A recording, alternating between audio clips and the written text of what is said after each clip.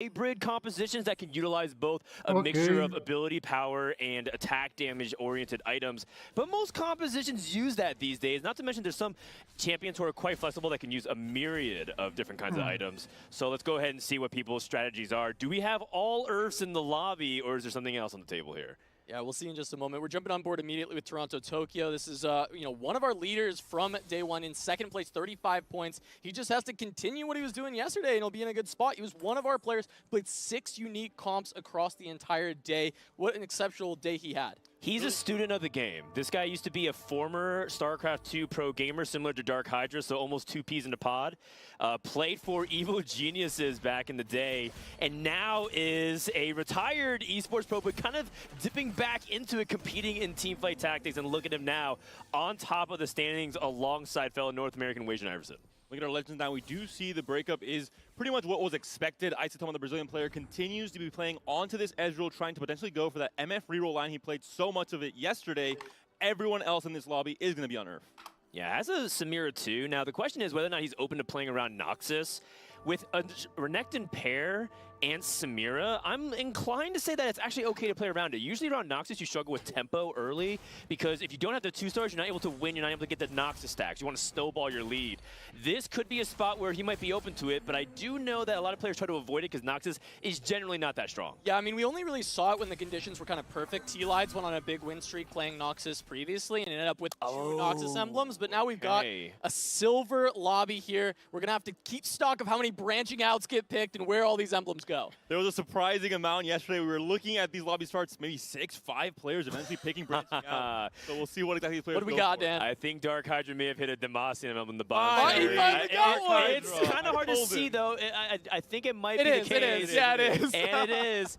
So 0 Demacia games yesterday. Finally to today. I'm not trying to make up excuses for our EMEA players, especially our EMEA champion, but I swear to you, this is a true fact. No Demacia, no Ionia, no Vanquisher emblems throughout 6 games for Dark Hydra. We saw on stream for that game 6, he had a Challenger Invoker mix, which is really not ideal.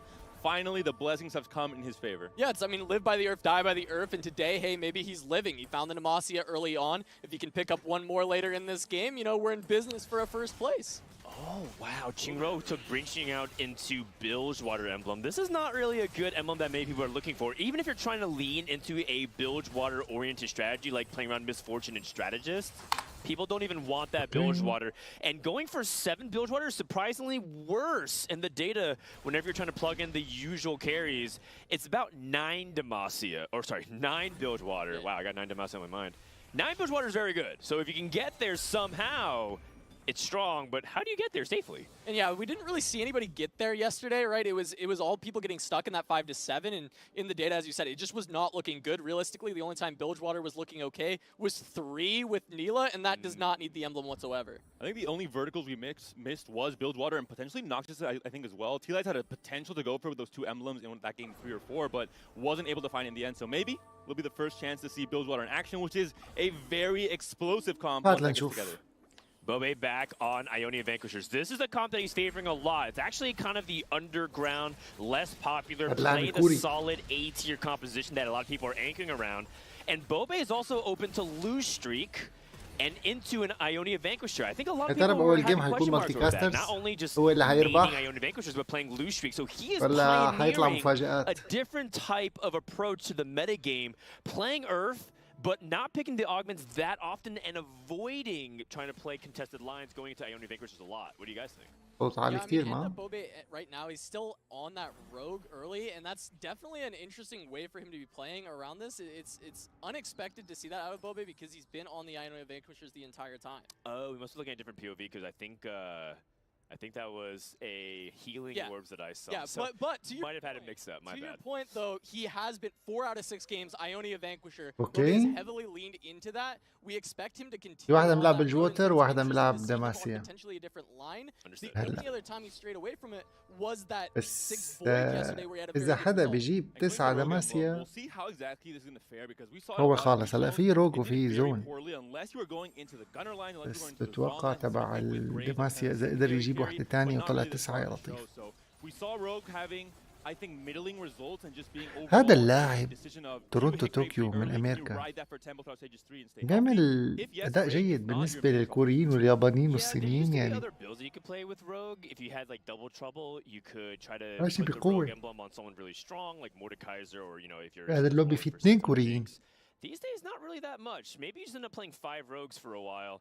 Not to mention that there's a possibility that Current X with the Zon emblem could end up leaning into Graves as well. لاعب Which is, زيكو you know, Rogues أخذ already is سبجولة. barely a top 4 comp. Do you أتوقع actually بده want to يساوي play فيها contested? ايونيا. Yeah, I mean, I don't know that you'd want to go into it ممكن. contested, but we also saw, you know, Weijin playing heavily around the Jinx within that kind of Zon composition instead of playing around Rogue, so that is still potential, though Kurum does have some item slams that would lean a little bit more in the Rogue direction. يا And as اما we were بيعمل saying, فيها the فانكوشر بس North إذا عمل American ايونيا players بجيب have 6 prepped so ايونيا much على together, put a السريع. lot of practice. Seeing Weijin's success on Zon, I feel like Kurum's got to know the line pretty well as well. هذا اللي عنده Yeah, ديماسيا. that's actually what they went over. Last night, they stayed up till very late, VOD reviewing every single one of each other's games. I was able to sit in and listen, and they're all really open-minded. The thing that stuck out to me the most was the humility shown amongst the players. Everyone feels like they can learn from each other, and Weijin had some of the most interesting games because he played 3 Zon games. Yeah. And so people in North America are very much trying to stay open to it if they can. The chance here for Hydra to make 20 or make this Milio 2. I think he's going to try and make 20 here. He's on a 3-win streak, so it does really matter to have as much board strength as possible. And he's playing up against Kurum, who has already taken a loss in this stage 2. 2 losses actually, so should be a fairly easy fight. The Samira upgraded with a Radiant DB should be doing enough, but the front line has already melted for Dark Hydra here. Looks like the Warwick is doing a little bit too much, and the Samira on the opposite side will be taking the win instead. The Milio 2 is made because of it. Yeah, Dark Hydra instead going Samira to try and عليها improve زون. the board. I like this out of him. طبعا Rough, but he loses حكبوها the win streak. لسميرة. Instead, we only have Jinro. أوه ناسوس. 1 win streak, and on the bottom we've got ما Bobe بيهمه. and Zyko both looking towards that loss streak. So we'll have to see if Jinro ناسوس can hold إجا. on to the win, or if those two will be able to keep their losses as well. Yeah, it's a really unfortunate loss for Dark لاعب Hydra. الصيني. That Nasus is appetizing, but we lost our streak, so we don't have to play max tempo, and we need to focus a little bit on economy because, as many people know, for Demacia, as much as you're trying to stabilize around Quinn 2 in the early mid-game, you're really looking for that 4 cost, which means you have to roll at 7. A very unique early board here for Jinro. He's playing around Buildwater with Quinn as the holder on this patch, though, but overall we've seen the power of Demacia, even in stage 2, just for the Radiant item on something like a Poppy that is already upgraded. So looks like it will be a 5-win streak for one of the strongest players in yesterday's day 1. Yeah, Jinro, Bobe gonna shake hands here. Bobe wants this 5 loss. Jinro wants that 5 win. They're both gonna get exactly what they're looking for. And, you know, once again, you know, Frodan was talking about Bobe being able to loss streak quite a bit, playing around that strategy. And once again, we're seeing him go for 5 loss. Yep, Zyko also going for 5 loss as well, so very fortunate for both of those players. The thing about Bobe is he only has 2 Graves, and he needs to hit pretty early. The thing about it, too, with a Rogue emblem is you theoretically could drop Graves. You could just play Graves to get to 4 Rogue and then go to 6 or 7, forget Graves 3, but then you have this big empty chasm of tempo that you don't have on Stage 3 to streak. Stage 3 is really important for these Rogue and reroll comps in general because بس ما عنده بنوب ليفلات بس عنده جول. والله اللاعب الكوري بيلعب بطريقة غريبة. بالعادة الروج بيركض على الليفلات. هو تارك راكد على الانكم وهو عم بيلعب بالليفلات نفس الوقت. شيء غريب شوي.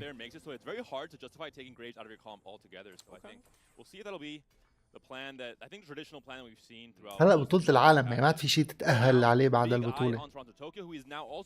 فالكل بده يحاول يركز يجيب نقاط عالية جدا.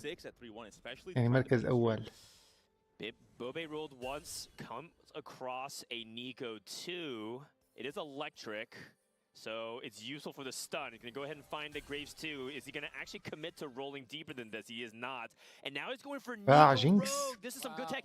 And because of this rod, he's able to adapt. I think this is a spontaneous choice by Bobe because a lot of times you're aiming for Jinx, but because he has things like Crown Guard or Spark, he can actually lean into this Nico. Yeah, I actually love this a lot. We saw him reforge Rogue Extra, found that rod and then changed the game plan, especially with this بس ما توقعت يشيل hit. الروج عن to جينكس. start winning a little bit in stage 3 as you said. But بقوة. wow, look at the damage كوروماكس from this الأمريكي. Nico 2 with the Rogue emblem. See if Bobe can run the lobby with it. That's an incredible spot from Bobe because I wasn't even thinking about Ishto. When I see electric, I put it out of my mind. I'm like, if it's not wood, if it's not ice, I'm not really thinking about it. No, thank you. But he recognized, based off the reforge of his items, what he could actually do. And that hesitation, that thoughtfulness led to this opening that Bobe has spotted. That is why he's considered the top player in Korea. Chingro, we saw there at 3-1, did end up losing his streak. Toronto still on it, and Zyko, we'll have to see if he starts stopping that bleeding as well, because they were both, Bobe and Zyko, under or almost under 60 HP, which is not where you want to be starting stage 3. Yeah, exactly. Well, now we've got more silvers being picked up. We'll see if anything really interesting gets grabbed. I see a bronze ticket for Cosmo. ضغط يا أخي ضغط Bobe بهالكم on the يوم. rogues has Indomitable Will, Cybernetic Bulk, and Misconnections as the options. And Misconnections is هلا sometimes فوقيها really need to get that نزلت كمان في لعبة نونو. like, you know, the Samira and the سونغ اوف Casio kind of نونو stuff and gives you some نختمها ولا لا ما بعرف. pick here. We do have a couple people taking some nice, powerful silvers. A Pandora's items also taken by, I believe, Chingro, which is not something that you see that often on 3-2, considering most people have their item direction. So I am curious what he's going to do with that. All right, jumping on to board with Kurum. He's got the 4 Zon in. He has lost his last round. The Warwick was making a lot of work early on, but being on the full 1-star board outside of the Zon Graves has slowed things down quite a bit. He's going up against Zyko, who is trying to turn things around after the massive loss streak, but when we look at his board, he does have Ionia, but also on kind of this full 1-star board alongside Anila, and he's going to start losing even more HP here as other players have started to hit on their rolldowns. He also picked up Red Buff as his second augment. One of the most picked silver augments yesterday, but not really one of the best performing silver augments yesterday. كروماكس على فكرة هو الرانك 1 على أمريكا كان وقت الأوقات الأول. Looks really bad. He's so poor. He has بعيد عن 30 gold البطولات يعني. interest based off what جاب we've الرانك indicated on the واحد. side. And his spot does have that Nila, NA but server. he's not going to be able to roll at 3-5. And if he does throw at 3-5, he's going to have 10 to 15 gold. Unless he wants to roll to 0, which is actually completely valid. That being said, if he's able to pick up, say, هذا سواها ايونيا بتذكروا لما اخذ قتلكم زيكو. and then find a way to play around it. Quicksilver is actually ولعب a good فانكوشر. complementary item. He probably is going to lean towards last whisper though, because he needs that armor بس ما ما طلع Yeah, له. big thing. I mean, he kind of needs a high roll into the Zaya as well to finish up the 6 Ionia for Vanquisher. It feels like this board is really struggling, and as you said, he's not going to have enough gold to really roll on 3-5, but he doesn't feel like he has enough HP. He has to, though. That's the hard part about it. You have to stop this bleeding. Yeah, exactly. And especially for a player that needs to get good results. He had 3 very good games at the very start of day 1. حتى مع الروكس بيكونتر كذا تشكيلة من الموجودين. In those last 3 games, needs to come back into it for this day 2. Bobe, in the meantime, able to continue to get a win. We're looking at Toma. No, we're looking at Kurum versus Chingro. Chingro's Bilgewater board. He's making me eat my words. اثنين طلعوا سيرفر الاوجمنت. But theoretically, that flat damage is very good in the early game. Garvin as well on this carousel. Sona even for the Demacia players. Just goes for the bow instead. Be the last whisper onto the Ashe most likely. We did see in the stats, Ashe reroll had a much higher average overall than really anything else. But I think most of that is also maybe the 9 Ionia players having Ashe on their board, rerolling and then going to 9 Ionia with 2 emblems they're able to get either in carousels or off of their augments. All right, let's take a look at Zyko and see if he can go for a big-time roll down. He needs to stabilize in these last 2 fights if he can. So here we go, level 7 roll down. Does have a little bit more gold than I thought. Picks up Nila again, but he did end up selling that previous Nila to make that gold. Can he find something else miraculous to pull him out of this deficit? No 2 stars so far. This is looking real bad for Zyko. Like, he found the Zaya, which is, you really did need that. However, upgrades were probably the most important. And the Nila just taunting him over and over again. Same Nila, same Nila. I mean, that makes it worse. That doesn't make me feel better. كل واحد بثلاثة 5 بيطلع له جي بي. والله غريب. شيء عجيب شيء غريب. عليكم السلام. غريب جدا. المهم انه هاد اللي هو زيكو قدر يلاقي الايونيا ليعمل تشكيلته المثالية. بس ناقصه بقى ليفل 8 ليجيب 6 ايونيا 6 فانكوشر. ويسيطر لمرحلة معينة بالجيم. So his spot does have an Ionia emblem and a Vanquisher, ما معه حق ليفل بنوب. which kind of actually explains a lot of his item situation because it looks like he's really far behind item count-wise, but that's partly because he had the Ionia emblem And so he wants to get to level 8 so he can play 6 Ionia plus 6 Vanquisher. The difficulty is we are so far away from being able to get the privilege of going to 8. We have one single upgrade and we rolled to 10. This is really bad. This is actually to the point where if I'm Psycho, I'm actually tempted to potentially roll مثلي لما العب تشكيله وما تطلع. To actually win the next fight. And if he loses his next fight against any of the players in this pool, that is going to be so much harder to climb back from. And I was looking at his pool, and at least he doesn't have any of the major wins right now. Okay. Osmo, who's relatively weak, but still every board I look at that he runs into. حتى بلعبة TFT الكوريين عندهم تكتيك دائما مختلف بشيء معين. يعني نفس التشكيلة بس تلاقي غير بالايتمات بطريقة معينة. غير بأماكن الجنود. That was really important for Zyko. Got a really easy win over Cosmo. And by the way, Cosmo's spot looks really doomed. Level 6, barely any upgrades as well. So both of these players have to make miraculous comeback to pull themselves out. On top of Toma, who was free falling in the lobby. 4 loss on stage 3, lost half his HP. Not sure exactly what happened on his end either. Despite those wins, I think Zyko is going to be forced to roll to 10 every single round in stage 4, unless he finds some of these crucial upgrades, at the very least that set 2 and the Ash. We'll see how he fares in stage 4 though, but other players that are also joining him, 30 for Zyko, or 39 for Zyko, 30 for Cosmo. على فكرة الدارك هايدرا هو الوحيد اللي معه 50 جولد. لا مو الوحيد. بوبا. باقي هلا اجاهم جولد. لا عم يصرف هلا. Big pickup as well. Isotoma, the other person in free fall. We saw Mordekaiser 2 get picked up. هذا استراتيجي تشالنجر. We saw Toronto also an Ash 2, Isotoma with the Karma, or the Zaya 2 rather. Zyko picks up both the set, the Ash, and the Karma 2 upgrades. So some upgrades have been found in the little gold that Zyko had remaining. Oh my gosh. What الشت لاعب الكوري. سترات ديماسيا شانجر جيجرنت. Let's see if this is good enough to stabilize. Cosmo doesn't have the items up on time either. Just a little bit too slow. Bebe, where's the Korean APM? He tries and gets him to the board. We're looking at Isotoma. Is that a Zaya 2 and a Mordekaiser 2 on the bench for Isotoma right now? I'm very confused about what is going on this board. Pandora's bench Pandora's, is you're right. Augment bench. So we've seen هذا اللاعب البرازيلي. We haven't seen it pop off yet on main broadcast at Worlds just ممثل yet, البرازيل. it is an augment that has very high highs and very low lows. You have so much of your gold retained on the bench. If you don't hit the right units, if you continue rolling the wrong ones, you could be sitting on a very low strength board for all of stage 4. هذا اللاعب طلع له كثير شغلات يا جماعة.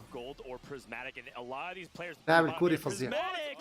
Which is exactly what happens now. This Earth's grab bag is interesting because I don't know exactly how we can utilize it. But for the others, are they able to get things like Infernal Contract or anything حبيت else? الكوري كثير.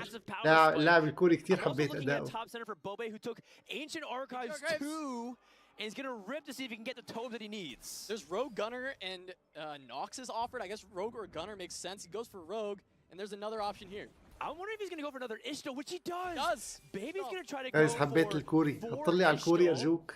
هذا مين؟ I say Bobe is trying to go for Ishto. I really need to work on that. Tough choices here for Hydra though. Bastion Crown, Radiant Relics, not ideal when you're already playing Demacia. Radiant items don't really have that much more of an effect unless you're playing 2 Radiant items on a single unit, but in this case it will be the hedge fund trying to again use this gold to potentially go 8 هذا قرار كثير somewhere along the line and have that 9 Demacia condition. Exactly, it's massive to be able to find that econ augment, especially when he's in such a big lead. And there are a lot of very weak boards still that he can prey on, so he should be able to hold the massive HP lead. And as you said, if he finds a Demacia emblem on a carousel later on, this will be an easy way to go to 9. Yep, binary airdrop here for Toma. Does, by the way, have 2 Aphelios 2s on the bench ready to roll for Pandora's. Does even win this fight. Now that's isolated damage. Is this strike going to be enough to kill Nasus? Goodness. It's there. And the free falling for Toma at least stops for a little bit. It's not going to be that big of a loss. And Zyko, who we said needed to find a very big turnaround in these 4 first fights in stage 4. And he does. Big upgrade coming in for Isotoma as well. We have another Silco too. All of a sudden, we might see the most fraudulent Silco 3 in stage 4 because all in 2 turns, it is possible for this lobby to flip on its head if Toma's able to get that 3-star forecast. I had 2 for Psycho 6 زون 4 جنر 2 روج. We saw yesterday with Bobe with the Shen 3 in stage 4. We could be seeing the same thing again, Casanova. All right, we've got Kurum. كلها نوايا مش ما في واحد قوي يعني واحد ضعيف. MF3 found for Cosmo. هذا صار عنده اثنين We actually داركين. jump over to Cosmo's board fighting Dark Hydra. Dark Hydra has not really been upgrading the board, playing for economy right now. This should be an easy win for Cosmo, and he needs it, but we'll see how the fight هذا goes. اللاعب Jarvan gets a الكوري ما big طبيعي. stun. The Quinn's still relatively untouched, but this Fiora to still full Man. HP with the Shurima. Easy win for Cosmo. This is a hard lobby Man. to take all of a sudden. I think a lot لاعب of people at الكوري. the bottom were This is stabilizing. so good. Toma also has the possibility of high rolling like كتير crazy. منيح Get كوزمو. that, خلص أنا Silco أشجع online. حاليا كوزمو. Let's see if anything on this carousel can لأنه potentially أذهلني take these ببعض players out of it. الحركات اللي اختار Big إنه win for anyone يساويها. trying to go for that Quinn 3 angle with the Demacia lines, for example, Dark كوزمو. Hydra. There is gonna be a Cassandra. حتى لو خسر هذا الجيم هو 30 هيلث. حتى لو خسر هذا الجيم I don't care. البطولة أنا أشجع كوزمو. Which is interesting, by the way. We haven't seen Shurima Fiora really since PBE. Back when Fiora was really ridiculous and Shurima was بطولة العالم اختار كوزمو كوريا. خصوصا إنه ما في عنا كمان واحد عربي وصل. Alright, jumping on board. I choose Isotoma Cosmo. doesn't get the roll. He has at least 2 lives, probably even 3, given that his board isn't bad. هذا الأخير على اللعبة، لكن Alright, he's still rolling اتوقع down. إنه جيشه صار قوي هلا، كفاية إنه هو يرجع. Oh, Azir pair. Yep, Azir pair picked up. بدور على سيلكو 3.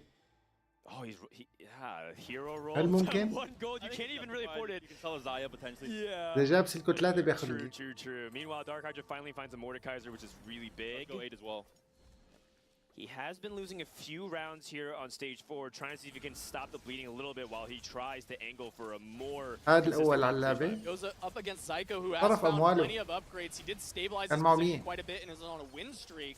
Mordekaiser goes down very early, and now that Zaya gets onto the Quinn and has avoided the cast very crucially in طرف this أموالك fight. وتخسر. And that will أهلاً allow يا Zyko to pick that up, but if she hadn't stepped forward, لويس. that Quinn cast actually might have made a big difference there. Hydra's still making 40 in that case. He's at 55 HP. He can go to 9. Oh, here! What? Here we don't find the circle just yet. The Undercity tactics don't come into play. But he buys himself another round, which is important. He won.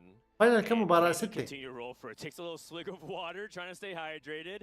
If he can hit Silco 3, I mean, this is a spot where maybe some miracles can happen. بس آخر نقطة بالفاينل عاملين نظام جديد.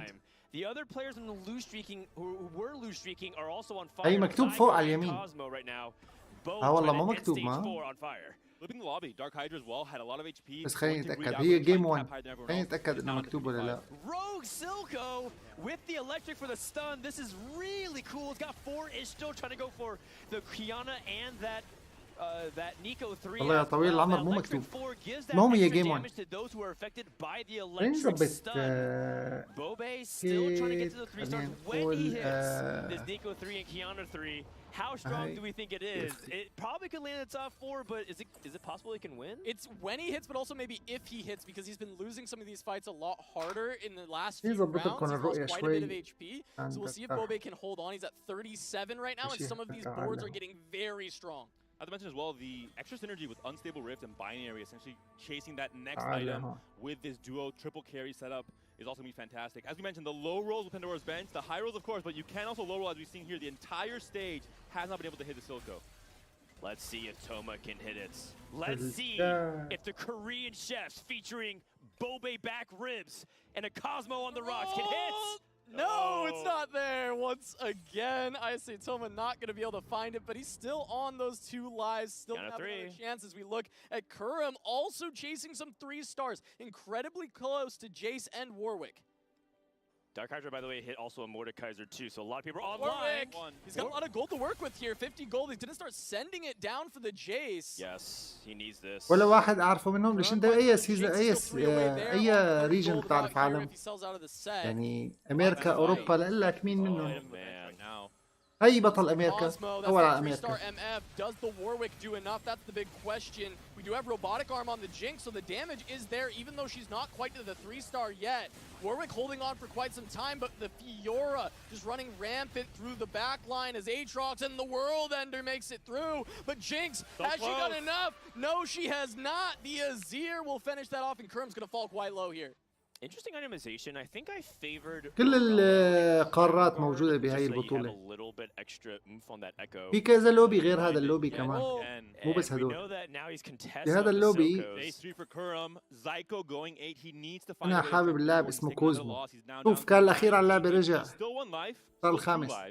but we'll see if he's able to find stability at the start of this stage 5. كل لاعب يحطوا لك جنب اسمه أي قارة. The fact that everyone else below him hit. There were a lot of players low rolling him included, and when he finally found what he needed, everyone else also did.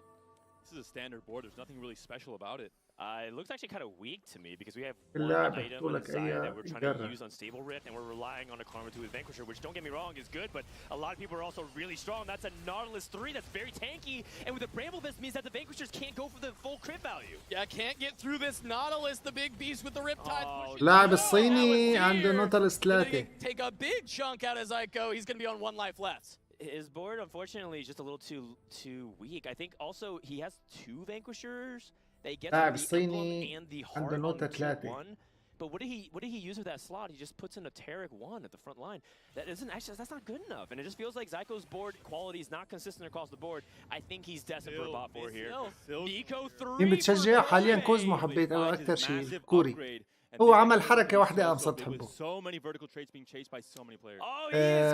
بس الصراحة بهذا اللوبي أنا شايف أول تاني كوريين هيكون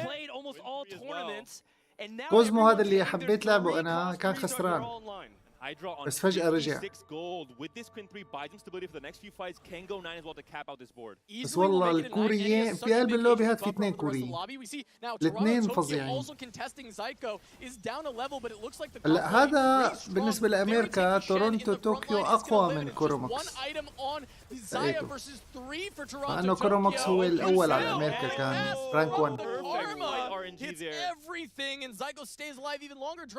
بس هاد تورونتو طوكيو للأسف حاليا الأخير. بس هي جيم ما ينهي شيء، بس في كثير جيم. Is there going to be a Demacia emblem? No, but there is an Ionia emblem on this carousel. Could be huge for Tokyo and Zyko. Look at the lobby HP and how close it is on the bottom half. 4 for Toronto Tokyo, and Kurum all the way in 4th place, only at 18, potentially 2 lives. So but tight. It's so tight. It's going to be massive on these next 2 fights. This might be the most amount of Bramble Vests we'll see all weekend long. The fact that everyone has a Bramble. Actually, Toma took a second Bramble. He already has one. I mean, it could be the unstable Rift item, but it's just amusing. Bramble has largely fallen out because Vanquishers and Ionia are not that popular. But in this lobby, it actually kind of makes sense given the popularity of certain comps that we're seeing. This is yet again, and we're talking about the coin flip nature. هذا عم يبحث عن تلك 3 ما كان يطلع له. Popping off, but all of a sudden, almost 2 entire stages rolling 4 costs and not finding a Silco. I mean, it makes sense. Silco's 3-way going to be pulling directly from the pool. Pandora's isn't just an open every single 4 cost available, so that does seem to check out. Meanwhile, تورونتو طوكيو ما بكفي 6 ايونيا 4 فانكوشر، لازم 6 ب6. واحد منهم بده يطلع هدول يمكن. No, he's going up against the 3-star Ishtals. He finds the Ishtals. We're looking at that Nico. Will it just destroy Toronto Tokyo's board? على اليسار راح فيه side facing Dark Hydra, who we saw lose even after hitting the Quinn 3. Zaya in a good position around the rogues, might be able to take down the Nico. One more cast. She gets through, takes it down. Toronto Tokyo stays alive, and it looks like Zyko's falling on the other side. Toronto Tokyo will salvage at least a 7th. And that's huge, because remember, Toronto Tokyo is leading the standings alongside Wage and Iverson, basically all of China. So for him, being able to preserve placements gives him that much more likelihood to advance. And all of a sudden, look at 2nd to 7th. And Zyko, unfortunately, had a bit of a free fall the last 3 games in day 1. That free fall continues. We saw the level 7 roll down was far from ideal, had no upgrades at 10 gold level 7, so it's not surprising to see him here in the 8th place position. And look what happened. Shingro's spot looks so good. He was so healthy. 7 bilge water, 4 HP. And if he's going up against a really strong player like Bome, he didn't position around the rogues. No. This could be terrible for Chingro. Gotta watch the Kiana jumping straight to the Azir potential here as we see the Nico in the middle. Kiana makes it to the Azir. A true display of talent gonna take him down. And that's gonna be Chingro falling in the bottom 2. Unless Toronto Tokyo's got him. We gotta watch the HP, but he gets the win. I mean, Chingro lost by so much. Even if Toronto Tokyo lost, probably would have 6. Cosmo barely surviving. Toma takes a narrow victory. Even Dark Hydra takes a loss as well, so continue to tighten. Finally finds 1 Silco. He's given up on the 2-star 4 cost, actually, which is really good. He actually rolled all the way down. هذا اللاعب and then البرازيلي decided to play the Sejuani 2, which إذا بيجيب 2 سيلكو بيربح الجيم كله. بس المشكلة إنه هو طاقته قرب يودع خلاص، ممكن يخسر بجولة. is actually a هو very هلا high عنده امل skill واحد cap بس 2 potential سيلكو in the right hands of the players. At this level, if you are weak at Pandora's عنده bench or تحويلة على shifting اليمين. sands, that's a huge leak in your gameplay. You need to learn how to manage these very tricky شوية nuanced جولد probability rules. سيلكو Silco found in the shop. He needs one وين واحد Oh سيلكو my god, what happened? Wait a This got second. excited Maybe fast. one away from the Silco. وين واحد He سيلكو has maybe even a chance to sell everything on Yeah, sell the bench everything. and try and find the Silco naturally. He is on a singular go, life, go. 10 HP to work with. No, Ice is don't not get the baited. answer. We gotta roll.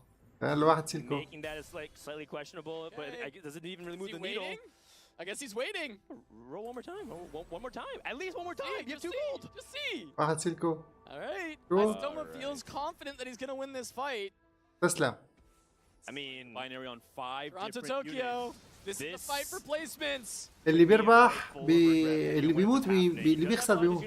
which actually could be really bad if the Zaya ends up targeting both, depending on how long the front line can hold. Yeah, the Jarvan not able to stun onto the Zaya, but the Zaya is targeted by the Azir. There's nothing more for Toronto, Tokyo. He held on for quite some time, but he will fall here to Isotoma. Can Cosmo also well, taken down. What does the placements look like here? Is Toronto going to be 6? It's -11 for him, and Cosmo going to be down to -17. Barely misses out on the top 4 for the NA player, who, as you mentioned, Dan, was leading the pack coming into game 7. Fifth is actually pretty good, given that a couple rounds ago he looked like he was potentially going 8th. So yeah. I think that's a decent salvage for him. Maybe he could have potentially squeezed the top 4.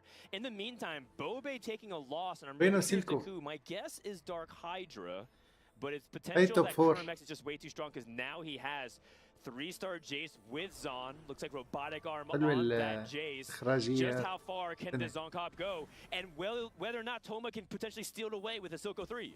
Yeah, we're going to see Kurum against Toma right now, so we'll get the chance. Isotoma did not find that 3-star, so now it's just the Azir trying to punch through the tank line of Kurum. Jace is pumping out so much damage.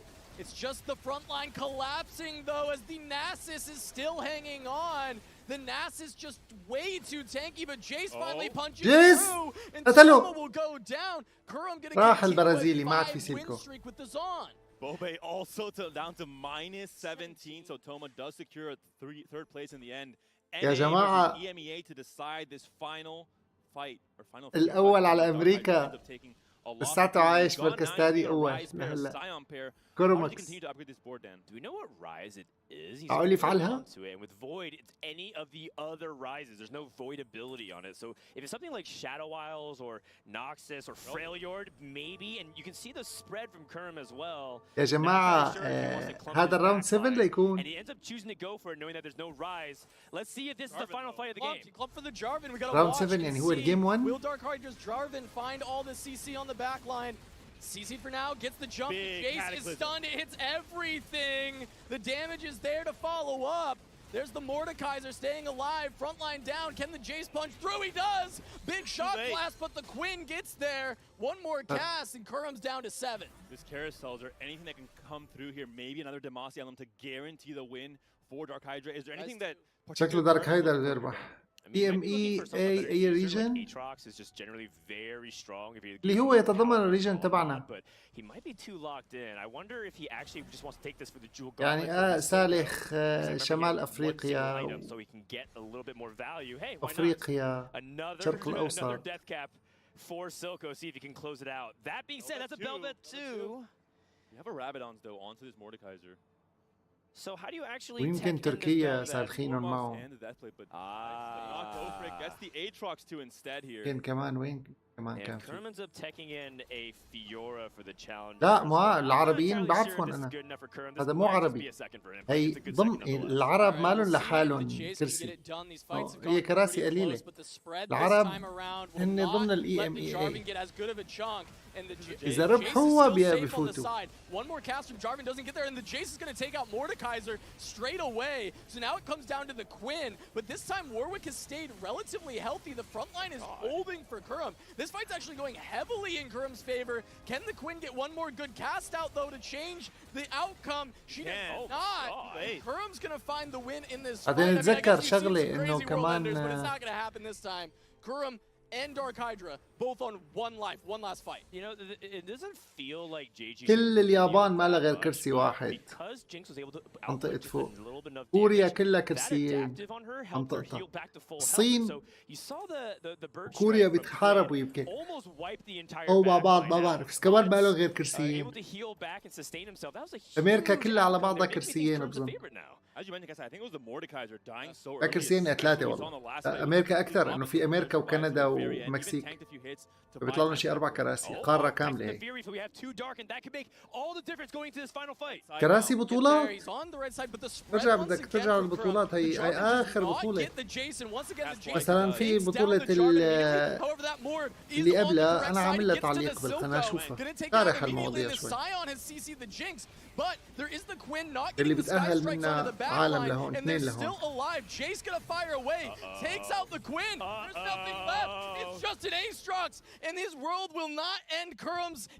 Dark Hydra going down instead. USA reigns supreme. أول مباراة يربحها الأمريكي. غريب. انبسطوا اللي على اليمين واللي على اليسار. يمكن اليمين أمريكي، اليسار ما بعرف.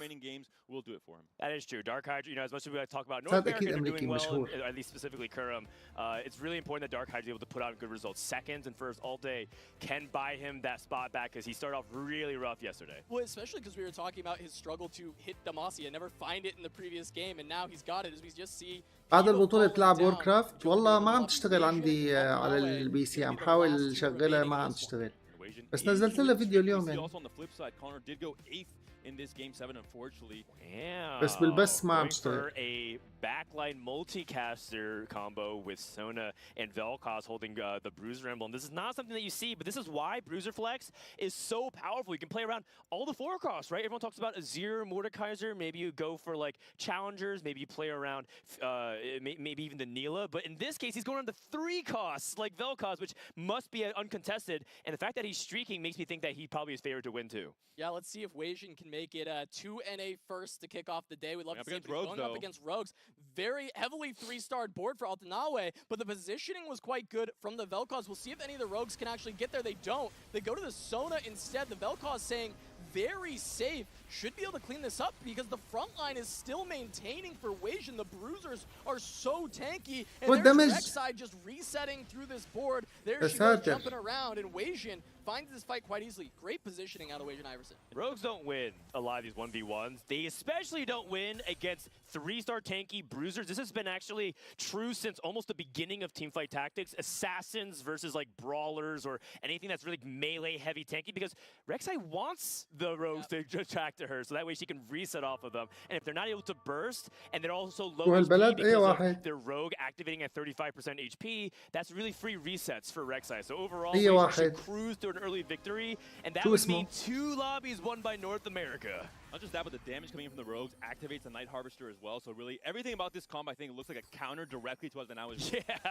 will see if any هذول كلاتهم somehow the Rogue get onto the Vel'Koz, but I think Weijin, he's on top of his game. He knows exactly how to get that Vel'Koz in that left pocket. There is one possibility, as if things go crazy correct for Altanawe, if he goes for the anti-rogue positioning, which means to move everything back to the 3rd row so that everything moves up 1. Therefore, your 3rd row Vel'Koz in C1, which is right next to his little واحد على واحد هون. that means that he's now at the back and at that max range of that rogue. Will Altanawe actually do something like that? It looks like no. Playing around the ice hexes instead didn't move everything back, so the Vel'Koz is still going to find a pretty safe spot here, and everything should be jumping towards the Sona. But one rogue did find its way. The Echo is there. It's very low. The cast does not go to Echo. Echo's going to take him down. It's all up to Rek'Sai. Can she still win this? It feels like she might be able to get there, but the ice is proccing for these rogues. Can they find the burst to get through that HP bar? The answer does not seem to be yes whatsoever. Weijin Iverson going to find another first place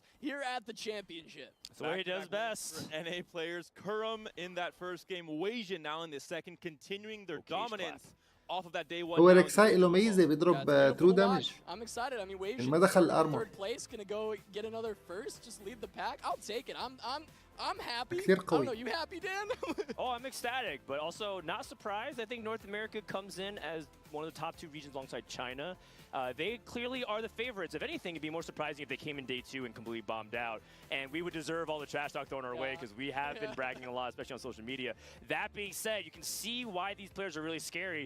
And also, just put on notice, Kermax, again, is not known really to be like a player to play for first, but yesterday's call really enlightened him. He was talking about how he's playing lines that he was شخصية بتكون من الألعاب. فهمت شلون؟ بس مو شخصية تي اف تي. شلون مثلا سوبر ماريو الألوان اللي عاملها الكذا هي أكيد شخصية ألعاب، مستحيل تكون شخصية بني آدم طبيعي. فهو مثل مبدأ الكوسبلاي. And this game one, I think the momentum mentally so relevant over, you know, the whole night thinking, having second thoughts about your game plan, seeing how you're going to. أو ممكن شخصية أنمي. A big win for both players here. Yeah, huge for North America. We'll see. بس أنا بتطلع بحس إنه في شخصية معينة بعرفها بس ما متذكر شو هي. But the Runeterra Reforged Championship will continue right after this. شي بس بذكرني بسوبر ماريو.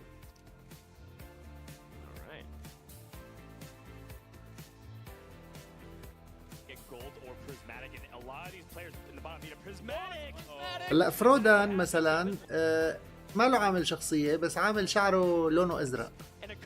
فبالنسبة للكوريين بالذات أو بالنسبة للآسيويين اللون الأزرق أو اللون الألوان هي أزرق بالذات وكذا كتير لها علاقة بالجيمينج.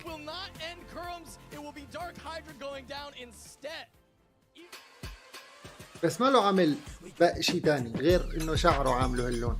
هداك مغير بشكله مثل كوسبلاي أكتر. وهي البرايم اللي بيشتركوا بالقناة برايم يا جماعة يحصلوا على هالجوائز. وهذا كرسي جديد نازلين، هذا التي سيريز.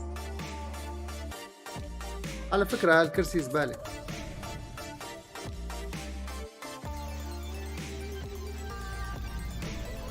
بس شكل.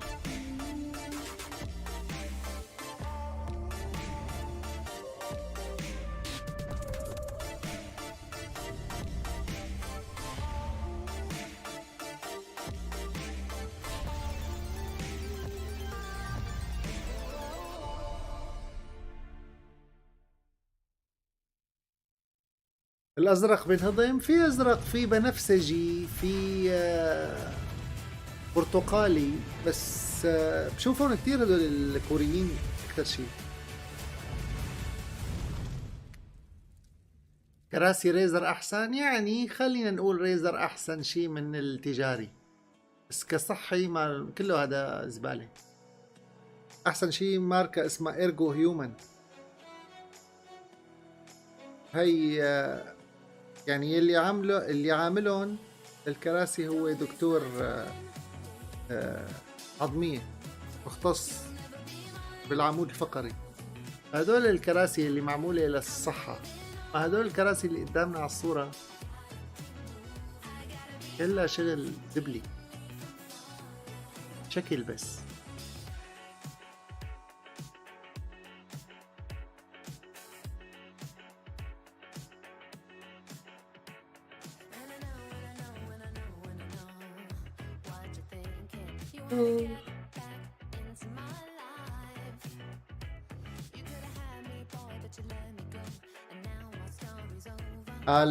بكره بالست باليوم الثالث حيحكوا لنا عن الست اللي جاي.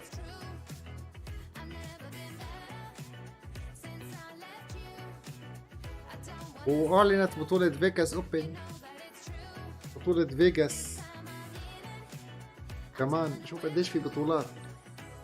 خلصت بطولة كأس العالم وفي بعدها لسه بطولة تانية كمان وداعية للسيزون، بس طبعا مو مثل هيك كأس العالم.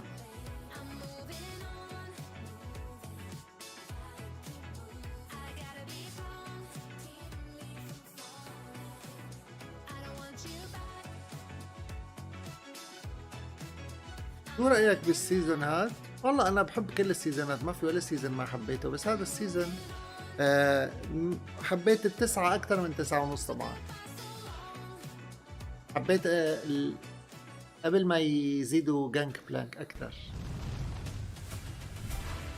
الكلان حاليا فل، بس عم نحاول نفضي. ممكن إذا كملنا باللعبة والعالم حبت اللعبة بيبين بقى اتوقع. بس ليفل 38 منيح، بس ولا انت كمل لسه بكير. يمكن ناخذ العالم كلها اللي ليفلها 50 او 100 ونطلع اللي تحت ال 50 هيك. هلا فل. Those final fights working in KRMX's way. Talk to me about that, baby. Oh, I really want to compliment KRM here because he actually made some هذا المذيع الكوري. top level positioning techniques. So probably watched a pre-show. Yeah, of course. So what Darkhider did is that he tried to like snipe the Jace's location, so he was trying to anticipate it, but KRMX used the legendary technique of doing nothing, right? So he put the Jace at the same location over and over again. Darkhider's right. No, wait. He's gonna reposition to the right side. I know it. So he positioned Sion there. He positioned Mordecai to the opposite side to make sure it wins. But then KRMX is like, nah, brother, no, I know that you want me to move, so I'm not moving an inch. And he counter positioned like Darkhider twice that way. That was amazing. That was like next level for sure. Speaking of amazing and next level, something that I think all of us were really اللي لابس احمر هو اللي صانع TFT. لا مذيع. Recognizing that electric Ishtal, which usually doesn't get as much love, let's put it like that, and recognizing that as a good spot for a rogue Nico Mort. Yeah, I think that just shows how creative you can get here. And honestly, getting the Nico 3 with the Rogue, that's going to allow it to get in the back line. Had some pretty good itemization with the Ionic Spark and the Gunblade. واليوم أخذ دور محلل وليس مذيع. Electric, if it procs early, you get that stun, which is really nice. The only problem with the comp, honestly, was that he didn't have another secondary carry. He needed something like the Echo 3 to really get that going. You saw a Rogue emblem kind of ended up on the Silco, which wasn't great. But honestly, a top 4 for that position. يحكوا إنه هو اللي صانع. ما في شخص واحد صانع اللعبة. A 4th place is not bad there for that composition. يعني هدول الألعاب not bad. I was so لهم impressed with شيء خاص، بس ما بعرف. having nerves of steel. ما بقى في بالعصر الحديث آخر 10 سنين يعني ما عاد في حدا اخترع لعبة. دوتا مثلا 1 اخترعوها 7. دوتا 2 اخترعتها شركة كاملة. I mean, we talked about in the pre-show, of course, he came into this lobby 17 points. He had to absolutely shoot them in. فالورانت اللي لعبة تقويس اخترعوها قد ايه؟ ديبارتمنت 18 بني آدم. I know, me were talking about and saying he doesn't have the second Demacia emblem to make the full use of just gold into levels into question mark win, but it was still a very, very good shot. فقط الألعاب الصغيرة كتير هي اللي بيخترعوها شخص واحد. Was a good push to try to give him enough resources to make sure he could hit his key components like the Mordekaiser. And we even saw it come into play there. He was able to get to 9. He found like the Scion, other champions like that. So it did work out. Having a look at our standings after game 1. بعد هالمباراة الأولى هي النتائج النهائية. كانغ سونغ جونغ هو الأول كوري. But of course, for other players, there's still a good chance to make it. And I'm so curious what's waiting on the other side. And it is NA on top with now 2 players knocking out China from the top 3. Impressive. Well, yeah, with Kurma's finish there, he's moving up to join them as well. I mean, while we still have the Chinese players towards the top there, this could be a really good day. شو هذا اللي غير؟ هي الأوفر أول ستاندينج؟ I think the last few championships we've had a pretty big mix, but if a couple regions come out this أول 2 أمريكان. Crazy. And again, now that there's only 5 games left, there's just not really a ton of time ما استوعبت. to make a big comeback here. And I know, baby, I told you not to hone in on it too much, but Bobe's still in those top 8. Wait, are you surprised? Even though I told you like 20 million times. I tweeted that. I kept on saying that. Okay, so Bobe's actually really, really talented like player. One of the best in Korea for sure. One of the best, of course.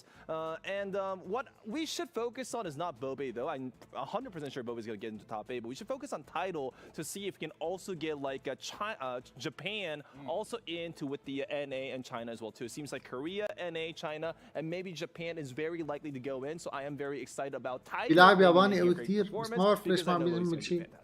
All right, baby. I had to get that out there. I know you were burning to talk about him, so let's just get it out of the way. With that, though, I believe we will go to our casters shortly. Now, I do this thing where I ask people what comps they want to see. Of course, the common ones are banned. You cannot see. You want to say Demacia. That would be boring. Baby, let's start with you running it back. One crazy comp you want to see. Okay, I recently actually tested out a few strategies on TFT Mobile, and I realized that going for Draven into a portal called the Sump for infinite econ is actually not that bad of a strategy. عاملين بطولة TFT على بطولة العالم لTFT على الموبايل حصرا.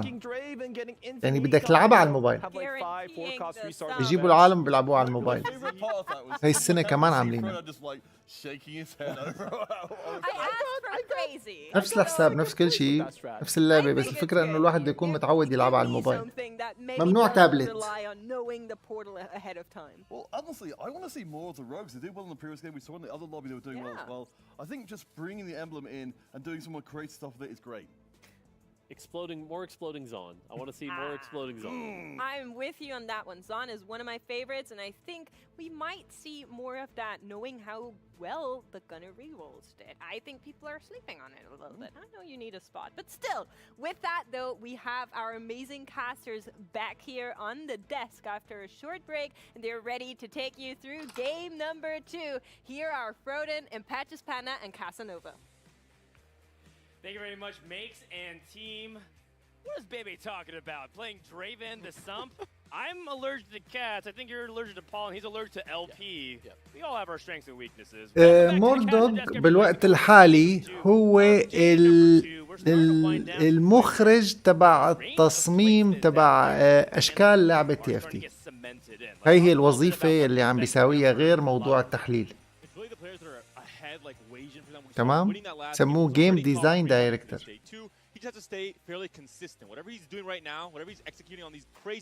فهي وظيفته بالنسبة للعبة هو محلل ولكن دخل بهذا الموضوع. وقبل هيك كان كمان بوحدة من الألعاب نينتندو. After day one, he's going to be looking to turn things around. Surely not. Water hold, which could be something that players have prepared up their sleeves. Back actually last patch, Stillwater Hold was very popular for multicasters, believe it or not, because of how item hungry it was.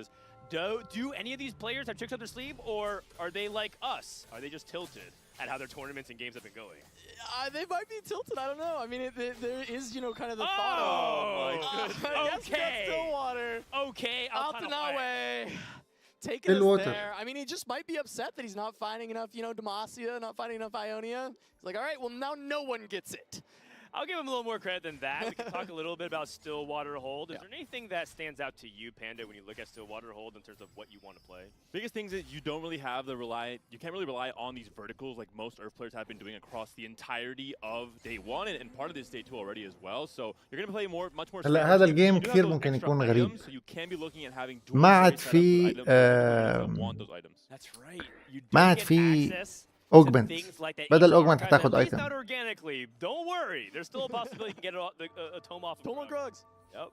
That would be big. المذيع أبو شعر أحمر ما بعرف هذا كوسبلاي يعني متنكر بشخصية لعبة. هذا نهائي اليوم الثاني من بطولة كأس العالم. And do they understand the baseline strengths? Are they so tied up in the stats and the traits? Have they forgotten about how to evaluate baseline power? Interesting opening here. Double poppy, or Gallium. يعني بهذا الجيم ما حنشوف 9 ديماسيا مستحيل. نسبة 1 بالمليون ممكن يعني إنه يطلعوا بالكاروسيل تنتين كثير صعب.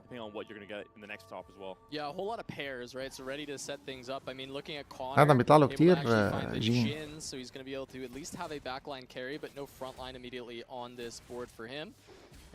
ما بده لا جين ولا سيت شكله. Put it together, look for that win streak. There's a few comps that particularly stand out when you're looking at the data of Stillwater Hold. One of them is Azir, because Azir is just a really strong baseline for champion. You're able to get things like Nasus 2 and Azir 2, and you can maybe play around some of the other flex spots like Misfortune or Silco, and you have so many items from Stillwater Hold completed and Demandful that it should be good enough. The second that's interesting enough that's coming up is whether or not people want to play more like Neela, because you might be able to start off with like Bow plus an RFC off of these things, these kind of items. So just keep an eye out for these kinds of forecast comps on top of the usuals like Ionia's Vanquishers and the other stuff. I think the Nashor's Tooth here, I think a very flexible item overall. You're mentioning Azir, that could be the line that Connor's thinking about, but it can slot into MF reroll, it can slot into a lot of different comms depending on where your game goes. Right now, AD-centric, but could open up to AP late in the game, especially with that Rod and the Spark already slammed. Yeah, it's the big thing. I mean, the two most popular carries have kind of been Mordekaiser and Azir, and both of them can use that Nashor, so it makes sense as an easy slam. As you mentioned, there's also other options if you can't find your way onto one of the two most popular comps. Already BT onto a Rek'Sai. We saw Rek'Sai popping off for Wei Jin, who's also in this lobby. We'll see how it can do for the Chinese player. Yeah, and this is hard because you don't really practice and prepare for Stillwater Hold. It's almost like one of those big curveballs that it's a Hail Mary. Even some of the players that pick it might be like, I think I know what is good based off of my practice and scrims and data diving, but it's really hard to tell. I feel like I've had like 3 games of Stillwater Hold. Yeah, it's definitely been an unpopular portal. I mean, this is the first game I've cast on Stillwater Hold in competitive TFT, and it's just not something that we see people taking very often, and the question does remain that. But that looks like اللاعب اللي اسمه تايتل هذا هو بطل اليابان. Has leveled though, so I think it's not going to be the case. اللي عليه الكاميرا We saw حاليا. one from Connor actually in the day one. He is also in this lobby. It has been a comment I think has fallen off quite a bit. It's very inconsistent, and we've seen the vertical top of Demacia being so consistent, so it's really just hard to justify. Yeah, I don't think KO reroll is it, but that being said, there is a situation where maybe Title like rolls a bunch of natural KOs. I could see him leading into it. كيل ضعيفة كثير أول اللعبة بعدين تصير قوية ممكن يبيعها ما حيكملها. Make KO really powerful in a portal. Remember that ultimately KO still really thrives off of really strong economic portals, so that way you can get KO 3 fast and push levels, which is ultimately what KO wants. That being said, what does he actually want to play with Rageblade? Rageblade Slam has not been that good of a flex ever since the base set, where we played Zeri and Aphelios, and you had an opportunity to play Rageblade into a bunch of different carries. What do you think when you see Rageblade here, Bando? Could be Azir. Yeah. Could be, again, we've seen much more, I think, high burst options on Azir. Instead, even Gumblin and Rageblade have taken a step back from Nashers, from just that higher damage overall like GS. Maybe Quinn. We have seen the Rageblade slammed on Quinn a few times throughout day one. I don't think it's ideal, but it is an option if he does find himself in Demacia later today. I mean, Rageblade is not BIS on anybody. There is one comp I want to highlight now while we have a chance, so I can feel like a genius, and no one will blame me if I'm wrong. Is that I think on a Galaxy or on a portal, sorry. بدون الاوجمنت لعبة مش حلوة. اتذكر انه تي اف تي كانت 7 سيزونات بدون اوجمنت تقريبا. انا بشوف الاوجمنت بتزيد الحظ. حلوة بس بتزيد الحظ. بدون اوجمنت هون ببين مين اللعيب اكثر. في سبجولا على فكرة. Can do work, and that Rageblade could transfer to that. That's a very low chance, but it might happen. We've even seen recent. ليش العالم ما عم تاخذ سبجولا او تاخرت لاخذ سبجولا؟ هذا اللي اخذها بعد كم لفه، لانه ما حدا باني تشكيلات فيها سبجولا، لانه ما بيعرف انه ما حيجي اوجمنت، فاجت السبجولا بمثابه مفاجاه. فهذا اللاعب ممكن يساويه تشالنجر مثلا.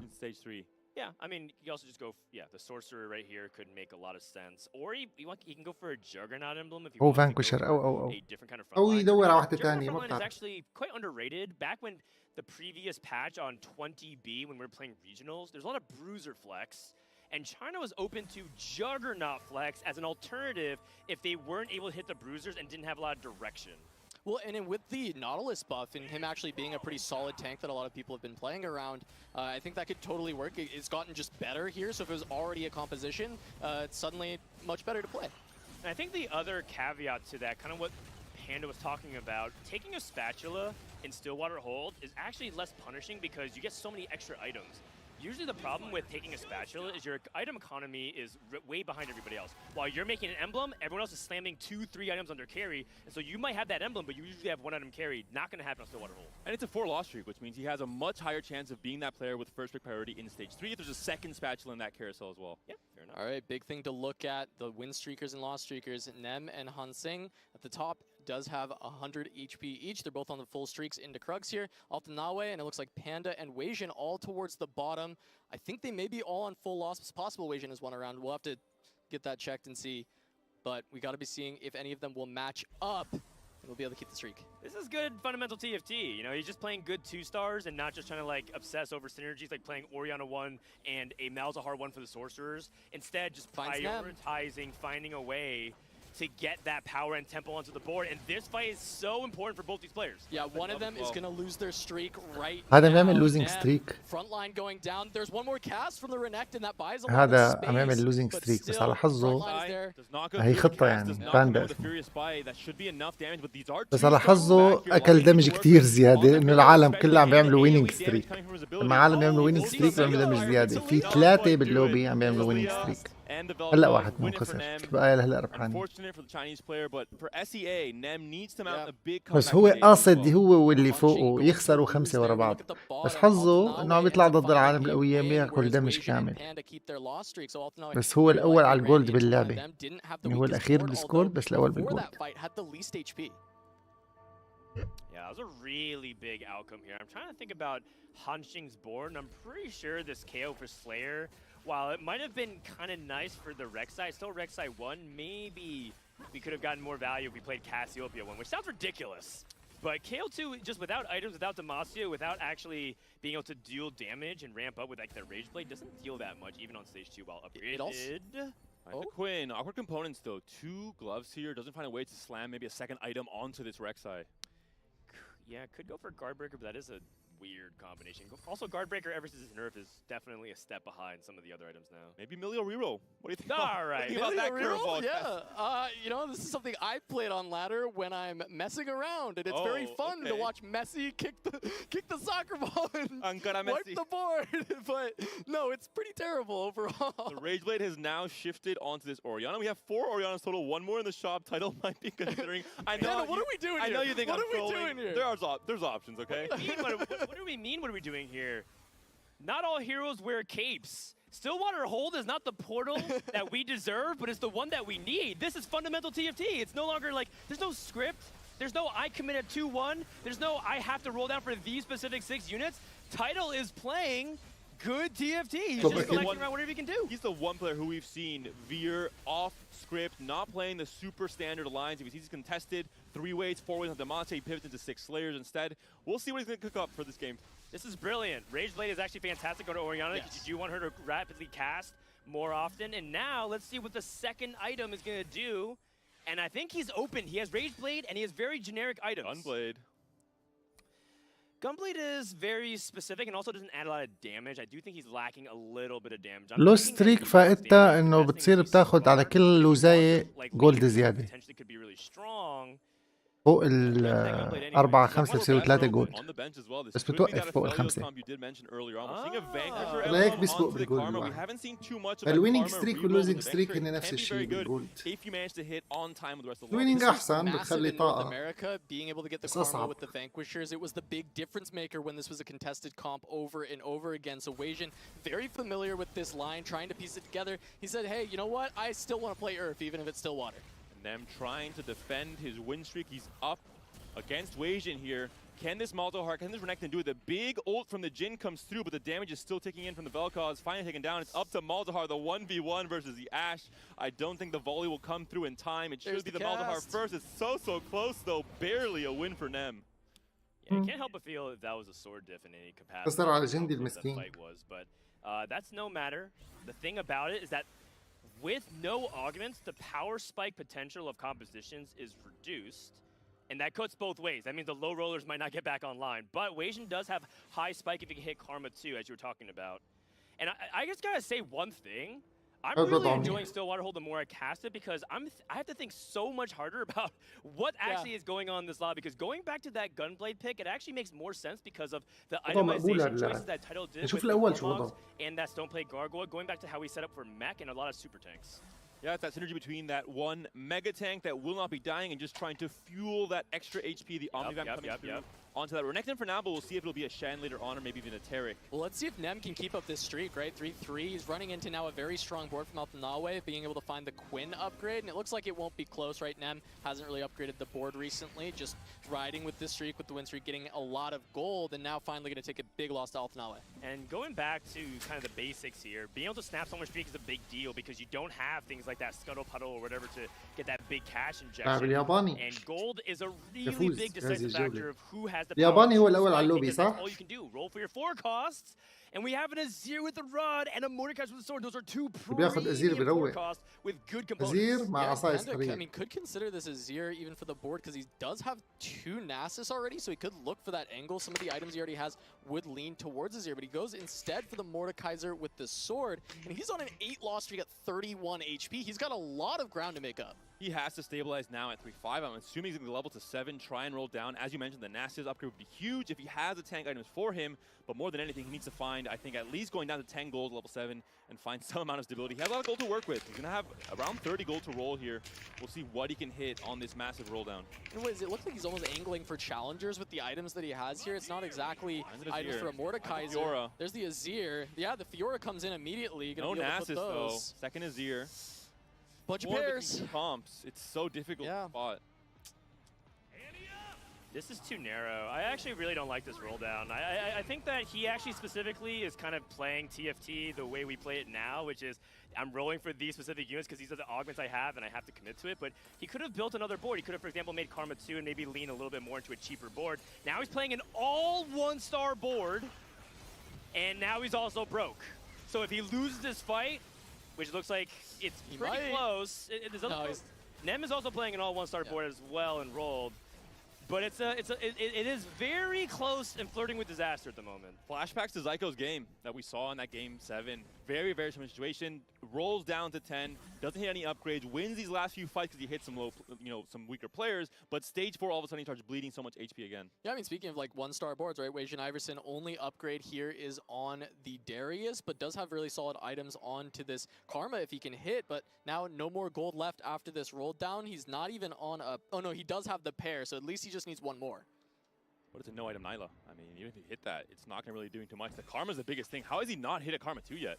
Yeah, and 0 gold. All these units are just temporary. I think this Gangplank's a really good call. I mean, heck, there's even a world where maybe even transfers items to Gangplank in the very crazy scenario, because without an Ionia spat, it's going to be a little bit tricky, but you do want to play around 6 Ionia for Karma for the double bonus.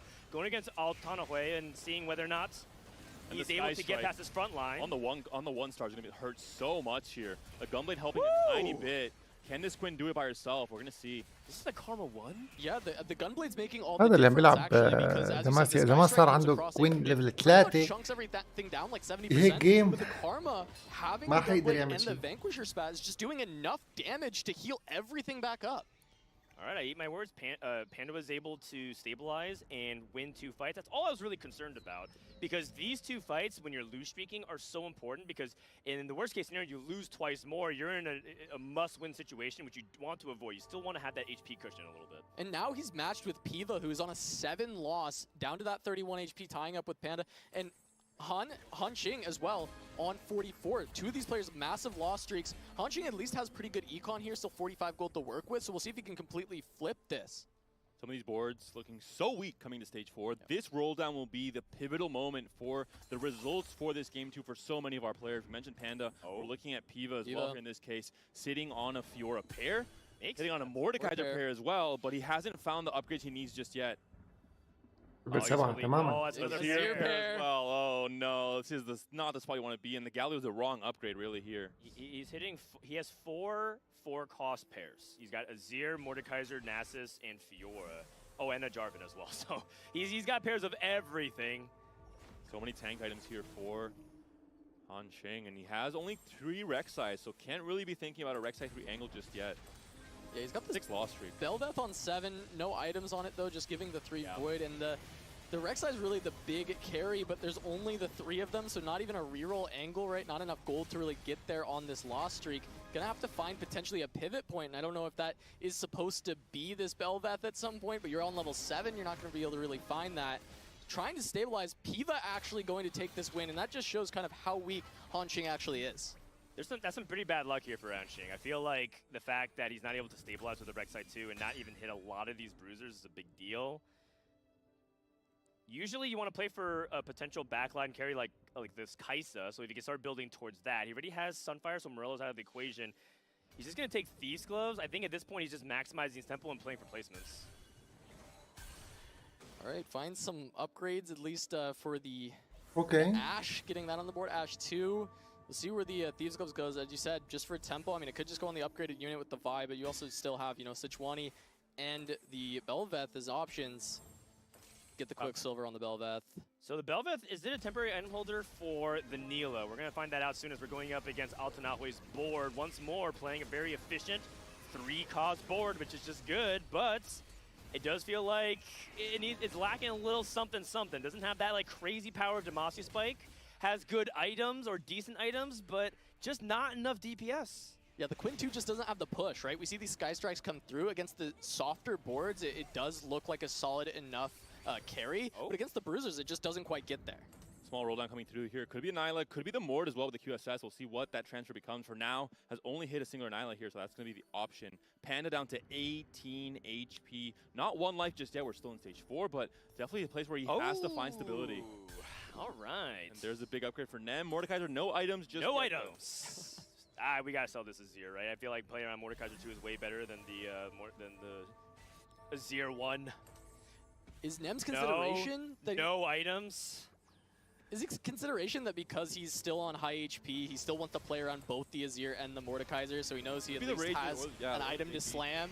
And he's going to get more because it's, well, I guess he's not going to get more because it's Stillwater, because we already passed that point, but still he's got a lot of items overall. He might be able to just start to build towards the Mordekaiser this stage with Carousel and Raptors. Yeah, and that's totally fair. You could في بعض اللاعبين عم بيلعبوا بطريقة شوي غريبة بصراحة.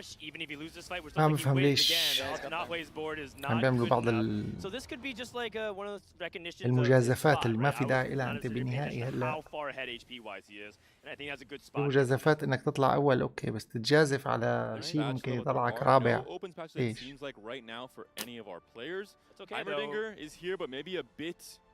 على فكرة هذا اللي اسمه كونر مين؟ They're in big trouble. Jinx and Ahri also in the carousel here. We'll see what Wei wants to go for. Yeah, does he want the +1 Ionia or does he want the Ahri for the Ionia?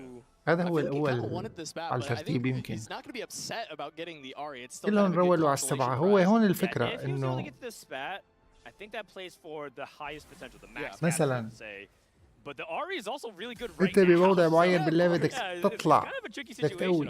I think Weijin is a little bit more known to play for لا that ترول right? It's part of why his يرولوا ويخلصوا وياخذوا يلي بدهم اياه وانت العب شيء ثاني.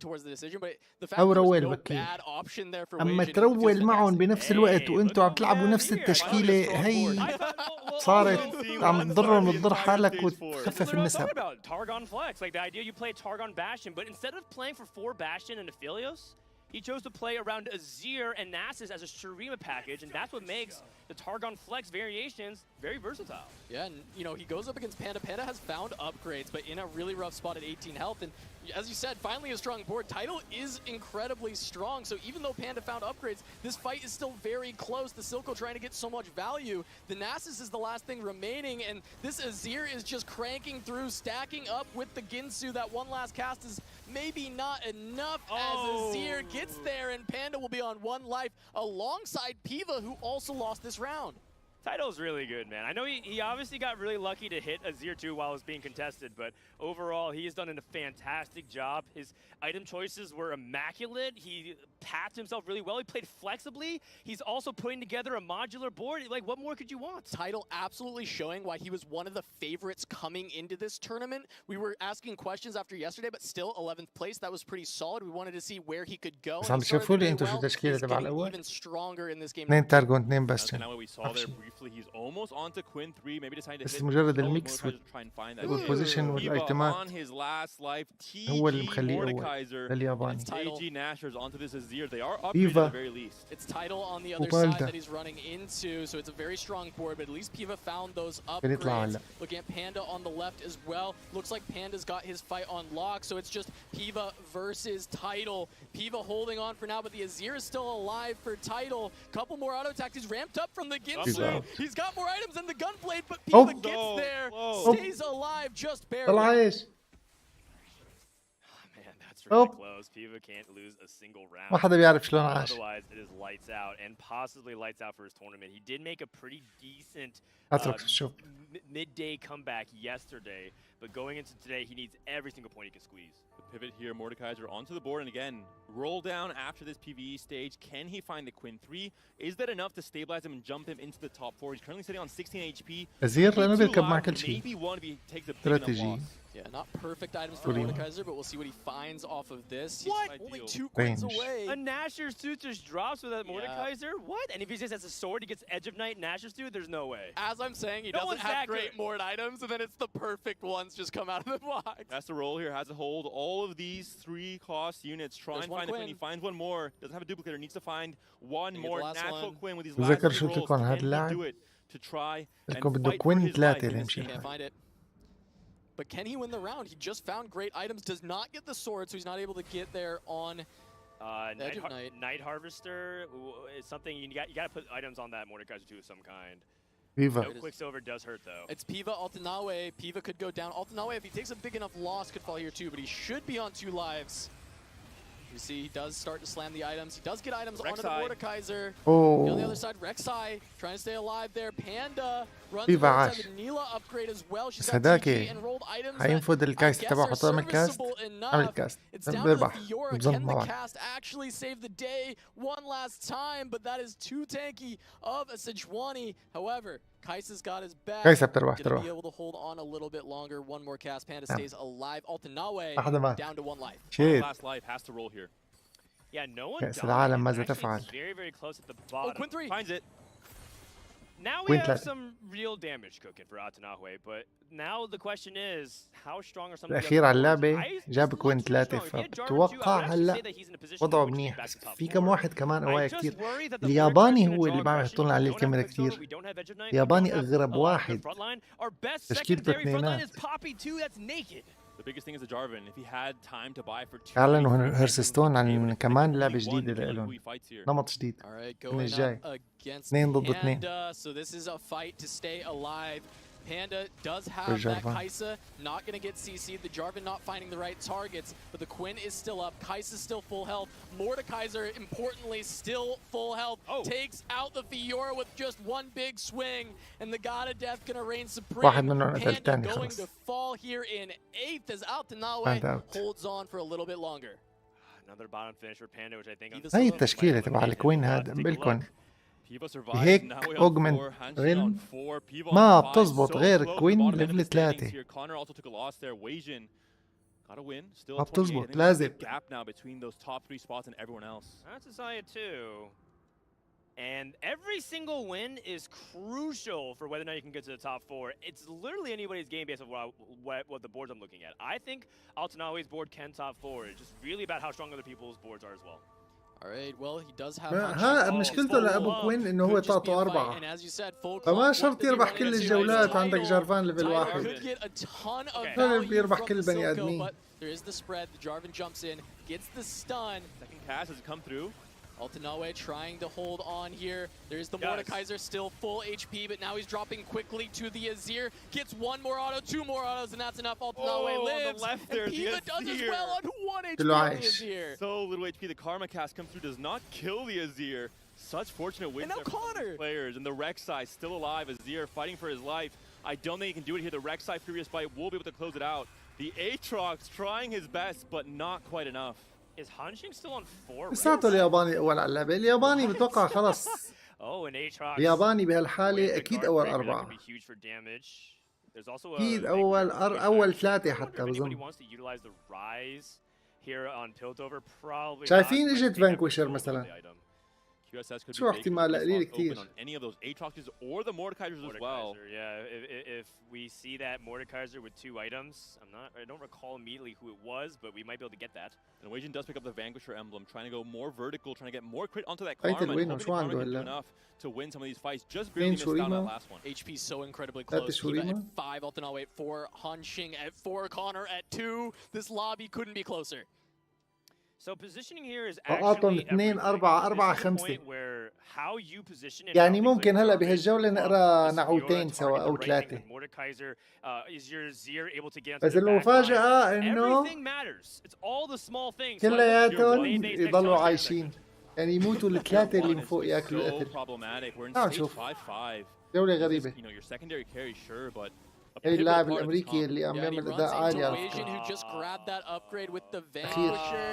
Gonna be a team kill here potentially. Connor trying to stay alive. Looking on the other side though, Piva versus Nem. Piva trying to hold on, goes up against the Challenger Mordekaiser with the Quicksilver, but his Mord is doing too much work in the front and he lives, whereas Connor gets blasted down by the Karma and the Ari. And Connor will be going out in a bot 4. A very fortunate pickup. The Vanquisher emblem on the R. روقوا هلا اللي ضد كونر. لا السابع بهالجولة. Honestly, that 6 was really tough to swallow, but realistically, that was one of the lowest rolls I've seen in quite some time. قصته على الأخير. 6 was actually not that bad, all things considering. He could have gotten 8th. في جارفان. There's a Jarvan 2 in the shop for Nem. We need to buy that. Trying to figure out what he wants to sell. Probably this Juani at this point, but he did give up Bruiser, and that could end up being relevant.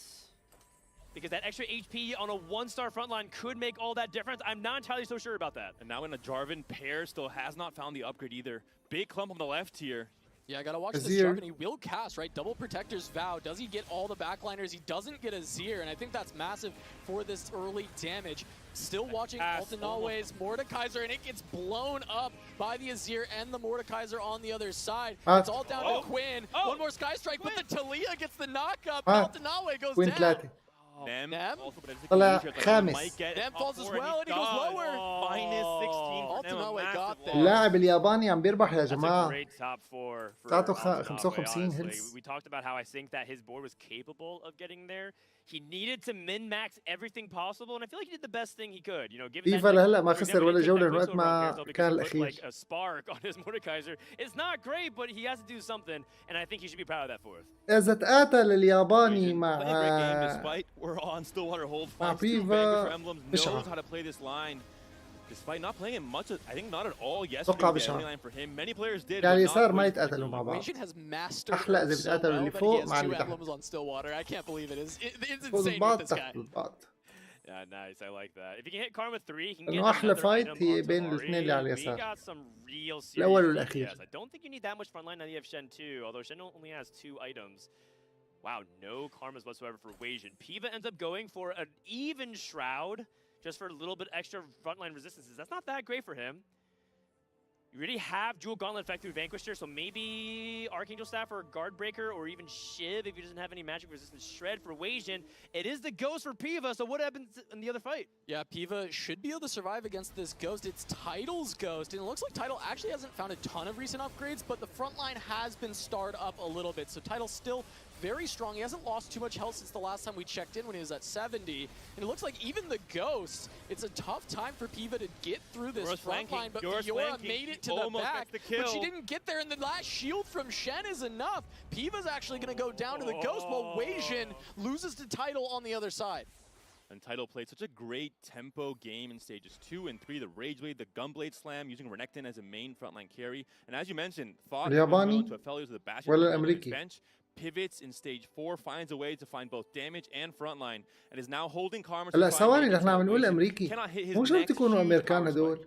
نورث امريكا، يعني عم نحكي عن امريكي، كندي، مكسيكي، اي شيء. As the hope of Japan, when title is in the championship, everyone knows Japan can win. هاي الياباني.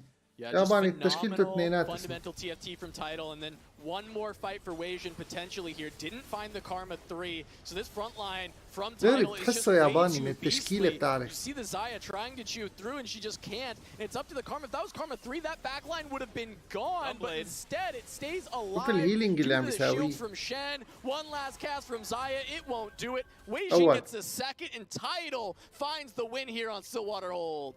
What a refreshing game of TFT, quite honestly. That was really different than what we came to expect. And leave it up to Stillwater Hold. Hold. Emphasis on that word as we are trying to see what ends up happening for the rest of the day. But what a crazy outcome based off of what should be considered, to most people, the most boring portal in TFT. I thoroughly enjoy it. You have one more game left here. Cass finally finding himself in the top 2 spots in a game. He hasn't done so all throughout the tournament yet. Well, maybe a little bit too late, but still has to play for placements here. And Cass finally gets the win for Japan. All right. Tidal gets a second, and we saw الياباني أخذ كمان اللوبي الثاني. And that's big. Japan going 1-1 in that lobby. اليابان أخذوا الأول بأول باللوبيين. If anything we know from not Holy only the shit. Japanese player, but also historically from their interviews, pride بين اليابان هلا بيكونوا روقوا. region that has actually historically punched above their weight. Yeah, I mean, Kess started out, day one not being able to find a top 4 and then turning it around with 2 very solid games right at first in that last one. I think Kess has got to be very happy with the turnaround on day 2, even if he can't make it.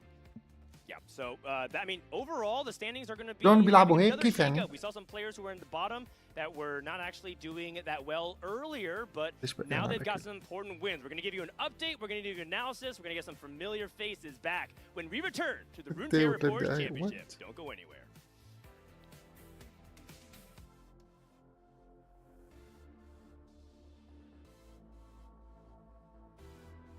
حلو استوديو. Auto attack is ramped up from the Ginsu. He's got more items than the gun, but Piva gets there. Stays alive just barely.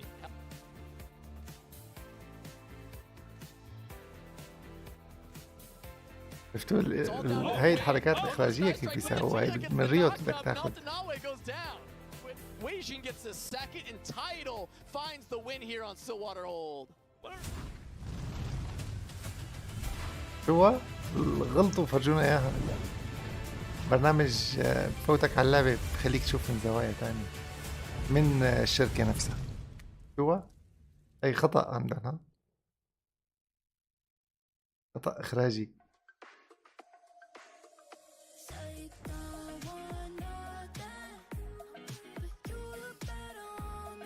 نعمل استعدادات الأكل، نشمر عن إيدينا، نفوت نغسل، نجيب البيبسي، نستنى الأكل يوصل.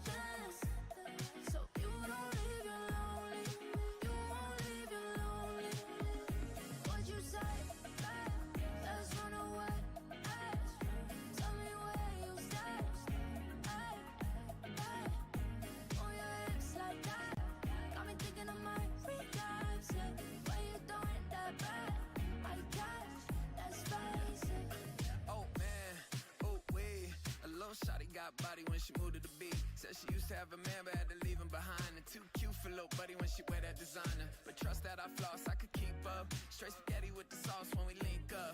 Modified T-tops with the V12 engine. Let you whip it, baby, not to mention I got your whole attention. Now you tempted, take you anywhere that you want. That's a gold impression. Every summer in the jet just to go around the world. Promise you gon' get tired of the diamonds and pearls, girl.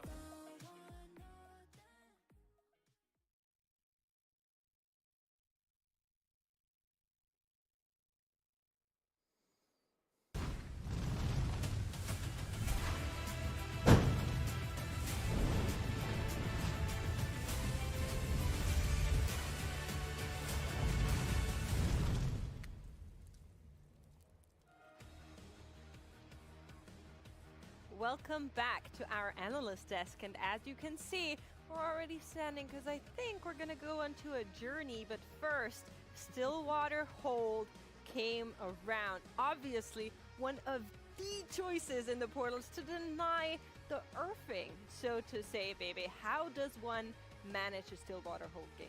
Okay, so the generic Stillwater strategy is to actually not go for 4 costs. As you notice in the game, a lot of people rush 7 and try to roll down for the 4 costs, and we saw players that did hit, and we saw players that did not hit, right? So if you go for a 4 cost gamble, it's actually very inconsistent. So what you want to do is that you actually want to go for 1, 2, 3 cost rerolls, especially 1 cost rerolls, because these compositions only don't work when there's an Earth player with a nice spat, so there's no Earth in Stillwater, and also doesn't work in a portal that has a lot of econ as well too. There's no econ in Stillwater, so this is a strategy that you do usually want fame after. Professor Baby, I have a question.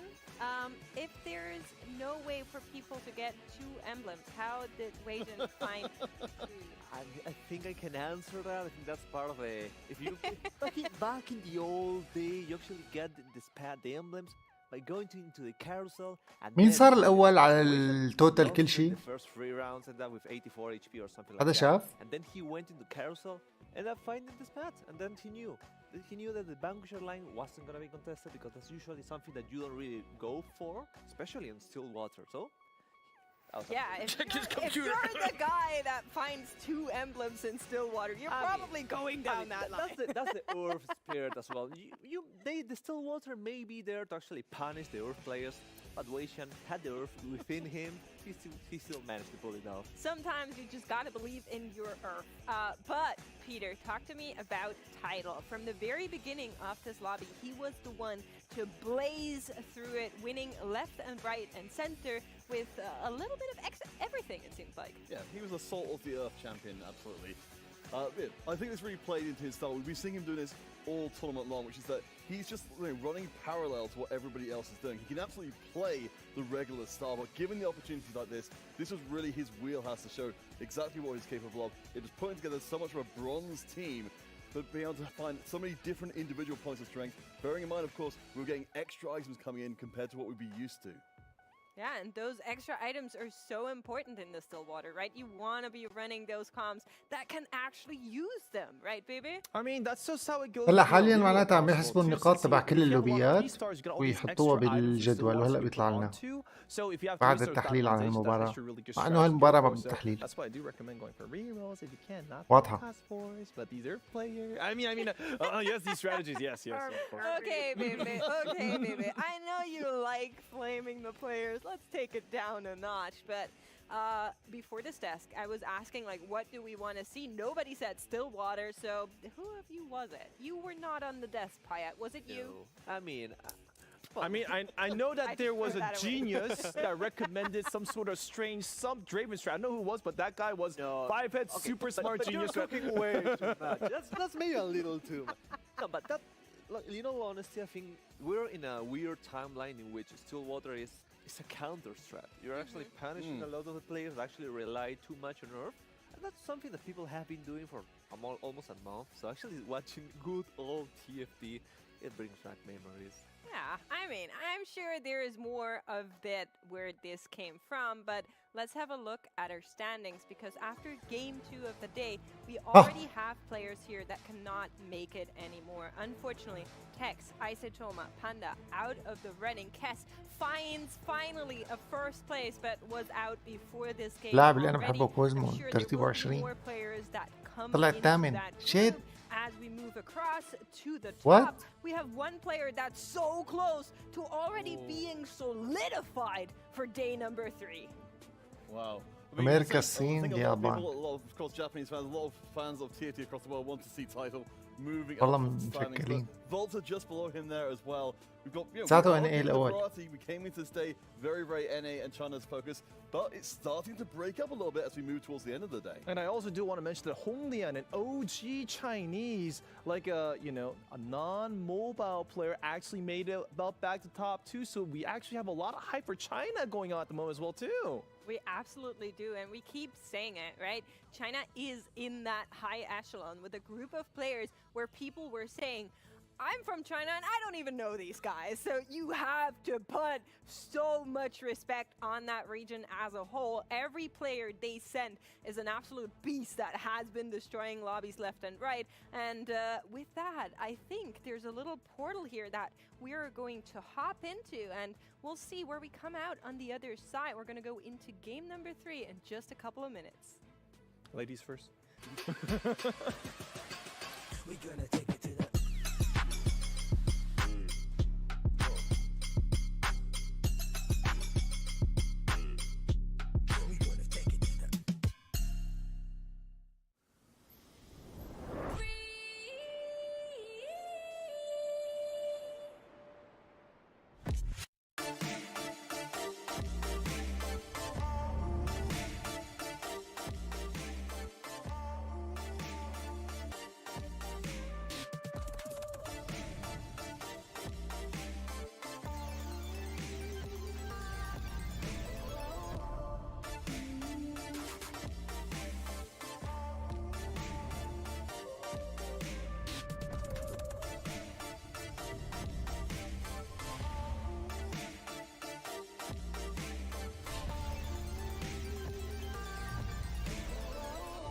هينزل فيلم جديد لمارفلز اسمه ذا مارفلز. حلو يا ترى. بتذكروا ثانوس شلون مات؟ صار نهايته هي البداية.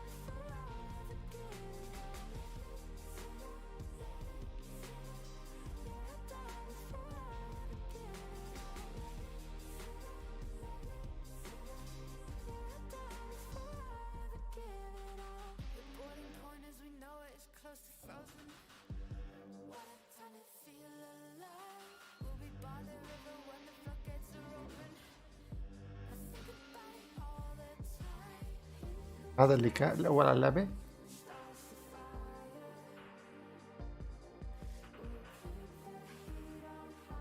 لا هذا الأول على اللعبة.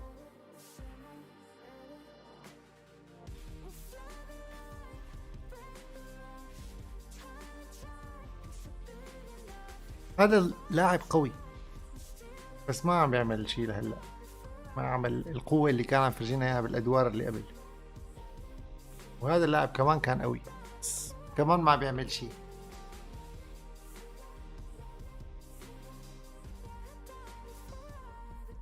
هذا الأول على أمريكا كأمريكي أتوقع.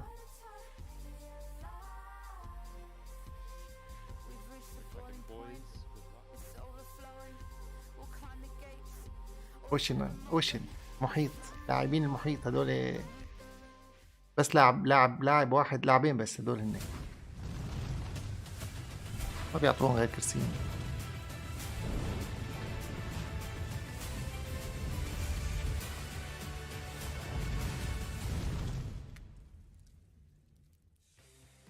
Welcome back, everyone. Ready to go into the last third of the games in this 12-game circuit we have across the first 2 days.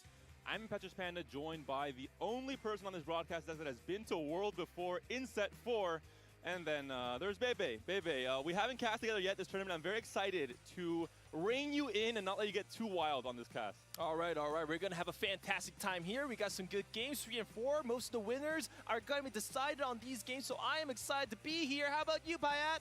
I mean, I'm really happy to be casting with 2 really giant people, both in height and in just how great they are in TFT, but also great. Look at this lobby. You have Weishan and Iverson, the top one of the lobby, of the league, of the group stage, you could say.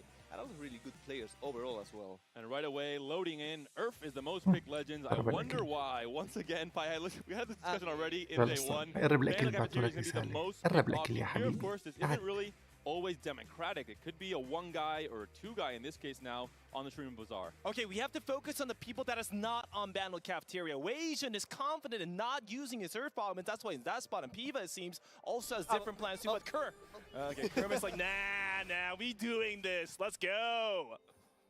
I mean, whenever you have the Bandle Cafeteria, it's also a really high chance of actually getting it because since there are only 2 Bandle City Portals right now, because if we remember correctly, Scuttle Powell is not in the game right now, it's deactivated. You're gonna see it a ton. كافيتيريا شو قصدك الاسم شو اسمه هاي؟ Craftable emblems, كوكب؟ or potentially if you are a bit of a high roller, tactician's crowns. If you lose streak early in this stage 2, بند الكافيتيريا. Would you want to make a tactician's crown situation, or would you rather save for 2 spots? What do you think? Our fine world rep pie hat. I mean, we're in a meta where you actually want a lot of verticals, so I know you're a very common person who really is a fan of just gambling it all, trying to go all in. But that being said, having a fun at Tactician's Crown is actually 2 stacks of cookies. There's 40 HP to any unit every single round, and that stacks up.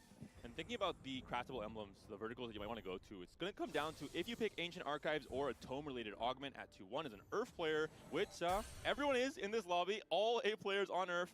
Then you have to be thinking, if I get offered an Ionia emblem, for example, I'm going to try and go for 2 Ionia, try to make it to 9, playing a high-tempo game plan across this stage 2 and 3. Okay, we're looking at Piva's board right now, and that was actually kind of insane. He has a Cassiopeia 2 with a Tier and a Cloak Star with a Cho'Gath 2 at the ready. So I do think that our fine Piva, our global rank 1 player, is actually trying to make it back into the top 8. Let's see if it's possible or not. He's mounting a bit of a comeback on this day 2 across the first 2 games, now sitting at 37 points. اوكي هلا البند الكافيتيريا المفروض اللي بتاخذ فيها سبجولا وبالطعميق فالقوة ببند الكافيتيريا انك انت تاخذ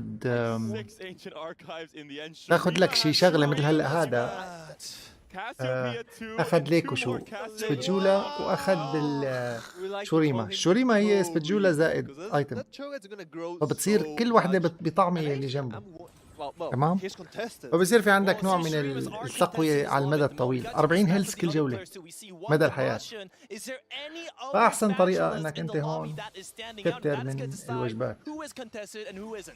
Well, I have some bad news for maybe the viewers, maybe for us, but we have 3 Demacia emblems, we have 2 Shurima emblems, and Tamura and Asian sitting on solid lines that they can be playing solo with Ionia for Weijin and going to be challenger for Tamura. So this could be a game like the game 4 we saw yesterday in day 1 where so many players are trying to contest the same exact forecast in stage 4. So Shurima and Demacia is contested. We have a solo Ionia from Weijin. We have a Sork from Panda. And we also have the double challengers potential from Tamura. What do you guys think is going to win this game? I really want to point out the Weijin, as you said, because he's the only guy who didn't paint the tome. He picked dedication. He's playing for a line that is not contested. It's basically the same thing, but just guaranteed. I wanted to know with the patches that are open right now for Bandle Cafeteria, Ionia and Shurima are the 2 verticals that can really benefit from this the most because they can go into those 2 verticals, they can craft 2, and Weijin is ahead of the game, already has both emblems ready to go, the Ash and the Graves 2 for now, item carrying. And this is going to be all about trying to go 9 at this point in time, finding the way to stabilize your board to stay healthy both in economy and in HP. But now we have to think about the important question. Is Weijin really willing to go for level 9 for 5 cost 2 stars? Because he is number 1 on the leaderboards at the moment. He doesn't need to take that risk. He might consider just all-in at 7 to just get a cool top 4 placement. And maybe if he gets lucky, he might get a higher placement. And also another thing that people have been doing with Ionia is also rerolling the Ash. Ash has had a lot of success during I think the entire day 1. Talking about craftable emblems, Tamura sitting on 2 challenger emblems, can be looking at the 8 challenger vertical. Panda sitting on 2 swords. هذا الجيم حيكون حلو.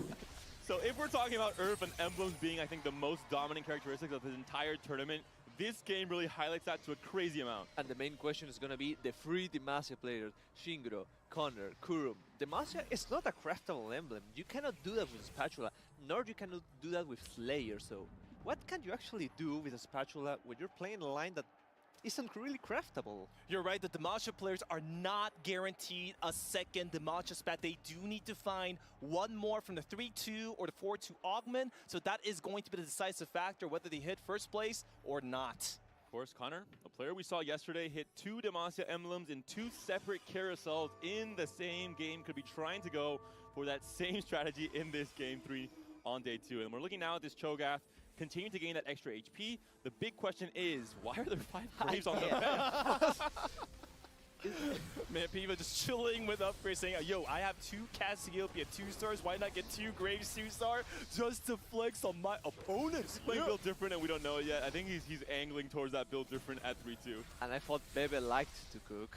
That's something I... هذا اللاعب بيفا بده يجيب 3 هلا. He wins, maybe we can find a random Grave 3. Does that mean our world champion does not know the legendary double Cassiopeia into double Graves 2-star? Oh, the Jin comes through. Telling me that Graves is the play, the 5 Graves. Oh, I'm interested now. I'm curious. Jin gets a big win there in the end. And we're going to see any interesting options on this carousel. I mean, we've seen most of the players that were looking to close out the second emblems. They've been closed out already, so they're not looking for that key component to try and close out the Ionia or the Challenger emblems. I mean, I actually was interested to see a spat here. If a spat here showed up at the carousel, then loss streaking would have been very, very impactful, and the lobby would go crazy. But it seems to be just a very singular, one of each component type like start. There is a rod for Ace, which closes his Shurima emblem as well. So every player, their mission for the game, their homework is first get your 2 emblems and then make it to 9. Most players have done that part 1 already. Now the hard part is making it to 9. And it was really sad for Pia because Pia really was going towards the Nafiru with the rod for the Shurima, and he just got joined at the last second. And now we're going to see how the lobby is just going to spike up so much. The mod check there, we saw Robotic Arm was in the game for Tamura here if he decides to go down that route later on. He can have Jinx maybe as an item carrier in stage 3 with a Challenger emblem. It could work out with the extra attack speed. Now, the sad thing about Challengers a bit for those who know is that you don't really want to go vertical 8 Challenger. 6 is usually just good enough. And when you go for Challengers, you want more combat augments that can make your units stronger after they hit the 3 item mark. So I don't know if Tamura is in a good spot right now in the lobby. But the good thing about that is at least you'll have 6 Challengers during the mid game. So even though 8 Challenger may not be the strongest vertical you can go for, if he finds a good augment, as you said on free, هذا ناقص واحد. he'll be able to win streak for a bit. You're forgetting to واحد mention Challenger. the most important part about this Challenger, which is finding a 5-cost legendary on 7 and itemizing it with a Challenger emblem. Okay. That does sound ridiculous, but if you roll 40 times, 80 gold does guarantee you 1 5-cost. It's random, but it does guarantee mathematically speaking. That's the hard part, getting the right one. Okay, so you're not gonna miss. If you ever always roll at 7, you always hit a legend. It's always Aatrox Velvet, right? I mean, if you're Baby, potentially. If you're me, most definitely not in my ladder games. But looking at the HP totals, 1 player defending, trying to go for that 5 win streak. That's going to be Qingro, the Chinese player. He's done it so many games throughout today. He's been so strong yesterday as well. Was finished in that top 6 of the standings. And we're seeing now the Chinese showdown Ace versus Qingro. I kind of want to compliment the fact that these players memorize every Demacia item build-up. So he's actually using the Deathblade so beautifully on Jin that ultimate doing so much damage but doesn't kill anything. Okay. Lane 2 is too much with Shurima as well with the HP. It's going to be the end of the win streak here, unfortunately. It's now Ace instead who starts his own little win streak going into that stage 3. And he's looking really good going forward. He already has a Nasus. He already has a 4 Shurima going on. He just needs to find maybe 1 or 2 good units. 6 Shurima online. It's just gonna punish the entire lobby. The awkward thing about this situation is that for Demacian players, there's nothing to charge, really. So all that Bandle cafeteria size going on your queen, your backline, feels awkward, man. Double loss streak for Panda and for Weijin. They successfully defend their loss streak coming into the stage 3. At some point, they have to start breaking this. They have to find a way to stabilize either at 3-2 or at 3-5 as we're seeing with the roll downs on 6 or on 7. So Piva and Weijin is looking quite solid, but the problem is Ionian and Shurima good enough to beat the Demacians? Because Demacia is actually the strongest amongst the 9 vertical series. So we'll have to see. We see a death blade here, potentially a slam for بغسل this أحسن. to get a last whisper later onto this game. And could be a stone plate. Was recently nerfed though, so not really, I think, as attractive as it has been in the past few patches. And we also see, you can see the bench. He already has 2 Nylas. What? Holy, level I missed 5? that. He's on level 5. Wow. Okay, so in this situation, do you go for Ashe reroll or do you just go for level 7 for Nyla 2?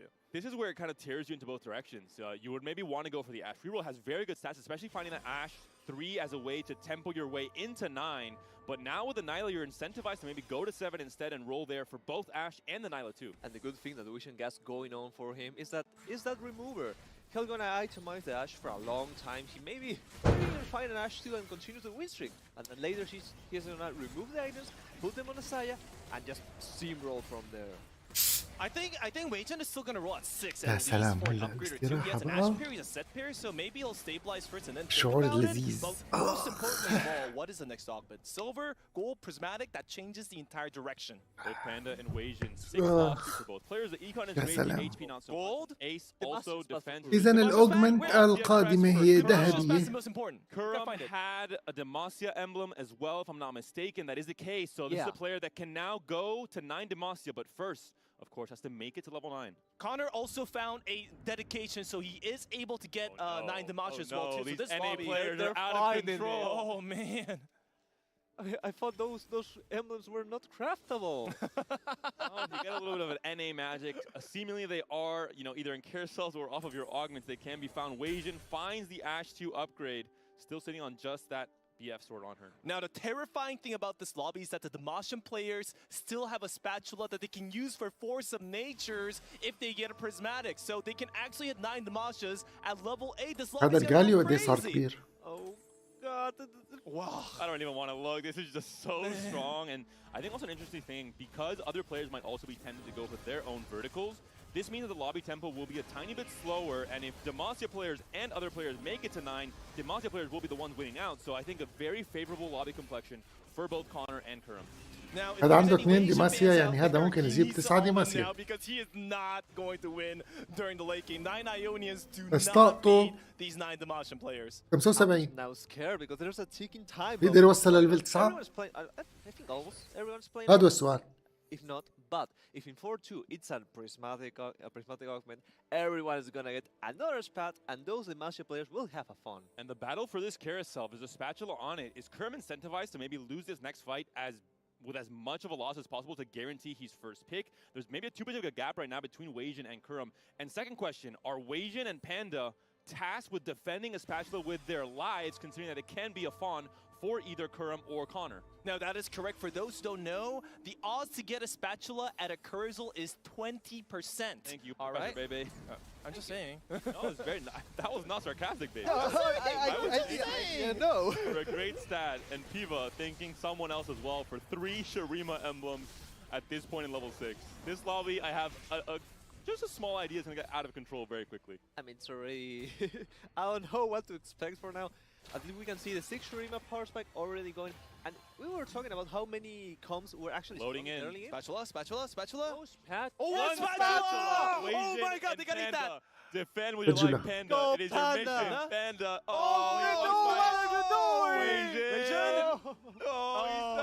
your mission, Panda. Wei-Jin saved the lobby. السبجولة التي But he also has he already has a sword, so that's a هاي البسبجولة مو بس تعطيك شيء، هي متى ما ركبتها كل جولة عندك 30 40 هيلث زيادة للكرت اللي جنبها. 9 Demacias. Thank God for those Wei-Jin fans out there.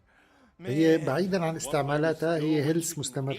Trying to again take advantage of players, trying to go fast 8, trying to go fast 9, taking a very slow approach to this stage 3. He's saying, I'm going to play for high tempo, going to try and win streak all this stage 3, and have an HP advantage when these Exodia boards do come online. So Wei-Jin is rolling at 7. He found 1 Shen so far. Not really what he wanted. He does want to finish off that Nyla 2. Is he going to roll more? No, he is chilling for now.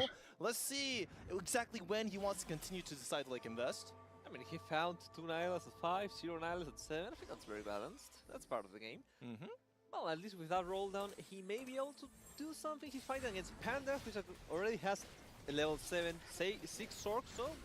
I like for Wei-Jin here. He's considering holding the spatula, maybe waiting until the 4-2 augment pick to see if he can also get his own Tactician's Crown and go 9 Ionia very early. Instead, the earlier he gets his spike, the more HP he can preserve. So when the final, Exodia boards do come online, he can also be as healthy as maybe Aces. So the non-Demacia, non-Ionian, and non-Shurima players, Tamura and Panda, actually going 7th, 8th, holding hands, and they actually have a harder future as well, too. Kurum takes a loss down to 52. Connor's still very healthy, considering he has a chance to also potentially go 9 Demacia as the game goes on. طبعا ديماسيا ما بيقدر يسوي شيء. He wanted to actually preserve the streak and make it to a 4 streak and go just spike from ظن بده يعمل لهم 4 سلاير. Really sad for Tamura because as we said, challengers can be useful in the stage 3, not when everyone has 2 or 3 spats already. Okay, so if you were to analyze Kermix's board earlier, as we saw, he didn't really have like a good board. He doesn't have a Mordekaiser, for example, and he's also very low on econ and HP. This means he needs a prismatic to bail him out so he can get the Force of Natures and hit 9 Demachas really, really fast. I think if Kermix does not hit a prismatic, he might need to all in here for more too. And on the other side, you can find, you can see انتوا شوفوا لي هالفايت. ديماسيا على ديماسيا. Already with a Mordekaiser, he actually grabbed a portal of Forge. You see a Mordekaiser. عارفين قديش قواد ديماسيا؟ And with a Sonya, so he's gonna be really powerful and really defensive. He's not gonna die. For Tamura, his augment pickup, you mentioned, baby, him needing combat strength. من أول السيزون الماضي أنا دائما بقول ديماسيا كثير قوية. لدرجة إنه الشركة ردت علي ومنعتك تساوي سبتجولا مع ديماسيا. منعتك تحول السبتجولا لديماسيا. أم العالم ما اكتفوا، صاروا يطلعوا الديماسيا من بطرق تانية. Augment.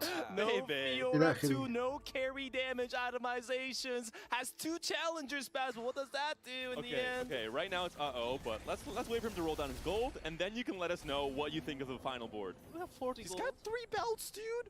I mean, no damage! No damage items! Some time. His pants are falling, he needs those belts, baby. Okay, he can get a Velvet 2 here then, you know what, why not? Oh, well, that's an Ari. That's the wrong 5 cost. I mean, down to 10 gold already, holding a lot of gold on his bench though. He still has a chance, I think, to roll at least a 0 he'll start selling off some of these units and try and find the units he actually needs. Fioras, Kaisas, and ideally, as you mentioned, Aatrox.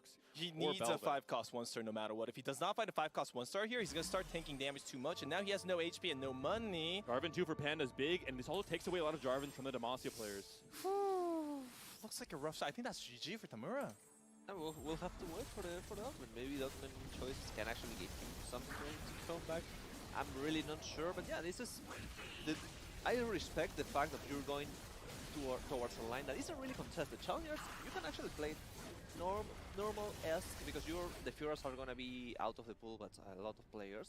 But it's a big loss, and the bigger problem is coming a bit later on, right? Once Kurum and Connor go 8, if they find Spatula here on this... No. Goal. Thank God for all the non-Demacian players. No Spatula offered.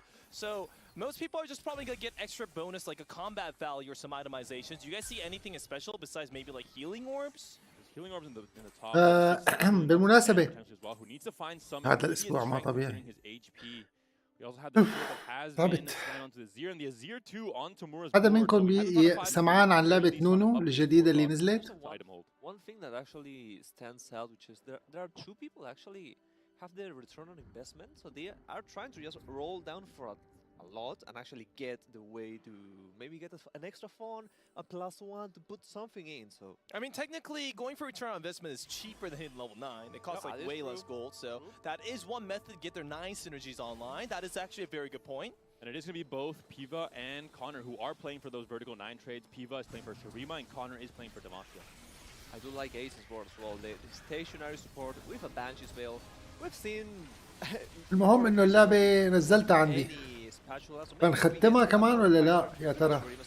اللعبة هي قصة نونو بليج اوف ليجند، قصة الكاركتر. Defends the win streak and takes the win streak away from Ace, who has continued to win streak all of stage 3, the start of stage 4 here as well. So this is the point where the first and second place, Shurima, شنو هاللعبة؟ تختيم. during the early game, قصة البني آدم. during the mid game is going to hold Econ until they can rush 9. Kurum finds Quinn 2, but he's on 17 HP. We talk about the dangers of trying to play for 9 Demacia, the pitfalls of trying to play for a شلون صار عنده هذا الوحش اللي بيركب عليه لاعب الثلج؟ As I said, KRMX is in a very, very bad spot, but he might get a spatula at the next curve as well, and maybe if he rushes to 8, doesn't have the gold though. He's just so far away. He has to, if he wins every fight, okay, but he's on a 7-loss streak, baby. I mean, he still has some hope for the KRMX fans out there. I mean, of course, but I do like the Kai'Sa. For the Kai'Sa 2 is having just a random source of damage, trying to adapt. بس تخلص البطولة؟ ايه لا ممكن بعد ما تخلص البطولة ناخذ استراحة ونلعبها بالسهرة وممكن نلعبها دغري ما بعرف يعني. هو السؤال لعبها ولا ما لعبها يعني بس هي. Still trying to do her best. I'm sure she can't really take down the 1v4 here. البطولة هلا فيها شغل منيح. Buy some time. He needs a spat. Come on. Once again, damage. And he's first pick now. There's no way that Weijin or other players can really defend this unless he gets RNG'd on where he starts off in the carousel and where the spatula. لسه هلا بيعصبوا أكثر. المباراة الأخيرة مثلا لليوم. No, KRMX is just gonna get a very slow death at this point on, especially with his current economic status. Maybe. Find a Mord though. Maybe he can find a Mord too. Maybe. Yeah, but at the same time, as you said, there's no real goal to maybe get towards the Mordecai. كورموكس شكله ودع. نقطة 17. He can't get it. Unfortunately, it's been taken away by Chingro, and now we'll see what he wants to decide for. Just trying to complete at least one more item. But this is the one thing with Demacia as well. Reaching 9 Demacia is so much easier because there isn't a 5 cost you have to find and slot in. For Shurima, it's not the same case. I do wonder, Okay, so Ace is actually also rolling down as well too at level like 8. I guess he just wants to find DPS output like that Azir. He wants to go 9 and find Cassante. He's on that route to find the 9 Shurima as well. He's sitting on a level 8 30 gold with a decently strong board right now, but more importantly, he has 70 HP to work with. And we've seen the lobby, even though they have a lot of spatulas and a lot of really vertical traits, a lot of them, the units are 1-star, they still haven't hit. I also love the detail that he actually rolled just to find the Azir so that he doesn't take too much damage. 30 gold is not 50, but it's still like not that low in enters gold, so we'll see how he does.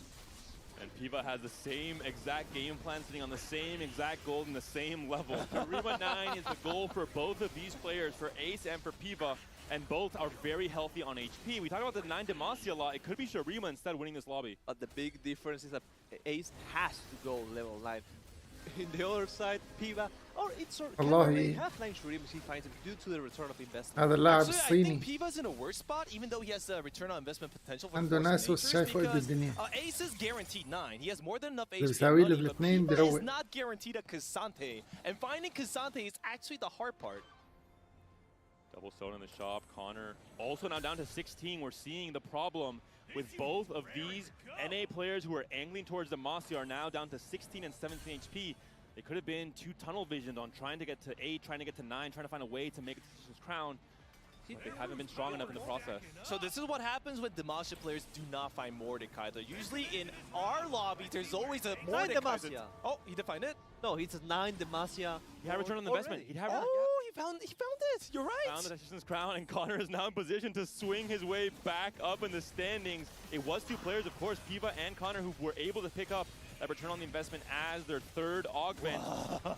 He's the boogeyman now. He's the Grim Reaper in this lobby. Oh my god, nothing is taking damage. Tamura takes a full 7 unit hit. Oh baby, that's gonna hurt. The tables have turned. Panda was the one who was trying to maybe scale up, try to not go wave. And when you see Connor with 9 Demacia ready, things are looking great. The scary thing here now is Connor could potentially eliminate Kurum, who is one contesting his own units and trying to go for that same game plan. We'll have to see what Kurum's pool looks like, but he's taken a loss. He's down to 11 HP, which again, going to stage 5, that could be just one singular life. So you do not want to be that guy at 7th, 8th when there are so many potential هذا اللاعب الأول. in this lobby. This is why Asian actually did a good job by saving his HP, 2nd place, so that even if he does خلص get high حسمها. rollers, he's not going to hurt too much. He's going to save a lot of HP. And I think now every player has to roll down, find the most border strength they can, and try and preserve HP in the process. Try to lose, if they do lose, by as little as possible. We'll see now for Tamura. He's going to go 8. Velvet? He's got a Velvet with the Challenger emblem. He's sitting on 6 Challenger right now. Is this going to be enough against the rest of the players in this field? He has 2 of the strongest players in the lobby in his current pool. He's tried to level, and the only thing he could actually do. Fiora 1. Fiora 1 and a Queen 1 is, I mean, you have no items for the Kai'Sa as well. Just devastating game here for Tamura. All that stage 4 did not go as planned. الثمانية سورسرز إذا كتير كتير ارتاح ممكن يعمل شيء. The pair sitting on the bench, but not quite able to get the upgrade just yet. The Quinn damage coming through, but the heal on the Ahri, the shielding does come through. The huge amount of damage onto the backline. The frontline has melted for Kurum X. Quinn is taken down slowly but surely by the Shen, but it's only Shen left alive, and I don't think he can do it alone. The Quinn Sky Strike comes through. The Kaisa cleans up, and Panda, unfortunately, taken down in 8th place. Now, for those who know, that was not 9 Demashes, that was actually 7 Demashes that 8 floors lost to Soa. Right. بس هذا ماسيا ما بتوقع في شيء بيربحوا إلا الثلاثات، يعني إيبك 3 ليجندري 3 هيك شيء. Whenever he goes 9, will he be able to actually find 9 Shurima or not? And Piva is on 9 Shurima already, because he was also the player that had the return on the investment. He had a way to slot in 9 Shurima on level 8. I mean, you were saying, baby, maybe he wasn't gonna hit, but there's like a Sante on the bench, and he didn't even put it on. I mean, the problem with the 8 rule for sure. يعني كل الفريق بياخذ 150 ارمور، 150 دراع سحري، وبياخذوا 6 ايتمات مجانية. But all of a sudden the Kaisa is onto the Azir, and the Kaisa on Tamura's side, she gets taken down. Mordecai just taken down. Kurum also taken down. 7th place for the North American player, Connor. He's low in the HP, but he's going to start climbing back up, as we mentioned. He's that Demacia player.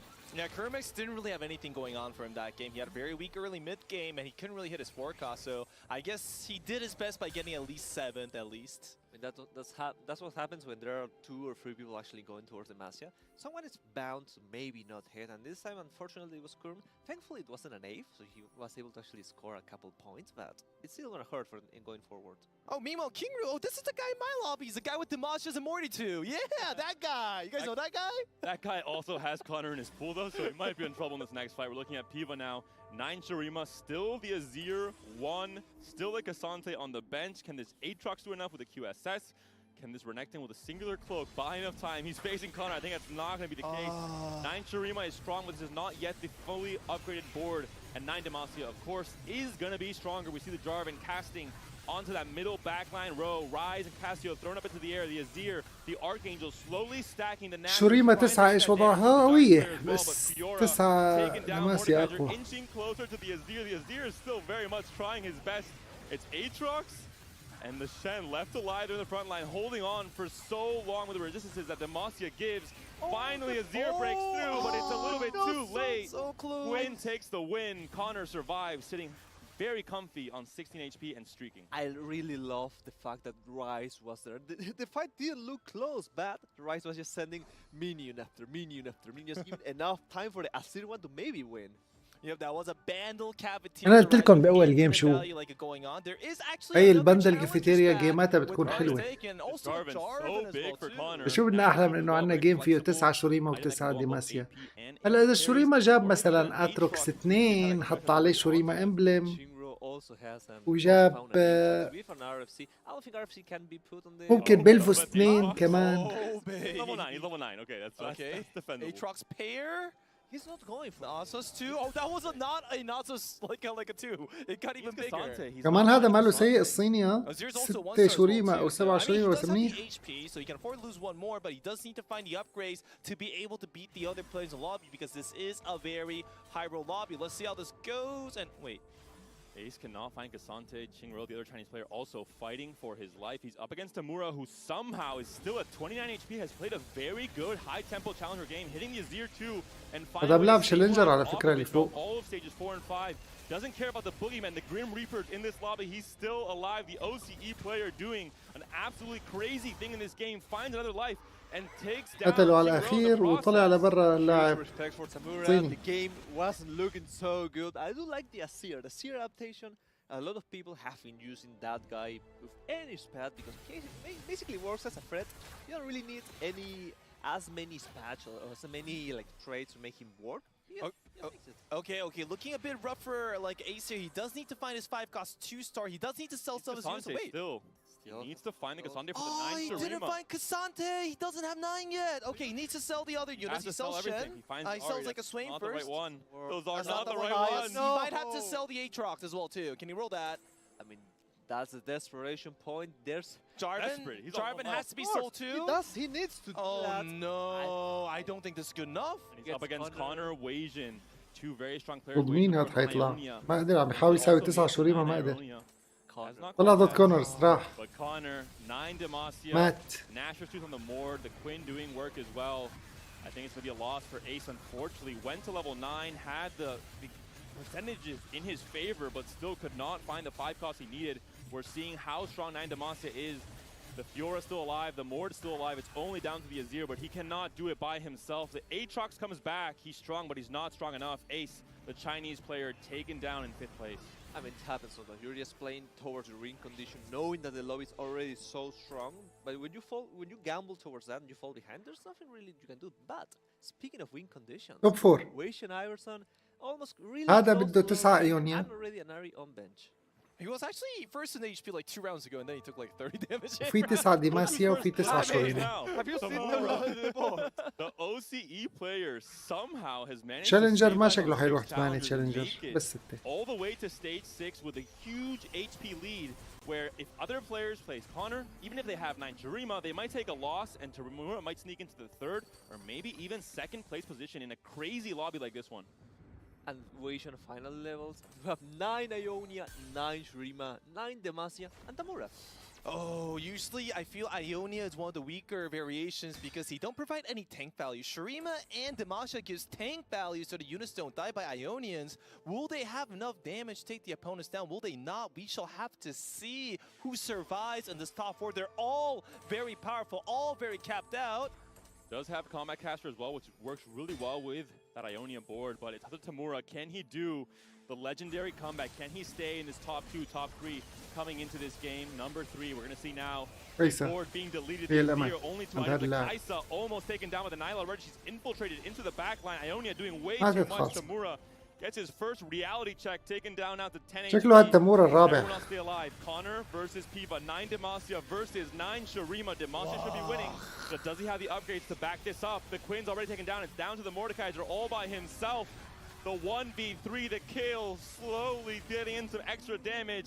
And it is going to be strong enough. The resistance is really baby. It's what it's all about. So Demacia's proving that they are #1 amongst the verticals. Challengers proving that they هذا are بس بده اتروكس not good الاثنين. enough to contest the 9s. خلص. Will Ionians beat Shurimas? Now that's the matchup we got to focus on. RE2. She has 9 ايونيا. Oh wait, but he's going to face a Demacian player first before the Shurima player. Yeah, that's ما معه حق اري ليفل 2. Connor from 16 HP, 7th in the standings. We thought he was dead. All of a sudden we saw the return on... So Velvet by Oriana. No? No? Connor, look, he's just so relaxed. He knows that he's on 9 Demacia. He has 30 gold. He's still level 8, but it does not matter. 7 win streak. ضد ايونيا. ديماسيا ولا ايونيا؟ Unfortunately, the civil war here between Wasian and 9 ايونيا. for what could be the 2nd or 3rd place position in this game. The Quinn, the Mordekaiser. عنده ميزة انه ثاقب ارمور. That Shen, but the Shen is lasting for oh so long. And all of a sudden, the Mordekaiser being taken down a notch. The Belvet, the true damage, doing so much. Connor taken down. It's a huge hit. Wasian survives. Piva also taken down. Tamura, Piva, and Wasian. 9 ايونيا غدر وقتله كأنه. 9 Ionia. And Challenger is still alive in this game. I was like, what was going on that fight? And we were also like, what was going on that fight? How والمحظوظ اللي عنده 6 تشالنجر. like Ionians, is Wasian that good? Like what the? The Belvet is big, right? طبعا اللي ربح ايونيا سبب فوزه واحد بس انه عنده ثاقب ارمور. لولا ثاقب الارمور ما يفوز. Can Tamura do it? Can he actually squeeze a top 2 from this? ربح بثاقب الارمور فقط. Could be relevant here. And Tamura, I just don't know how he's still alive here. He's sitting on an Aatrox, one, a Fiora with 2 items, a Kaisa and an Azir with 2 items as well. It is a kind of a 4-carry setup where they're all itemized to some degree, but surely this Ionia board is just way too strong for Tamura. Tamura, yes, he is taken down yet another notch. Will be knocked down in 3rd place, potentially 2nd, depending on Piva. His fight is still in progress. Piva's the important one. Do it. He Archangel's on the Azir, stacking. It's up against the Ionia board. Azir's still alive. There's no healing. There's no Omni. Is there Aatrox? Is there Aatrox? Aatrox ربحوا. Aatrox comes through. The volley ربحوا بخياله. تامورا صار الثاني. افظع واحد مبسوط هو تامورا، لعب 6 تشالنجر وطلع الثاني، اضعف واحد بيناتهم. Can I see you? Oh, it's a bit dark. What's going on? Could it be that we're betting a bit of a takeover? قطعت عنده الكهرباء شكلها. Shifts in the last few days. Is it maybe Void coming to get us? I'm scared. I'm a little bit scared, baby. Can you protect us? Okay, baby can clearly not protect us. I'll have to take control here and fend off any beasts that are coming our way. But hopefully you all enjoyed that game because that was absolutely insane. We kind of knew it was going that direction with Battle Cafeteria, but the expectations of players reaching Andamasia, other players like Kurum, not able to actually... I mean, Ionia's actually had a chance to prove that they were number one in the situation. Whoa. We have one more game. The action is not done just yet, and Michael Piehat is in the first place position. Please, Michael. I know I'm a last believer. I have my bias. You all know it. I won't deny it. But on this side, we're speaking about challengers. How Challenger 6 actually ended up making the top 2. We're seeing an 8 Challenger lobby handshing with an Aatrox to fully itemized with a challenger spot. What do you think of it, babe? It's really important to make sure that Aatrox is in a location where he can put free damage into it so he does not get cut or CC. I don't know what Michael's board is at the moment. CC, Indomitable Will is the second offense pickup. So relevant for this 8 challenger board who are banking on this attack speed throughout the entirety of the fight. Sorx?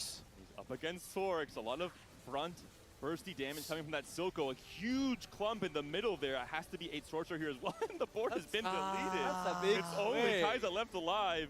We couldn't even hype up the challengers for a second. He's dead. They're completely down, and Hansheng is completely out of the fight. Or Michael rather out of the fight. Hansheng, huge win for China there. I'm just really happy. That Michael actually... We see a big Swain being there. Do you remember those times of those noises about a big front line from Sorcerers, solo front line with a Gargoyles and a QSS? Now we see it, but with a Swain. He didn't die. That's why protecting the Aatrox is really important. You do not want Aatrox to get focus fired by the enemy like a source. You want to split your composition so he can get free damage. But it seems the LatAm player actually played pretty well there, you know? I guess they're good. I mean, we're a good region after all. And that was, of course, Game 3. Still 3 games left to top everything off. We're going to a quick break. Analyst has to break down the craziness we saw in both of these games. And then the final 3 games of this day 2. فاينل جيم اوف ذا داي. انا حضحك اذا المخرج هو جعباله هو يعتم الدنيا، لانه الاضاءه سيئه جدا، غلط. حتى لو كانت عتمه هي غلط.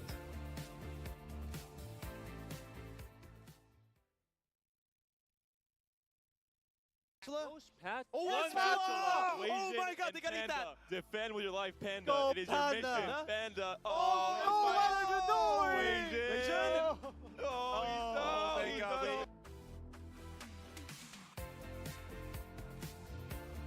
Down in third, Wajan Iverson. This guy is a beast. Wins yet another game in the Runeterra Reforged World Championship. We're gonna take it to the...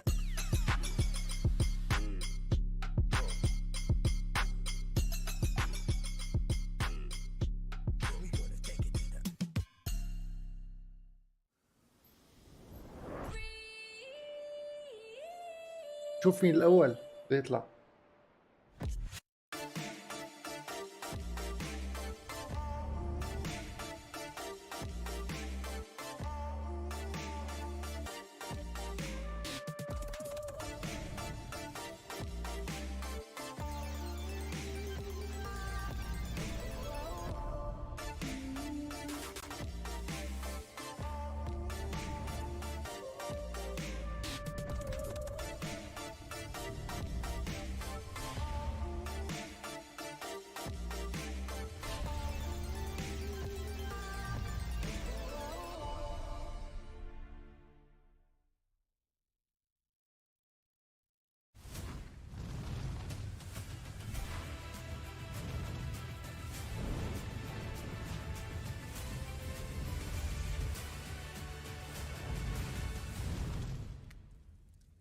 Championship.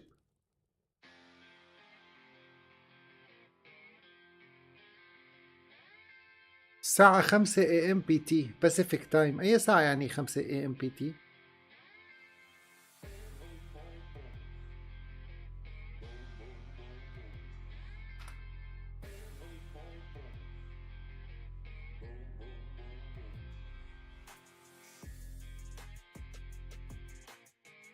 5 AM يعني قبل ب3 ساعات، يعني الساعة 3 بوقتي، بكرة الساعة 3. هي وقت أحلى من وقت بطولة ليج اوف ليجند معفن.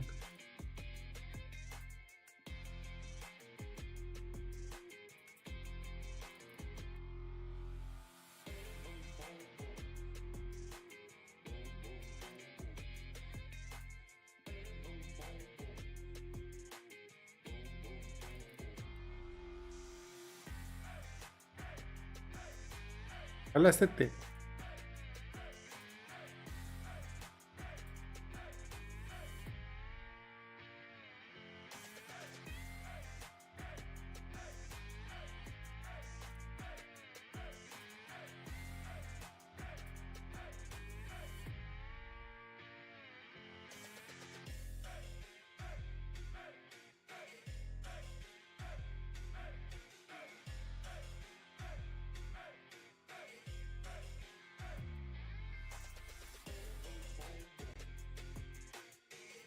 المباراة الأخيرة بطولة العالم اليوم الثاني، أتوقع اللاعيبة يعملوا أحسن ما عندهم.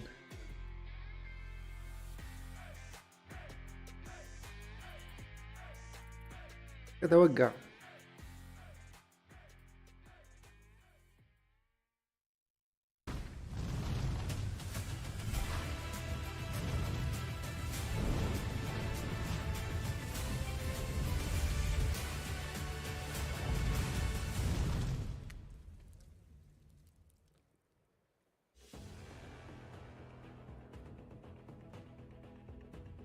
لا بكرة النهائي اليوم بس النقاط نفسها،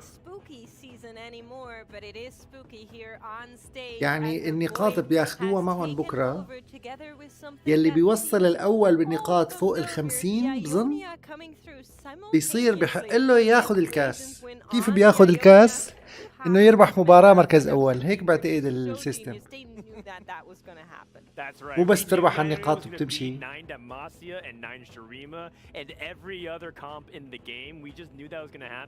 Well done. I mean, it's in the script, right? Production is all luck. Yeah. There's no skill involved. Yeah, for sure. It's a well-written script, though. Yeah. Very dramatic. Bringing it to this board, though, of course, Battle Cafeteria. If you were فعلا المباراة غريبة جدا، نادر ما حتى يصير كل هاد. Why is there 20 emblems all across these boards? It's Battle Cafeteria, and everyone's running Earth, but really, we saw like the through acceleration of all of those verticals come through, and Asian really smart decision making throughout. Yeah, I think this was a game where it was both what we expected and also not what we expected. Clearly, Bandle Cafeteria is going to be a favorite of all the Earth players. It's going to give them that extra tome, the extra spatula, and that's going to be great. But what we weren't expecting was like that early 9 Demacia to go out in 4th. That was a pretty big hit. Also, the fact that Weijin showing just how good he's been all day today, taking dedication over the archive to keep himself open, play around what everyone else hit, notice that no one went with the Ionia line, play that uncontested was really awesome. And so that was pretty big. And then the fact that Tamura didn't even really go a vertical and was still able to get a second. So I think those were the two kind of unexpected outcomes here. Speaking of Tamura, he had a little bit of a rough start into the day, so doing basically a revert of what happened day 1. Now here recognizing the spot, recognizing that there's 2 players on the Shurima, 3 players on the Demacia, Demacia being his mostly forced comp all throughout all of his games, saying I cannot go in a 5-way contest, it's going to be bad news, and instead going for that challenger. I really liked it despite not finding those 8 challengers counterfeit. Yeah, absolutely. I mean, I definitely wanted to see our players going for the craftables in this game. It made a lot of sense. I think looking at challenges in the vacuum, it's definitely not something you want to be getting in on any kind of regular basis. But I think Tamura seeing the chance to go for it here and making it work. حبيبي يا حبيبي يا حبيبي. Now, Dan, there was something in that game that made me think a little bit, because we did have 3 NA players, do they not like extra HP, or what's going on with the spatula holding? So what makes his referencing, in case you missed it, was on the stage, I believe, 4 carousel, the stage 3 carousel. There was a spatula on the carousel that would have allowed Kuramex to make a Tactician's Crown, which, as you guys saw, was a big theme with Bando Cafeteria, because you get 2 emblems. That means you can hit the 9 trait on level 8. And that ended up stopping because Wage and Everson took that spatula, kept it on his bench for a long time. And Kurum was just stuck playing 7 Demacia while everyone else was hitting their 9 traits. أنا بحس هذا الكوكب هو أكثر كوكب ممتع للمشاهدة. بس بيزعل كلاعب، يعني ممكن نجيب مثل ما شفت 9 شوريما و9 دماسيا وتطلع خامس. بس هذا أحلى من كوكب البريزماتيك لسه. كوكب رهيب.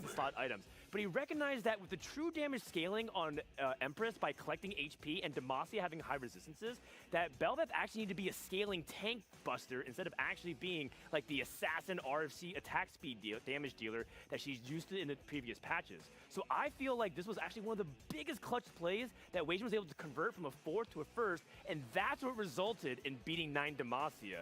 And that was a really tough spot because he could have also sold that Belveth for RE2, but so many bait opportunities. Yeah. I'm gonna get off my soapbox now, but Wajan Iverson is playing some of the best TFT here, and I think people are coming to respect that he is definitely right now deserving of that day 3 berth. Yeah, and I think with that, he is also probably secure. Let's have a look at our standings as they are coming through. I'm just looking for our EMEA players.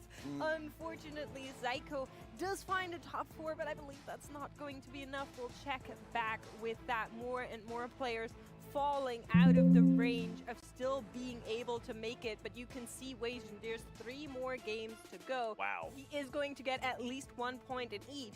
We're expecting the cutoff to come in at 60 points roughly. So if he can manage to stay away from the 8th places, he is most likely guaranteed already. But Xiaoge and Volta up there. Mix, I was just going to say, you have shown an incredible amount of restraint and not noticed the 2 OST players are creeping towards the top 8 as well. I was trying to not jinx them. Oh, well, I'll do it for you. There you go. You're welcome. Rude. But with that, I am so excited to see how the games continue. Of course, our stage is ever evolving. We're going to be hopping over to our amazing casters for the next game here in Patches, Panda, Pie Hat, and Bebe one more time. Thank you so much, Vix, for that fantastic desk alongside with the rest of that team, that great analysis. But we are now down to just 3 games. Most players are still in contention. Some players need to go for those first place in the rest of the games that are remaining here. Pie Hat, in your position, لازم نجيب من هالطاولة نحطها عنا بالبث. How hard will it be for players who are sitting from 40 to 44 جيدة. points to actually get the right mental state to claw back in?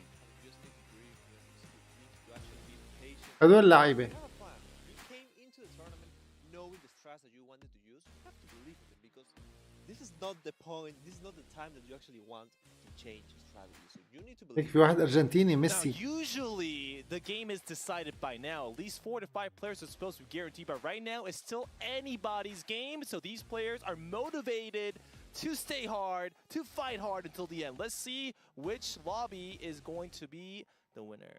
Glass Industries, Warlord's Palace, and the Dream. أي واحد من هاللعيبة ممكن يفوز. Dream Pool, of course, can be very warping depending on the 5 cuts you're able to hit. ما في حدا خلاص فقد الأمل. Something like 9 Chirima with Cassante, for example, Ari on 9 Ionia. أنا مع كوزمو. In this case, Glass في هاي المباراة. Industries, Let's no go Ezreal كوزمو. in the lobby to benefit from this. So overall, a pretty standard augment pickup. I'm very surprised that a lot of players actually prefer to pick Glass Industries because the strategy for Glass is usually focused around Bard and Israel. So that's an interesting one. Speaking of that, I want to point out Foeman.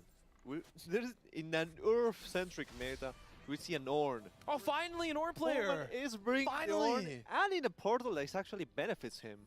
That being said, هذا أي كوكب؟ is on 39 HP, so in a very, very هذا hard تبع place to come back, of course. With 3 games كل ما remaining, بتدمج can still get ايتمين 3 بايتم first بيعطوك places, 3 24 جولد. points in total, and we talked about the cutoff being around 6. فهذا كوكب هيك can يعني still make it. It will be very difficult though, baby. I mean, I personally طريقة لعبه بس انه انت بدك تقرر شو الايتمات الاساسية عندك، شو التشكيلة اللي بتلعبها حتحطهم فيها، شو ما كانت التشكيلة. يعني ايتمات بيزك عشان تكسب الثلاثة جولد بسرعة. Especially against all these Earth players, dude. I do enjoy it because the way that you play the early game when you're هلا هاد حيدمج البو مع البلت. A lot of units, they will just widen your spread as much as possible, but when you're playing Ornn, you actually just want to be strong. So what Foman wants to do here is he has 3 build waters, good, and he's gonna buy as much. بس بنحطه شكله حيدمج البلت مع الدرع. أنا أتوقع أحسن البو مع البلت. But he does need to invest all of his resources to be able to win streak. In this case, he might consider making a Nashor's pre-hand to get the 3 goals so he can buy all the use in shop. Finds a Swain, but first I want to look at the lobby itself, the players that are in this game 4 on the main broadcast, because some very important players here for very important regions who are still in contention to make that day 3. Volta for EMEA has jumped massively in the standings in the last few games, is now actually a realistic hope for EMEA to make the final lobby, which I'm very, very happy, of course. Not going to hide my biases. Also for Brazil, Ego Illusion is in this lobby. He's currently the leader when it comes to the Brazilian players trying to fight for that day 3 as well. And also, speaking of the full فرجونا ما عم نشوف عيوننا مال الصقور. خلص زومونا عليه ولا نشوف شو طلع لهم. Starting with a silver augment, anything that catches your eye.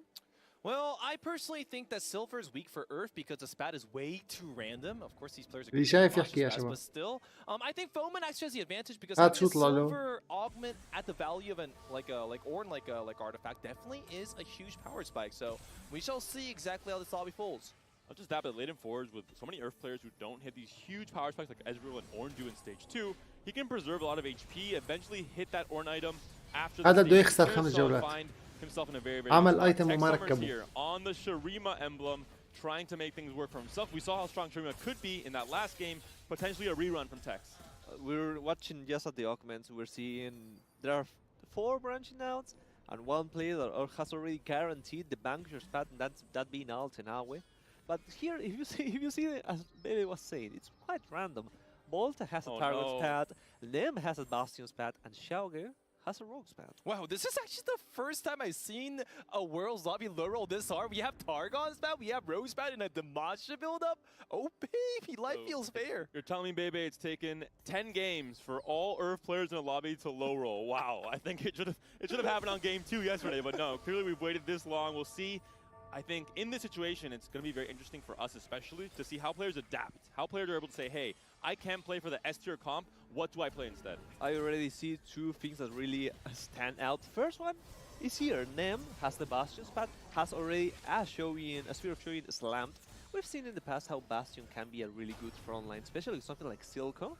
And level 5, the Bebe level on 2-2. Bebe, please walk us through this. I mean, it's really important to be able to use the items that you slammed early to get the econ advantage. And this lobby tests the player's ability to adapt around those various early build game itemizations. And I'm very happy about that little, by the way. Thanks for asking. On the opposite side, Cosmo, level 4, 20 gold, more for an econ game plan, trying to, again... level 4 player, dude. Lose some HP, but save some gold in the process. الخطة أكيد حلوة بس تخاف منها. خطة تخسر أول 5 جولات ممكن تخسر بعدين ما يطلع لك شيء. كوكب جمع الأيتمات يعطيك 3 جولد كل ما تجمع أيتم. This is an interesting start. Usually when you want to go for honor roll Cassiopeia, you want to have a blue buff on Cassiopeia, or maybe a Nashor's because the DPS output is very important in that sense. I don't know if just a Renekton 3 or Cho'Gath 3 without proper itemizations is good enough. We'll have to see. So now we're sitting on Big Sis Ashe and Little Sis Ashe trying to do their best with the volleys to win this fight. Renekton going to be taken down. If he heals one more time with Cool the Meek, I think that might decide the fight in his favor. But it's an Ashe too. The extra HP could be massive here. The volley Cassio, which could put this fight in favor of Ego. And Renekton doing so much healing coming through. I mean, it's really good. Wait, okay. I was hopeful for a second. Really good, at least for I really like on a roll. It's one of the more skill expressive augments. You can actually set up the bench in a good way. And set on the carousel. for Altanawe could be interesting. So this isn't really like a super special like a curse. It's just a normal حلوة اللوحات itemization هي. no spatula shenanigans like the previous تسجيك games. So النتائج players are going وكذا. to take their normal choices. I don't الواحد think شو there's معه. anything special to like look out for yet. I am, however, more interested to see exactly whether the players will use the next component or not. That is going to be a very decisive decision we need to focus on. And one of the players I'm really looking forward to what they do is Bolta. Bolta had a target spat and had already slammed a last whisper. والله عم بيجيب We've seen منيح Aphelios اشو last Targon جين. in the past do quite well, so maybe he's gonna go towards ايونيا فانكوشر ثلاثات شكله. Also trying to again defend the win streak, so I think it's why he's trying to slam items, and this might decide his overall direction. Losing some flexibility in the comps he can play in the late game for the immediate strength in stage 2 to try and get the econ online for that eventual late game. Now you also have to consider the potential of throwing the spat away. الإرف إذا You do بدك not أنت need to ديماسيا force a أحسن شيء. Targon comp just because you're offered a Targon spatula. If you're offered, let's see, a Zaya 2 and a Nyla 2 here, then why not بتزيد go الاحتمالات Vanquishers? A lot لأنه. of options are still open, so let's hope that the players do not hindsight too much. Let's see what Volta wants to do. For now, the Galio versus the Poppy with the Warmogs, and this last Whisper on the Samira trying to take down as much armor as possible. I think it should be enough, but Soraka is one of those units in stage 2 that can do so much for winning fights. Not the case here. Volta can survive 4 win streak هلا for بكير him, لسه 4 ما win في شيء. streak Pi had for Tech Summers as well. I mean, Bolta maybe has the chance to actually have a lot of time for the Samira to, well, even though it's the Samira one, maybe you can actually have the damage. But Shurima has the potential. بس المفروض هلا بتوقع في عالم معه 50 جولد. Sold. Do you think لأنه بهذا الكوكب فيك تساوي شوية جولد زيادة بالايتمات. knowing you and knowing هلا في عالم ممكن I تكون think we need وصلت to analyze 50. exactly how strong Tech Summers is. So if he was very confident in beating like a Tech Summers, فبيقلبوا لنا الكاميرات شوي but you بنشوف. have to understand that there's only one strong opponent. The other two are probably very weak. So I take the 66% chance of getting the weaker opponents, and Volta gets the weaker one, right? It's Altanawe, who is currently trying to get a loss streak, leaving his ashes on the bench, leaving the Jin 2 on the bench, and leaving the set unfortunately jailed. He's been a bad boy in stage 2. He does not get to play with all of his friends until the very end of the fight, and then he gets ganged up on. So sad for that set. Well, that being said, Set will come back with a vengeance. Also now has a lot of gold. He's already really set up. He has a Death Blade already on that dash. He's set up. Piehead, I like the wordplay here. I see you warming up now with the English. I see you. I'll try. Hey, he set it up. How about me, Panda? Baby, you can't just copy-paste a pun that happened literally 5 seconds ago. But that's how TFT works. TFT, yes. Casting, maybe not so much, baby. But you'll get there someday. I believe in you. I'm interested the way that... Uh-oh. Yeah, that was exactly the point. The inconsistency for Cosmo, I don't think the KL is going to be something that he's going to go towards. Team Bastion, Team I do Vanquish. like the fact that he's going towards a more econ related, and he actually was able to be inconsistent all the way through. I actually don't like the inconsistency pick here. He's not really in a spot where he's guaranteed to be in the top 8, so I feel like going for more gamblish play was better than something as weak as inconsistency. Win could be big. Baby, kill 3. How viable do you think this is? You don't find a rod here, so I think that's maybe the deciding factor of, hey, I'm going to jump on this, I'm not going to try and roll for it. You're already level 5 as well, so you leveled past the point where you want to roll down for 1 cost in the first place. Quinn, though, can definitely be a viable option here if you're just trying to play a standard game of 7 Demacia. Someone who is rolling on level 4 is going to be Ego. He has 2 big crocodiles. He wants more. Oriana immediately sold just there for the honor roll value. Cho'Gath, 6 copies as well. Looks like 6 is the magic number here for Ego. This is kind of like a feels bad moment because he's got a normal champion duplicator instead of a lesser one. If he has a lesser one, then it would not feel that bad to use it for a 1-cost 3-star. And the items as well, really not ideal. No blue buff. Can't really build any more of these Cho'Gath items. Well, it means that he has to get an item augment as a next like a 2 augment. So سميرة مرتاحة بالزاوية. with this honor roll and maybe with the item augments he can maybe perfect this guy. مع ساقب ارمور وهي بتشيل ارمور ف هذا أول early game حيربح كل شيء. Lucky combat for Volta, able to guarantee this next one as well, facing a player who again is still on level 4. And looks like it's a similar case for Tex. Both players can now face off at 3-2. Both players are trying to, again, fight for this win streak, fight for all of that extra gold to try and re-roll for their own comp. Silver augment, slowing things down. Ego has a chance for Pandora's bench. How much extra re-rolling power do you really want? Is it going to be a lack of combat strength? This is actually really bad for a lot of players because a lot of players needed something really special like econ or spatulas or itemization. Bruiser Heart is really big for Ego. But if it's just a spatula, if it's just a silver like augment, though, I don't think they'll get the power spike that they'll need, so they'll struggle a lot for stage 3. Two people picking Young, Wild, and Freeder. The carousels are gonna be joined for a while. Alternate with the guy who was re-rolling and trying to just lose streak for a long time. Grabbed Tiny Titan, so he's gonna spike up in the HP step. هذا إذا وصل للستة بروزر أموره بخير. بس وضعه منيح هلا. كله ثلاثات هذا اللي شايفينه قدامنا. ريني 3، شوغاس 3، كاسيوبيا 3. كلهم هذول حيصيروا ثلاثات. بده بروزر 6. هلا الحيط ماله كافي. An odd positioning here. Both catches on one side. The bruisers split up left and right. It looks like Tex with this Shurima Cho'Gath, Sunfire slammed, and the item hold for Azir onto the Malzahar for now. Strong enough. Okay, this is a brutal lobby. There are 2 win streakers. There's a double silver augment as well too. الكاري كاسيوبيا وريكساي. أنا بلعبه دايما هاد. So baby, it's very rare, but is it possible for both of these players to dodge each other until the very يسموه end of التكتيك stage الصيني. 3 to have the 2-time 10 win streak players coming into Wolves? That's crazy to see. It's hard to have 1, maybe 2 in this time. Theoretically, it is possible Chinese until every player dies off. It is possible, guys. It's not 0%. Huge spike for Bolta. He found a Atari 2 on the board. اللي عم يلعبوا هلا مو صيني بس هو اسم التكتيك هيك عالميا. To be really tanky to build a lot of time. Chinese combo. Simple board, you would say. He's actually win streaking for a long time.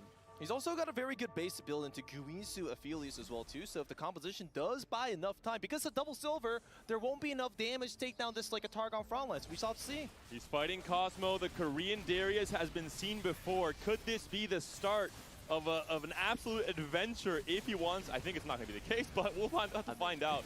For now, Cosmo is trying to do his best to preserve HP with this Rogue, Nashor's Tooth, Darius 2, and it looks like it's almost going to be enough. It will be enough. Man, Volta's these rogues... streak is broken. He has to sell something if he wants to make the 50 gold here. Nico is gone. Man, these rogues are so strong during the mid game. I felt like Volta had a very reasonable board in terms of tank line and damage output, but I guess against rogue it's just not good enough. Ego, another loss. Just barely. The Soraka survives. Tex defends his win streak. Foeman down to 37 HP. Oh, I see a Nyla, I see a Mordekaiser, but oh my god, these youngins! What are these great... Oh, okay. There's a Cassio for Ego as well if he still needs it for the 3-star, and has a Rod, so that might be what he's going for considering his items as well, but no. Goes for the cloak, looking for, I believe, Cho'Gath items in this case instead. Tex apparently had a plan. He wanted the same unit that Nem wanted, the Silk, and he just stood up there looking for a second option. I'm actually very surprised that Tex didn't deny one of these forecasts here. We're actually all very high priority units, especially the Mordekaiser and the Nyla with the bow.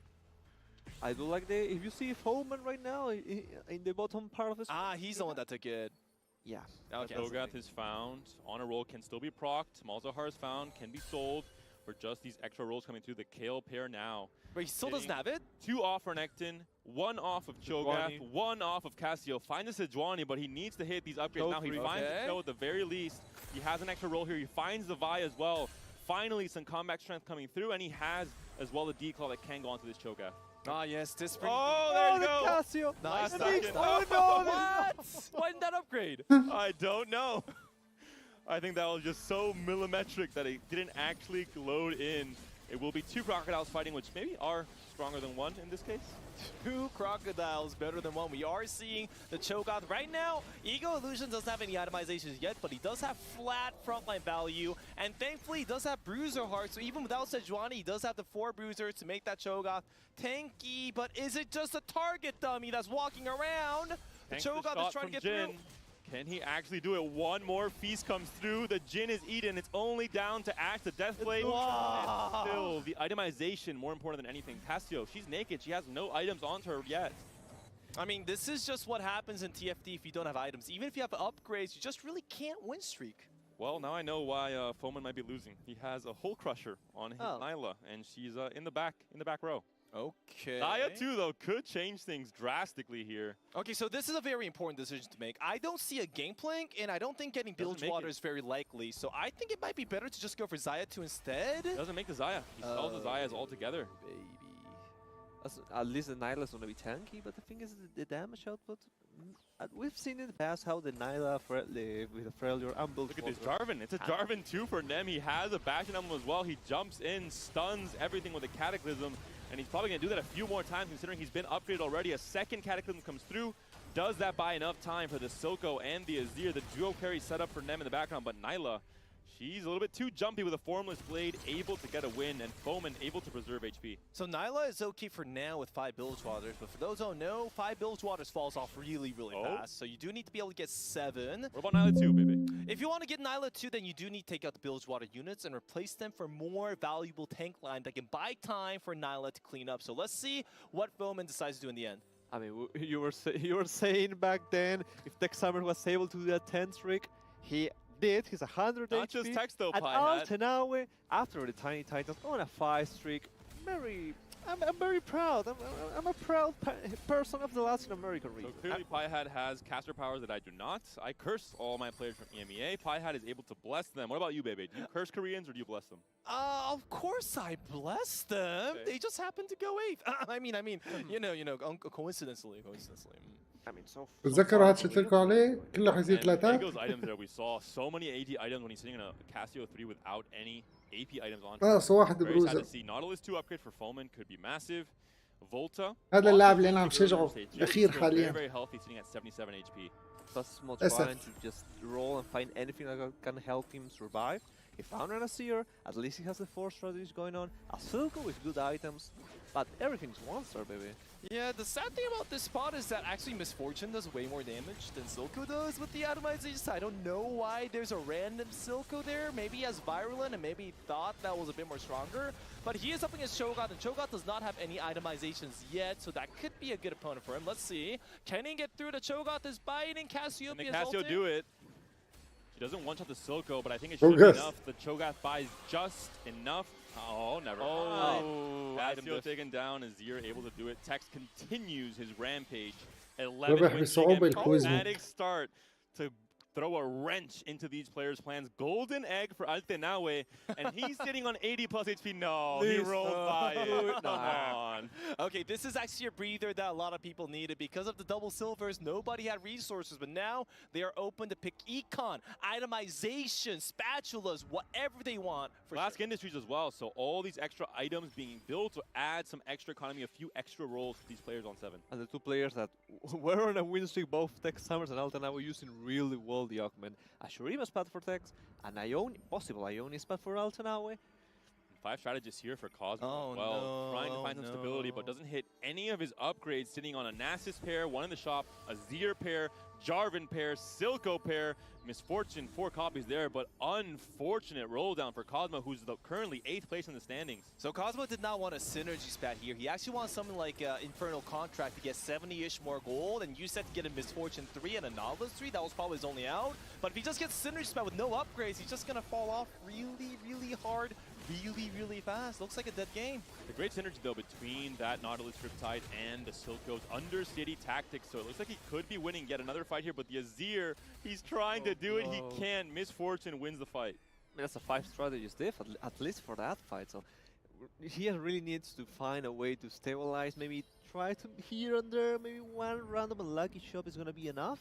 But for now, it doesn't seem that anything's going his way. I mean, it looks really grim because even if he finds Silco, he does not have Misfortune 3. So we're looking at Tex Summers more now. And Tex Summers picks the Earth grab pack and he's going for a double spatula. He has 20 gold with a 12 win streak, meaning that probably by stage 5-3 or 5-5, he's going to hit level 9 and maybe go for 99. Big upgrade for Volta. He finds the Shen 2, he finds the Nico 2, he finds the Aphelios. The board is finally coming together. He's at 58. شوف هلا كاسانتي إذا ضل أخذ راحته شو بده يعمل. Fighting Ego, who's currently 8th in the HP standings. The Cho'Gath could maybe sneak in onto this Aphelios once this Nico dies and the Aphelios can get feasted on. He's just tickling the Cho'Gath. The Cho'Gath is laughing. He's taking no damage at all. I mean, I felt the blue buff would have been better on K'Sante than maybe like a Silco, because I feel like K'Sante, with all the Targon healing value, would get much more value and would be better because he is lacking damage at the moment. So, a bit curious about that choice. Cho'Gath moves into the Taric instead of Aphelios, buys time to continue stacking the Rage Blade higher and higher and higher. 60 stacks in total. Volta takes the win. Brazil in deep trouble. I mean, Ego had, you've seen the K'Sante tani. Uh-oh, K'Sante for Tex, he doesn't want it. He really just wanted the Shurima spot already to just spike even more. And just to close on the Diego argument, Unfortunately, he was only able to grab a tactician's crown as his اتقتلوا على he only made a font, so there wasn't really much that he could الاشياء do. نفسها. I mean, that's what happens when you go for Cassiopeia without blue buff for like a Nasher. She does need that extra mana and attack speed to be able to ult and do damage. Otherwise, you just have a bunch of gigantic target dummies on your board. That being said, he was locked into the honor roll game plan. His items at Krugs were terrible for that AP game plan. He couldn't even close that second Cho'Gath item as well. So just unfortunate components overall, both in Krugs and in Wolves. Is that two Nikos? Xiaoga, double duplicator here. Can he cook up something crazy? He found it. Like what we saw in yesterday's Game 6 with all of those 3-star 4-costs. Rogue, Mordekaiser, QSS, Nashor's Tooth, ready to terrorize the backline. This is why we saw Volta positioning for Assassins. This is the player he was trying to watch out for. This was a very interesting choice because he actually had one Mordekaiser and he had 7 Echoes, and he decided to go for the Morde, which is arguably more harder to hit. So I do understand why he did pick that. But what do you guys think? Echo 3 right now or Morde 2-star right now? I think if he wants to preserve HP and just stay healthy, he's staying on 7, so he's going to have a pretty easy time finding the Echo. We're seeing here the Aphelios position for the Assassins isn't going to be good enough. The Taric is still left alive. He's tanking so much damage. The Targon healing helping. Aphelios versus Mord. The Quinn also left alive, and Aphelios, he can't do it alone. The God of Death is onto him. Volta gets taken down a notch. I mean, just what you were saying, maybe I think the... this Cassio. It won! Double Giant Slayer. No blue buff, at least it's gonna... You have to adapt. It's gonna hit. Wow, nice swords, nice bows, nice crits on an AP unit. And on the other side, we find Altanawe. He has 8 Ashes. Echo 3 for Xiaoga, so your question has been answered, baby. Oh, he knew that he had 2 Echoes next. These Chinese players, they know what's up. You have to think 2 steps ahead. 2 shops ahead, maybe in this. Maybe, yeah. All right. So it seems we're looking at Xiaoga's like a board one last time. I أتوقع actually إنه do like this Noxus تشكيلة هي like تبع a front line. الروكس. It actually does a lot of damage. Let's see how he does against Foeman. Foeman with the بهي الطريقة ما BIS. حيمشي We حالها. have a Death Defiance and Nyla, very hard to kill. هذا لاعب It is صيني a good عاملها. matchup against the Rogues because Nyla has good القوة survivability. She بمورديكايسر. jumps away towards Mordekaiser, which is not really what we wanted. Jumps away and gets bonked in the head. All right. Good strategy. I do want to point out first, we were just seeing how strong Volta actually is with all this أول setup. شو وضعه؟ You usually don't see Targon actually doing that well, but I do want to point out something about Foeman. When we saw Foeman in the past. No, Tex took the hit. He almost streaked for 3 stages in a row in a World Championship lobby. I do want to point out the Foeman. As you see, we were talking about the whole Crusher Nyla. He solved it. He solved the whole Crusher. هذا اللاعب مسكين شو عم بيخسر؟ He you moved it. بس بده نايلة ليفل This 2. Nautilus became a Nautilus 3 all of a sudden, so the rip وبظن side 7 can do a بالجوتر whole أحسن lot من of 5 work here. بكثير. As Bebe mentioned, Nyla has a lot of inherent 5 ضعاف. Death Defiance even more so. I don't like his spot because he didn't have 7 Bilge Waters though. You do need 7 Bilge Water for a Nyla Bilge Water comp to be strong, otherwise better to go for 3, it's not efficient. Cosmo did try to die slow by picking the Stratus hard choice, but it's not going to be good enough. I think he is one of the weaker players in the lobby. Itemization is not that clean, no clean tank itemizations, no clean Azir damage itemizations as well too. I think it's just a matter of time before he goes down. And he has Pandora's items, but he doesn't have time to continue rolling. He has to slam items right now, finds, I'm going to assume the Gunblade here for this Azir, rolls down just to make sure he wants to itemize whatever he's hitting and whatever's going to give him the most strength in this next, which could be the last fight considering he's on 7 HP. Azir 2 found in the very last moment. At least he got upgrades. Oh, but so did Altanawe. Shin 2 Ash free for Altanawe. Oh no, no.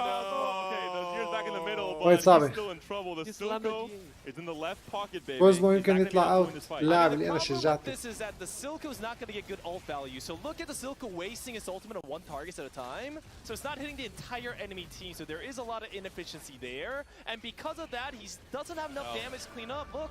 Cosmo just taken gone. down. Mad Cosmo. 8th place for the Korean player. I asked Bebe if he was going to cast her Curse, cast her Bless. It looks like we have our answer, at least for this game, baby. يلا مين Echo, نشجع though, هلا؟ still survives, has found a way to at least get some mana on this Cassiopeia. The شوف Archangels هاد. with a frontline like this. وصل and للمكان اللي scared for قلت so لكم long, عليه it might be 6 enough. بروزر. Yeah, this is actually a good save. This is probably the best he could do with that bad item RNG. So good work for him. Foeman actually managed to find Nautilus 3, but he still have 5 Bilge Waters. And he needs to put Nautilus solo in the front so that he can get like a good AOECC value to the enemy team. Kind of surprised that he's not doing that. I mean, the Graves and the Laoi aren't really doing they're providing much for the combat. We're seeing if Ego can actually survive one more round. Okay, so we got the Cho'Gath 6 Bruisers versus the Bilgewater. Usually Bilgewater has the advantage because they have enough damage scaling. Will the Cassiopeia look be at the Cho'Gath, look at the Cho'Gath. He's onto the misfortune already. The Feast comes through. He's taken down. It's Cho'Gath and Cassiopeia left alone. The two-man team, can they do it? Frontline and backline. The Cho'Gath tanking so much of this Formless Blade from Nyla. Does the Defiance do enough for Nyla? I think the answer is gonna be no. So that is the difference between 7 Bilgewaters and 5. He has 7, that's 70% bonus damage. Good enough to take down Cho'Gath, but unfortunately, he's only at 5, which is the limitation of his composition. And Cho'Gath, we've seen it in the past, how dominant, how tanky he can be, especially now that he has a proper carry with free damage items that can actually pump up. But the board just doesn't do. That was a really bad board of my part. Tex Summers is in a really funny spot. He actually found 5 Azirs while having a double Shurima spell. Choices. Ego fighting for his life, Foeman fighting for his life, the SEA player potentially sending an SOS signal considering that Ash 3 is onto his Nyla already. Foeman will be eliminated in this last fight of the middle fight of stage 5, and Ego on the opposite side. It's all up to, once again, the Cho'Gath and the Cassiopeia, the Archangel stacking in these very, very long fights with the amount of HP the Azir has to go through, but the Rage Blade is also stacking. Look at the Pigeon go. He's taken down the Cho'Gath. It's up to Cassiopeia. Brazilian player Ego taken down, and with only 2 games remaining and a 7th or a 6th place here, I think this might be the end of the road or close to it. I mean, Ego did a good job. The Cho'Gath bought enough time for the Archangel stack, so it was a good fight angle, but he didn't have a blue buff for Nashers, which caused the main difference. So even though the result was kind of awkward, good play. هذا اللاعب شينجو أو شين الناري. هذا وضعه ممتاز حاليا. واللي مخلي موضوع وضعه ممتاز إنه أغلب الناس عم تلعب كريات باك لاين. In very creative ways. We saw the weird start with the branching out, so I think it's understood that we're going to find some more interesting comps in this game. Number 4, Aphelios 2 finally found for Volta. The hope of EMEA hoping to stay alive in these next few fights. He's on 1 life, so is Nem. And look at this beautiful composition. Ever since he found 4 Targons, he lost every هذا بس ما single يطلع له fight. النار يمشي Now حاله. he's at 11. Yes, beautiful. Let's go. Kasante maybe trying to cheese a fight or 2, trying to stand on the very edges of the map. Xiaoge, that crazy rogue board is now even crazier. Finds the Jarvan Cataclysm to maybe stun. And he's up against Volta. Volta's positioned for it. Can this Aphelios stay out of trouble for long enough to stack the Rage Blade? Is the big question. Jarvan says no. He jumps right in. The Cataclysm comes through. The stun comes through. Slows down the stacking on the Rage Blade, which is so big. And he comes in again just in case for extra measure. The Aphelios now targeted down by the rogues as well. He cannot do it alone. Volta gonna be taken down. Is it a big enough loss to get 4th? It is -3 for the EMEA player. It's not bad. It's a bad part about having a really front-to-back comp, especially when rogues aren't really that. هذا الأول على اللعبة. Don't really have a way. وهذا المنطقيا المفروض يجيب اللعبة لأنه معه 9 شهوريما هلا صار. هذا لا بتكون عليه. والله توقعته يجيب الأول. Actually might get first place, but who is important in this lobby? بس بعد البلات بدو. With the 50 points or is Altenawe? كل شيء 1 1 1 1 1. have a chance. I do like the Ash free for Altenawe. I think he may be able to ما في ايتمات his way through. على الجنوب الثقيلة. خلينا نشوف. Oh, it's Latin America versus Latin America. Tex Summers trying his best to make sure that his comrade does not معركة make it. أمريكا اللاتينية. Taken down already. The Ash is melting. الأرجنتين والبرازيل. Can the Ash get onto the Azir in time? And it looks like it's going to be the case. Can the Ash kill the Azir? He does. Tex taken down a notch, and Xiaoge is still streaking. Tex Summers and Altenawe, former practice partners, now rivals in this tournament. Altenawe is already really close to going level 9. He can just find any way to actually cap out the board. هذا خربان عنده كرت الشاشة يعمل there is من potential الصورة. for improvement, but there is also a lot of potential improvement on Tex Summers' board as well too, because once he gets the Velvet 2-star and his 5-cost 2-stars are irrelevant, he can sell the Jarvan, give the Velvet the Wormhouse, give the blue buff to the Kazante, then his board is actually going to look very terrifying. Extra last bit of econ so big. The one I think very positive feedback for Altenawe is the fact that he has won 5 fights in a row while sitting on his gold. going 9 right now as well, so that's a very good sign that his comp is strong enough to potentially win out. Oh, you won 5 fights in a row. So I was just like, you know, I won like 9 fights. Oh, nice 5 win streak, bro. The problem is Shaka, I think, is relatively capped with his current board. It's going to be much harder for him to actually find more power spikes, whereas both Texan and Danawe still have ways to make their boards much, much stronger. I don't really agree with this item choice. I think the word models would be better on Cassante if you just want to go for full damage like a Velvet. What do you think, like a Paya? Bigger redemption for a second tier. Now he cannot choose. Oh no, fully on Nasus. He still hasn't. He really didn't position for the rogue, so maybe the Mordekaiser's this gonna Mordekaiser gonna God of Death, but he's already taken down to half health. Azir taken down even lower. Already out. It's Nasus being cornered by both the Echo's phase dive and the Mordekaiser's bonking God of Death action. Nasus survives, buys enough time. Katarina coming in on the left side though, double Rabadons. And the Night Harvester, she's ربح مع انه مات أزيرة. Katarina versus Aatrox. Aatrox wins these every time. So it seems that the pure power value of 9 Shurimas was good enough, but there was a bit of inefficiency from Texas. For those who don't know, 9 Shurimas stacks twice. So there's a stack at the beginning of the fight, and there's a stack 8 seconds later, so you do want your units to survive for 8 seconds. Cassante pair, Belveth pair, Aatrox pair, he can hit. Hopefully is he going to? Heimerdinger found not the right 5 cost. Ari isn't either. Has to start selling potentially the Nasus. Finds the Aatrox. That's a big, big upgrade. Do you sell the Scions here as well? I think you have to. Okay. Oh, this is so big. Belveth, 2, Shurima Emblem, Guardbreaker, and Gunblade. خلاص هذا ربح اللعبة. ما بظن. He's going to fight only a girl, so we're going to see Ashe playing against the rogues. The Ashe in the left pocket. Can the Echo get onto her? Can the Ashe stay out of trouble? I think the answer is no. The Katarina died, but Ashe is taken down. The Zaya, can she do it alone? The front line is surviving for just a little bit longer. The cast comes through. It's Jaya versus the phase dive from the Echo, but she gets the cast off in time. The Feather Strike cleans up that fight.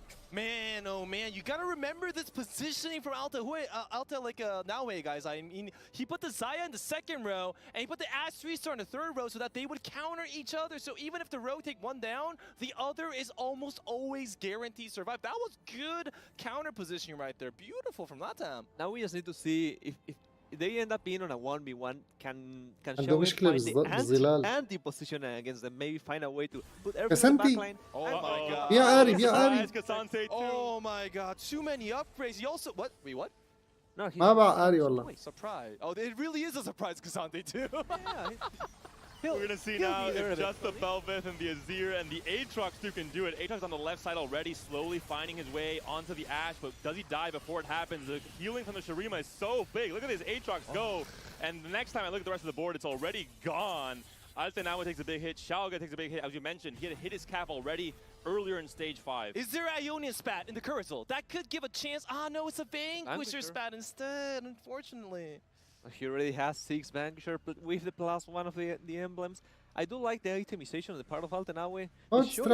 Showing an item who was recently buffed on this patch to make it work a little better with those AD casters like Saya. I'm looking at like a Xiaoga actually denying the Vanquisher Spat so he can make Altenawe gone level 9 to put in KO1. KO1 star, let's go.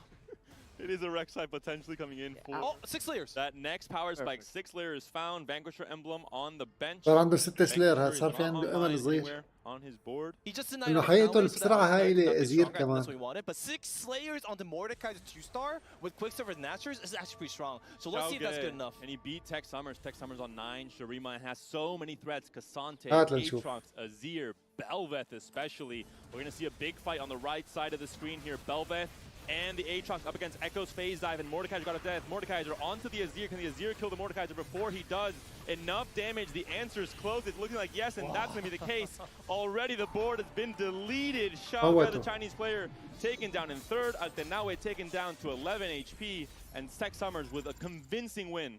2 great things that he did. He protected the Seer, like Bebe was mentioning in the past, but he also put a lot of the filler units right in the middle so the Jarvan couldn't jump into important units, and now this is the final fight, probably. And that's just how terrifying Velvet 2-star with any spatula is in the late game. That's the unit you want to find, because that's the unit that can just one-shot all enemy carries instantly while healing infinitely with their passive. 2 off of Nyla, trying to sell most of his boards, even changes that Shen 2 for a Shen 1. He knows he can't do it, but Piehat, how are you not more excited about Tham 1 and 2 in this game 4?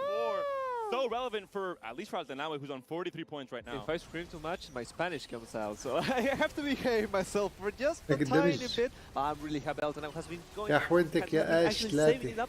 And the Ash is doing all the job that she can do, but I don't think it's possible, Panda. You're going to behave. Belveth is not. Tech Summers wins that last fight. لاعب الأرجنتيني ميسي. Tech Summers a big win for his mental. He's happy. He's laughing. He has a great costume as well. Latam on top for this game, but I think we do have another game that might still be going on.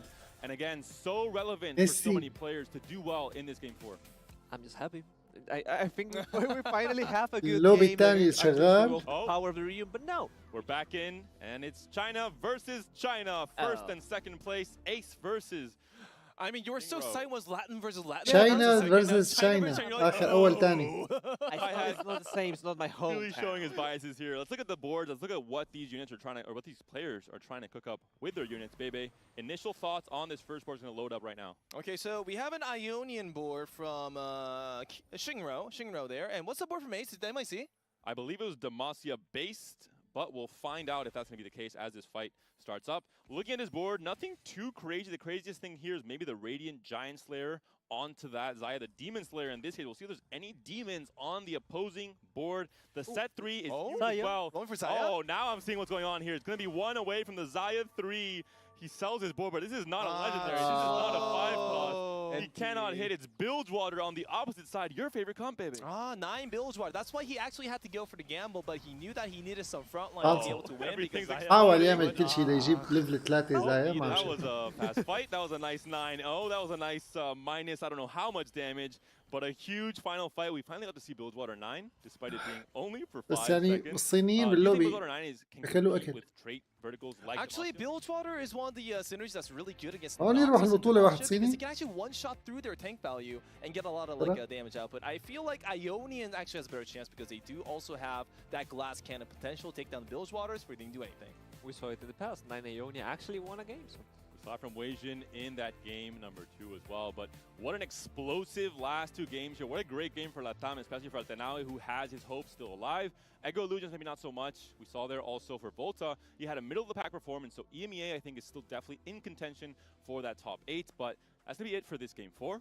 2 games left, guys. Baby, is there anything you haven't seen yet in this tournament that you would like to see in these last 2 games? I mean, I know this legendary streamer that actually played a Draven legend in the sum, and not again. All right, we're cutting you off, baby. Thank you very much for your analysis. We're going to go to a quick break. We'll be coming back to the breakdown with the analyst desk, and then the last 2 games of today. Stay tuned. Don't go anywhere. في لسه جيم؟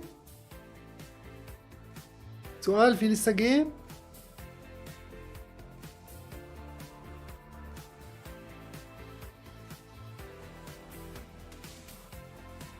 هذا أي جيم؟ Look at the Cho'Gath, look at the Cho'Gath. He's onto Fortune already. The Feast comes through. He's taken down. It's Cho'Gath and Cassiopeia left alone. The 2-man team, can they do it? Frontline Summers wins that last fight. Altanawe taken down in second place. Tech Summers a big win for his mental. He's happy, he's laughing. He has a great costume as well. Latam on top for this game.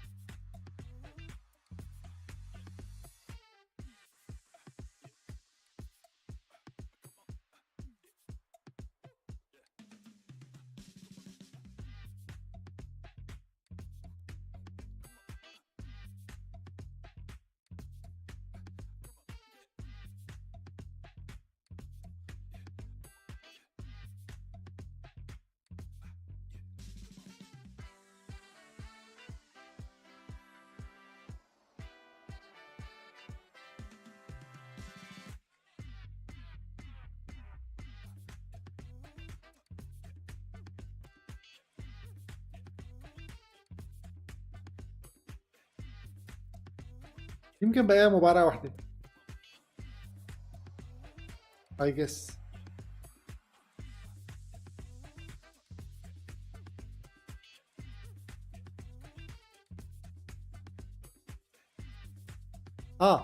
الأول يومين بيتقدموا أحسن 8 لاعبين، اليوم الثالث اللي بوصل ل20 نقطة بيعمل كش ملك، يعني بده يربح جيم ليربح يتأهل.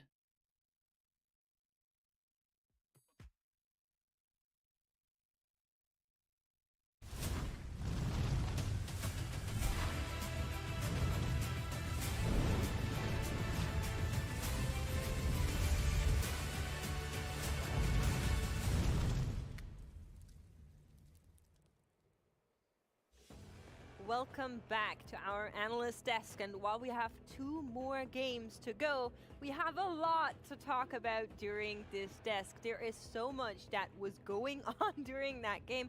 Of course, with the glass industries, you always kind of expect the game to take a little bit of a lower tempo compared to something like the Battle Cafeteria, but LATAM ending out on top with Tech Summers, unfortunately out of contention, is not going to be able to make it anymore, but some other players are still fighting in there, and one of them is going to be Volta Counterfeit. So talk to me about Volta's decision making here, because we were really impressed with that. Yeah, it was a really interesting lobby. We had the branching out coming across multiple different players, Volta re-rolling that and ending up in the Targon line. I think what made it most fascinating, kind of most discussing backstage, was that he had the last Whisper slammed as well, really closing him off to a lot of the other avenues he could have gone. Yeah, and what was interesting too is on المعلقين هلا صاروا محللين. Pandora's items, so he was able to actually re-roll the Targon if he wanted to, try and find a higher power emblem. This is of the non-craftable variety though, so he's locked out of Ionian Vanquishers, which would use the last Whisper, and Demacia doesn't necessarily love that item. It can be on Quinn, so there's a spot for it, but it's not the favorite. And I think that we've seen a lot of success of players going out of the norm on these silver lobbies with branching out, playing the uncontested lines, and instead going for the Aphelios and using the Pandoras to reroll the items for perfect items worked out great. And that's something we see him a lot with, right? Notably, yesterday in that last game, having that Aphelios 3, you know that he's comfortable on playing down that route, and using him as a primary carry for his boards, of course, would have been even better if he was able to get a little bit more stars on that one. But speaking of stars, there was one star in the Rogue Sky that we weren't really expecting more. Yeah, so I kind of agree with Casanova's point that the fact that we were in a silver game with the branching out, these are the games where we're starting to see a lot of different lines be played, because when you get that emblem, it sort of forces your hand, and we saw the Rogue emblem get taken, but I really like how he played around the Echo 3 in particular. That's a very powerful capped out version of the comp instead of something like the Graves, and then, just really playing that to get a nice top 4 finish, which I thought was a great choice. So speaking about the choices that were made there by Schauge, we do have Dan here with us, who is going to take us through a little bit of decision-making on duplicators, I believe. Hello, Professor Froden, I should say. Why, hi there. Welcome to Professor Frodan's Corner. Today's lesson is going to be a really valuable lesson on tempo, which is actually going to be the reveal of my lesson plan. So 1, 2, 3. We have 3 points to cover. Now let's go ahead and analyze the spot very quickly. If you missed it, on stage 4 or 5, we're on the second half of the stage. We're going to get all of our items. And we have a spot where we have Mordekaiser with 2 duplicators and a Rogue Emblem and a Nashor's Tooth and a Quicksilver, which sounds great, right? We can just have a Mordekaiser 2 immediately.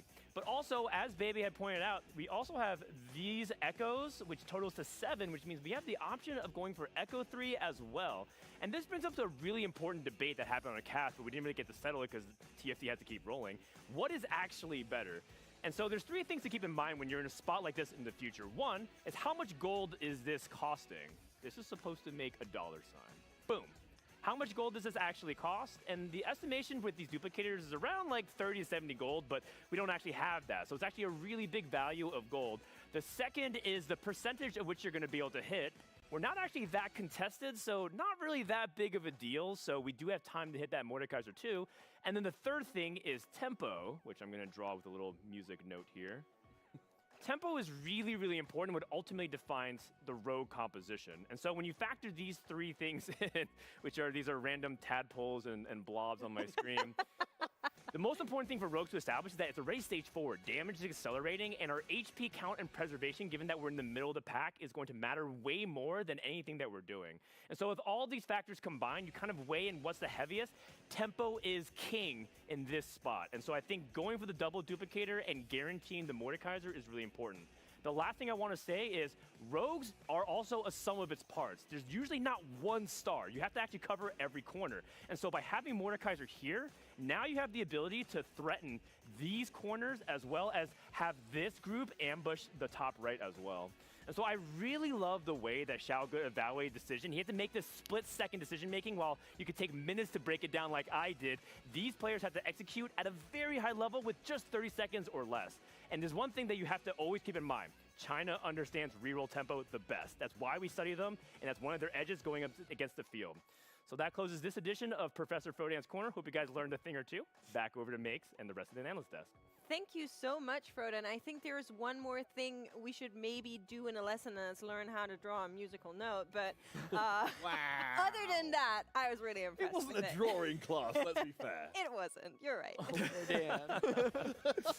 All right, let's have a look at our standings because that is هذا what we البناء all want الستاندينج to know. And خلصونا. I didn't do the math for you, but our admins did. If you're looking كرومكس at هذا this رايح. page, anyone below Kun Sung-young and Kun Sung-young himself are not طبعاً going to جيمين be معلم. able to make it to day 3 anymore. If you're looking at players like Kermax, like Dark Hydra, like Ace, they need 2 first places, and even then it could get sketchy depending on where that cutoff is.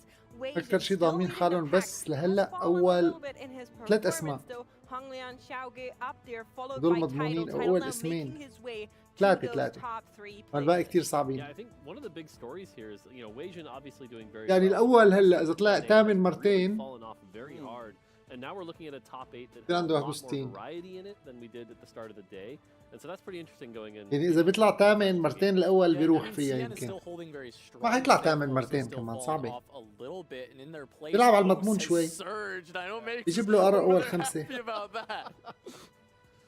I was trying not to say it, but I'm so happy with them, both of them in that 7th and 8th place. Of course, that doesn't guarantee anything. There's 2 more games. That's so much time, so many points that can turn the entire table upside down. So stay tuned. We're going to go into game number 5 of today, and then after that, the final game.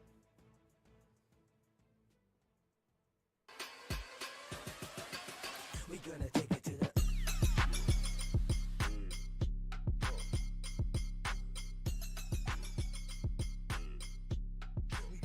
New drops.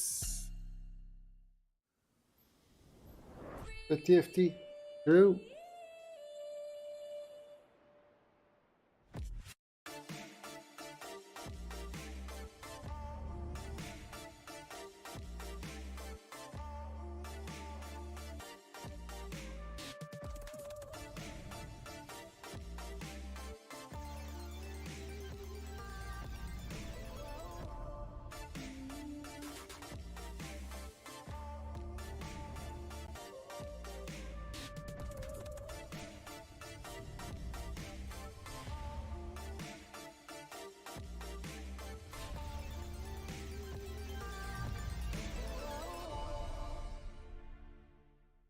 كراسي ابو كلب.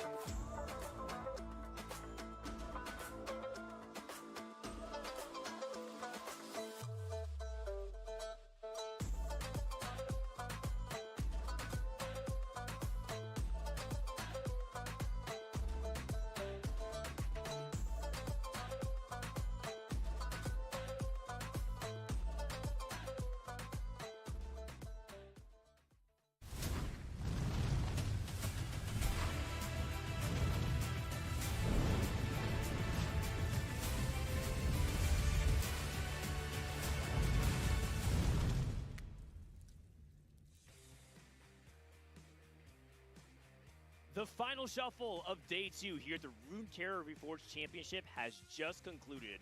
And now we get to our last 2 games before we find out who is going to be joining us in the final lobby and ultimately play for that championship crown. Welcome back to the Caster Desk, everybody. It's Frodan and Counterfeit as well as Mortdog. How are we feeling? It's the beginning of the end of the group stage work.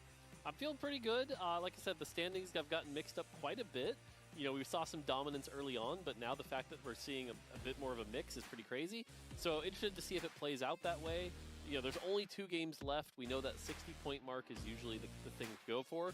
So looking at these scores, you know, you look at someone like Kermex who needs a really big finish to have any shot of making it. Yeah, that's right. And Counterfeit. بدو أول حصران. Came in really hot day 1 with China. بدو أول يا But حبيبي. day 2 they are dead in the water. What are you owing about more? Jace's Workshop. This is a rare portal, triple prismatic. There are 3 people standing in it.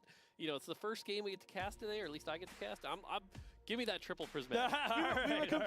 We were complaining, saying there's too much silver in these heal lands. We need to head into the heals or prismatic. It looks like several players have that in. Wait, put that dashboard away, Mort. Oh, thank you. Denied. It's all right though. Yorick's Graveyard means we are going to be seeing a lot, at least later on in the game, coming through in terms of raw power. That is true. If you want explosive power scaling to the late game, Yorick's Graveyard has shifted a lot in identity. I think a lot of times in the previous set, we're talking about 9.0 for Runeterra Reforged base set, it was all about Zephyrs and Shroud. They were picking up that, maybe a Tactician's Crown.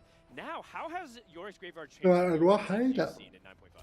So the big thing, especially with a meta like this, though, is if we get like a gold augment start, you can actually end up with extra emblems.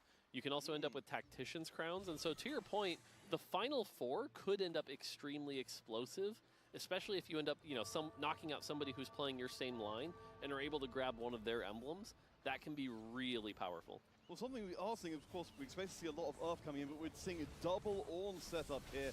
So perhaps we'll see slightly less emblems and also Honglian sticking with the Twisted Fate as well. So got something a little bit different than what we've been seeing before. Yeah, I want to give a shout out to those players in particular. Twisted Fate is a strategy that's fallen out of favor, and it's almost like we've come full circle, where is China ahead again by cycling back to Twisted Fate while everyone else is playing Herb. I don't think that's 100% the case, because the other CN players who are also in top 8 are playing Ornn as well. That being said, Huey is on Ornn. And so people don't know, Huey yesterday was playing Ornn, also had good scores. He pivoted to Poro and went 7-7-8. That's why Poro's scores were so bad, because he actually pivoted into it and contributed to the 9 games. Now he's back on Ornn today, and he's averaging better than a 2.0. Yeah, it's pretty wild to see how well he's been able to play it. So we get another silver here. Oh, we've been good this year. Yeah, a lot of silvers here. So again, with the silvers, it's what are we getting from our branching out? Are the Ornn players going to take Latent Forge? Latent Forge ends up being pretty powerful in the mid game, but it means you have to play stage 2 basically down the silver augment. There's some other wild options here, like Caretaker's Ally, which could be taken.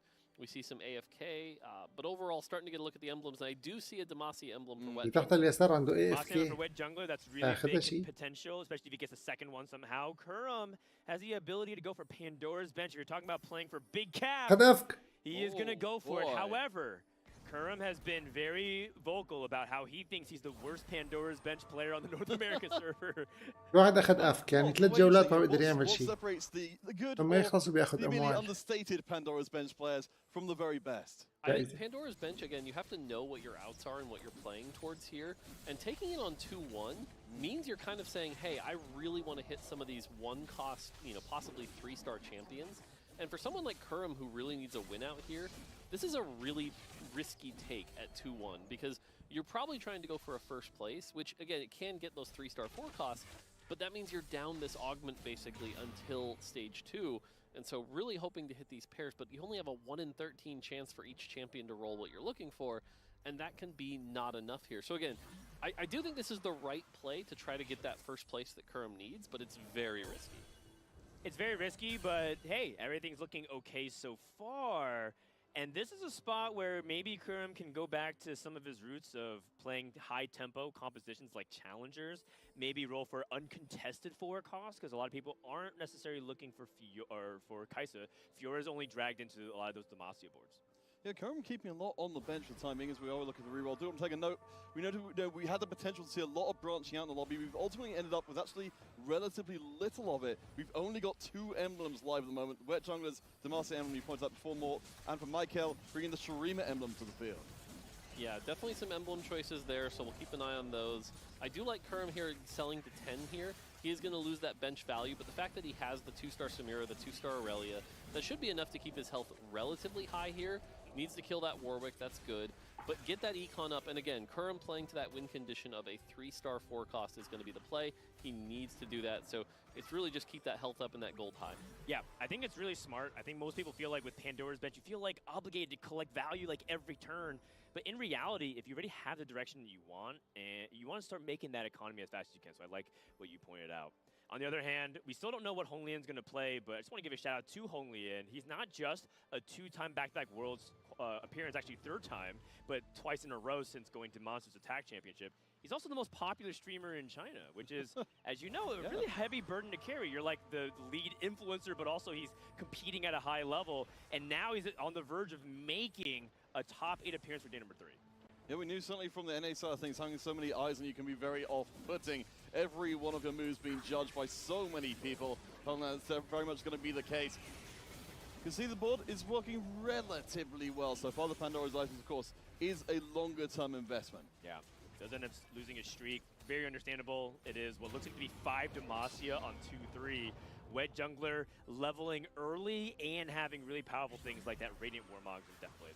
Yeah, the Radiant Warmogs on Cho'Gath especially ends up very powerful here, and so I would expect no one to be able to really take him down that early. Again, it's almost kind of like getting that 4 Bruiser for free. Just we talk about, again, you don't have the damage to really take it down unless you've slammed a lot of items, and we haven't seen that many slams here. We do kind of get a glimpse of all the different boards being played right now. Huey looking to play possibly that Jinx line we've seen do so pretty well. But otherwise, I do like also that AFK was taken. Yes. Yeah. وهل اللي بزعل انه هذا بروماكس كان عم بيلعب كل يوم ليحافظ على رانك 1. اخير اجى لهون وطلع. Nem is going to be able to convert off. He's going to lose. He's going to try to at least. كليات الرانكات 1 اساسا هذول اللاعبين. I'm curious what he wants to do with. As we noted, we haven't got a lobby which is massively contested in terms of these patch lines. We've got the streamer, we've got Demacia already, but nothing else doing. So there's some potential for Nem to pull off something a little unusual. Yeah, the other thing worth calling out here is even if you're eliminated, you don't have enough points even with like double first, the prize pool still changes at every placement you get. So players right now are still playing for, trying to get these big finishes, move up and earn a couple, extra $1,000. Yeah, plus you never know. What if something crazy happens and you're like the 9th person in and you get in on wait list? There are some crazy things that have happened in tournaments before. So you want to put your best foot forward. Don't just give up. No, absolutely. And even some of our players playing here today got lucky with those kind of circumstances. It must be very tough, though, to keep up your kind of focus, under these kind of circumstances, knowing that you've only got, a 1 in a million kind of shot to do anything better than, as you said, more just finish higher and then still get a meaningful amount more money. Yeah, for sure. Getting a look at Wet Jungler's board here, we got that 5 Demacia like we talked about. Switches over to the Taric here, which is going to have that redemption, not too bad. I kind of prefer the Cho'Gath for the Warmogs, at least for stage 2, but hopefully got some econ here.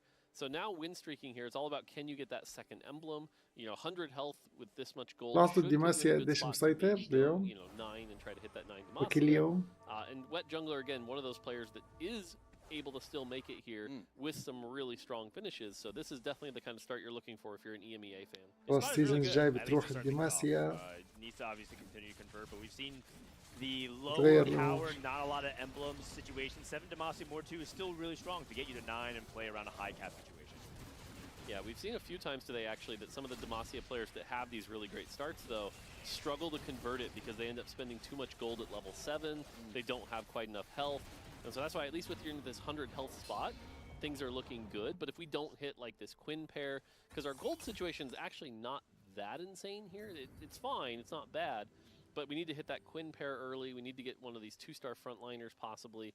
And that should hopefully allow, the ability to go to those deeper levels. Yeah, I mean, we've certainly got a lot of gold on the board right now, but the board is solid enough. Say you've got the Quinn with Deathblade, of course, and the last Wisp, of course, we saw in the previous game, doing some decent work. The frontline is pretty solid. Along with Wet Jungler, Michael is also going to be win streaking up at the top, looking very good indeed. And of course, we've got our lost streakers at the other end. Yeah, you look at these gold totals, by the way, it's almost like in reverse order, right? The top end, like the 20s, you know, Mikhail just got a bunch of dropped, but otherwise it was looking like that. Meanwhile, at the bottom, you're seeing the 50s. And so now I think what we'll see is, again, like that 3-5, level 7, rolled down, and I think that's going to be the big thing to watch. Yeah, a lot of people are surprisingly very rich. Even Kurum and Hong Lian were kind of like middle of the pack, able to hit that 50 threshold, which is going to be really nice. Oh, you can see why, because Kurum decided to slow play it. He's rolling some 1-cost 2-stars as well. And I think this double Samir is good for tempo. And I think right now, Kurum's just going to play, again, that very smooth, try to get to challenger safely. And with this Jewel Gauntlet Slam, I think that's almost certainly the case. Yeah, the Jewel Gauntlet Slam in particular really kind of paints a picture of like playing around Kai'Sa, trying to go that uncontested, you know, 4-cost like we talked about. So this is something a little bit unusual. So we're a little late to the party, but still, this Piltover will be worth 1 gold every round if you can get the wins in. Potentially even more if you can get some losses in longer term. Foeman bring out the multicasters a little bit. والله زمان ما شفنا بيلتوفر. Doing a decent job. كل واحد بيخاف يلعب بيلتوفر. Yeah, and he has the Misfortune 2, which is actually really good at this point of the game. Did slam a tier on Misfortune. I know some people would prefer. هذا عم بيلعب بيلتوفر بطريقة إنه ياخذ جولد زيادة. That big a fan of.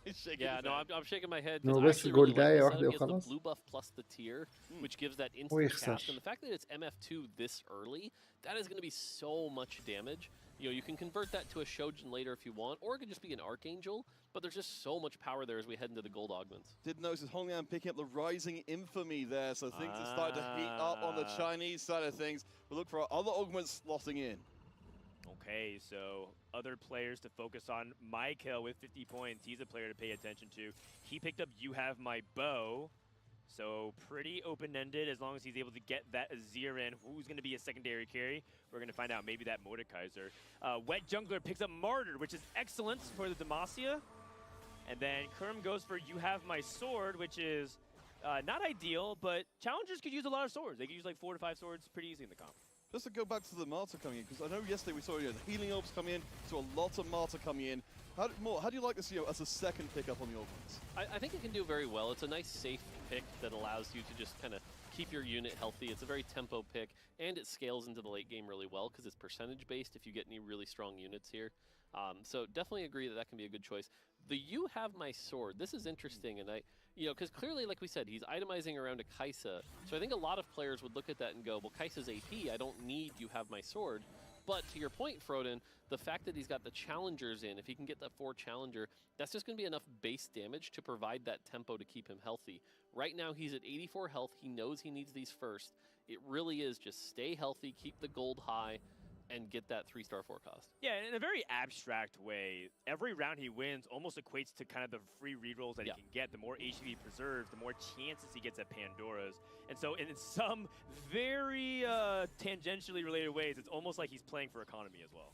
No, absolutely. I mean, that value is very much there. Oh my god! It would somehow find a Scion that somehow hasn't slammed too many items. That is going to change as of this round. The Kai'Sa is in play. Nem has been building up quietly. The AFK suddenly fully at keyboard. And this is pretty bad for Wet Jungler because now that means that there's 3 players that are looking towards Mordekaiser right now, which, as we know, could make it very difficult for all the hit, but particularly for the player that needs it the most, because Nem mathematically eliminated currently, but can still very much disrupt the rest of the people's games.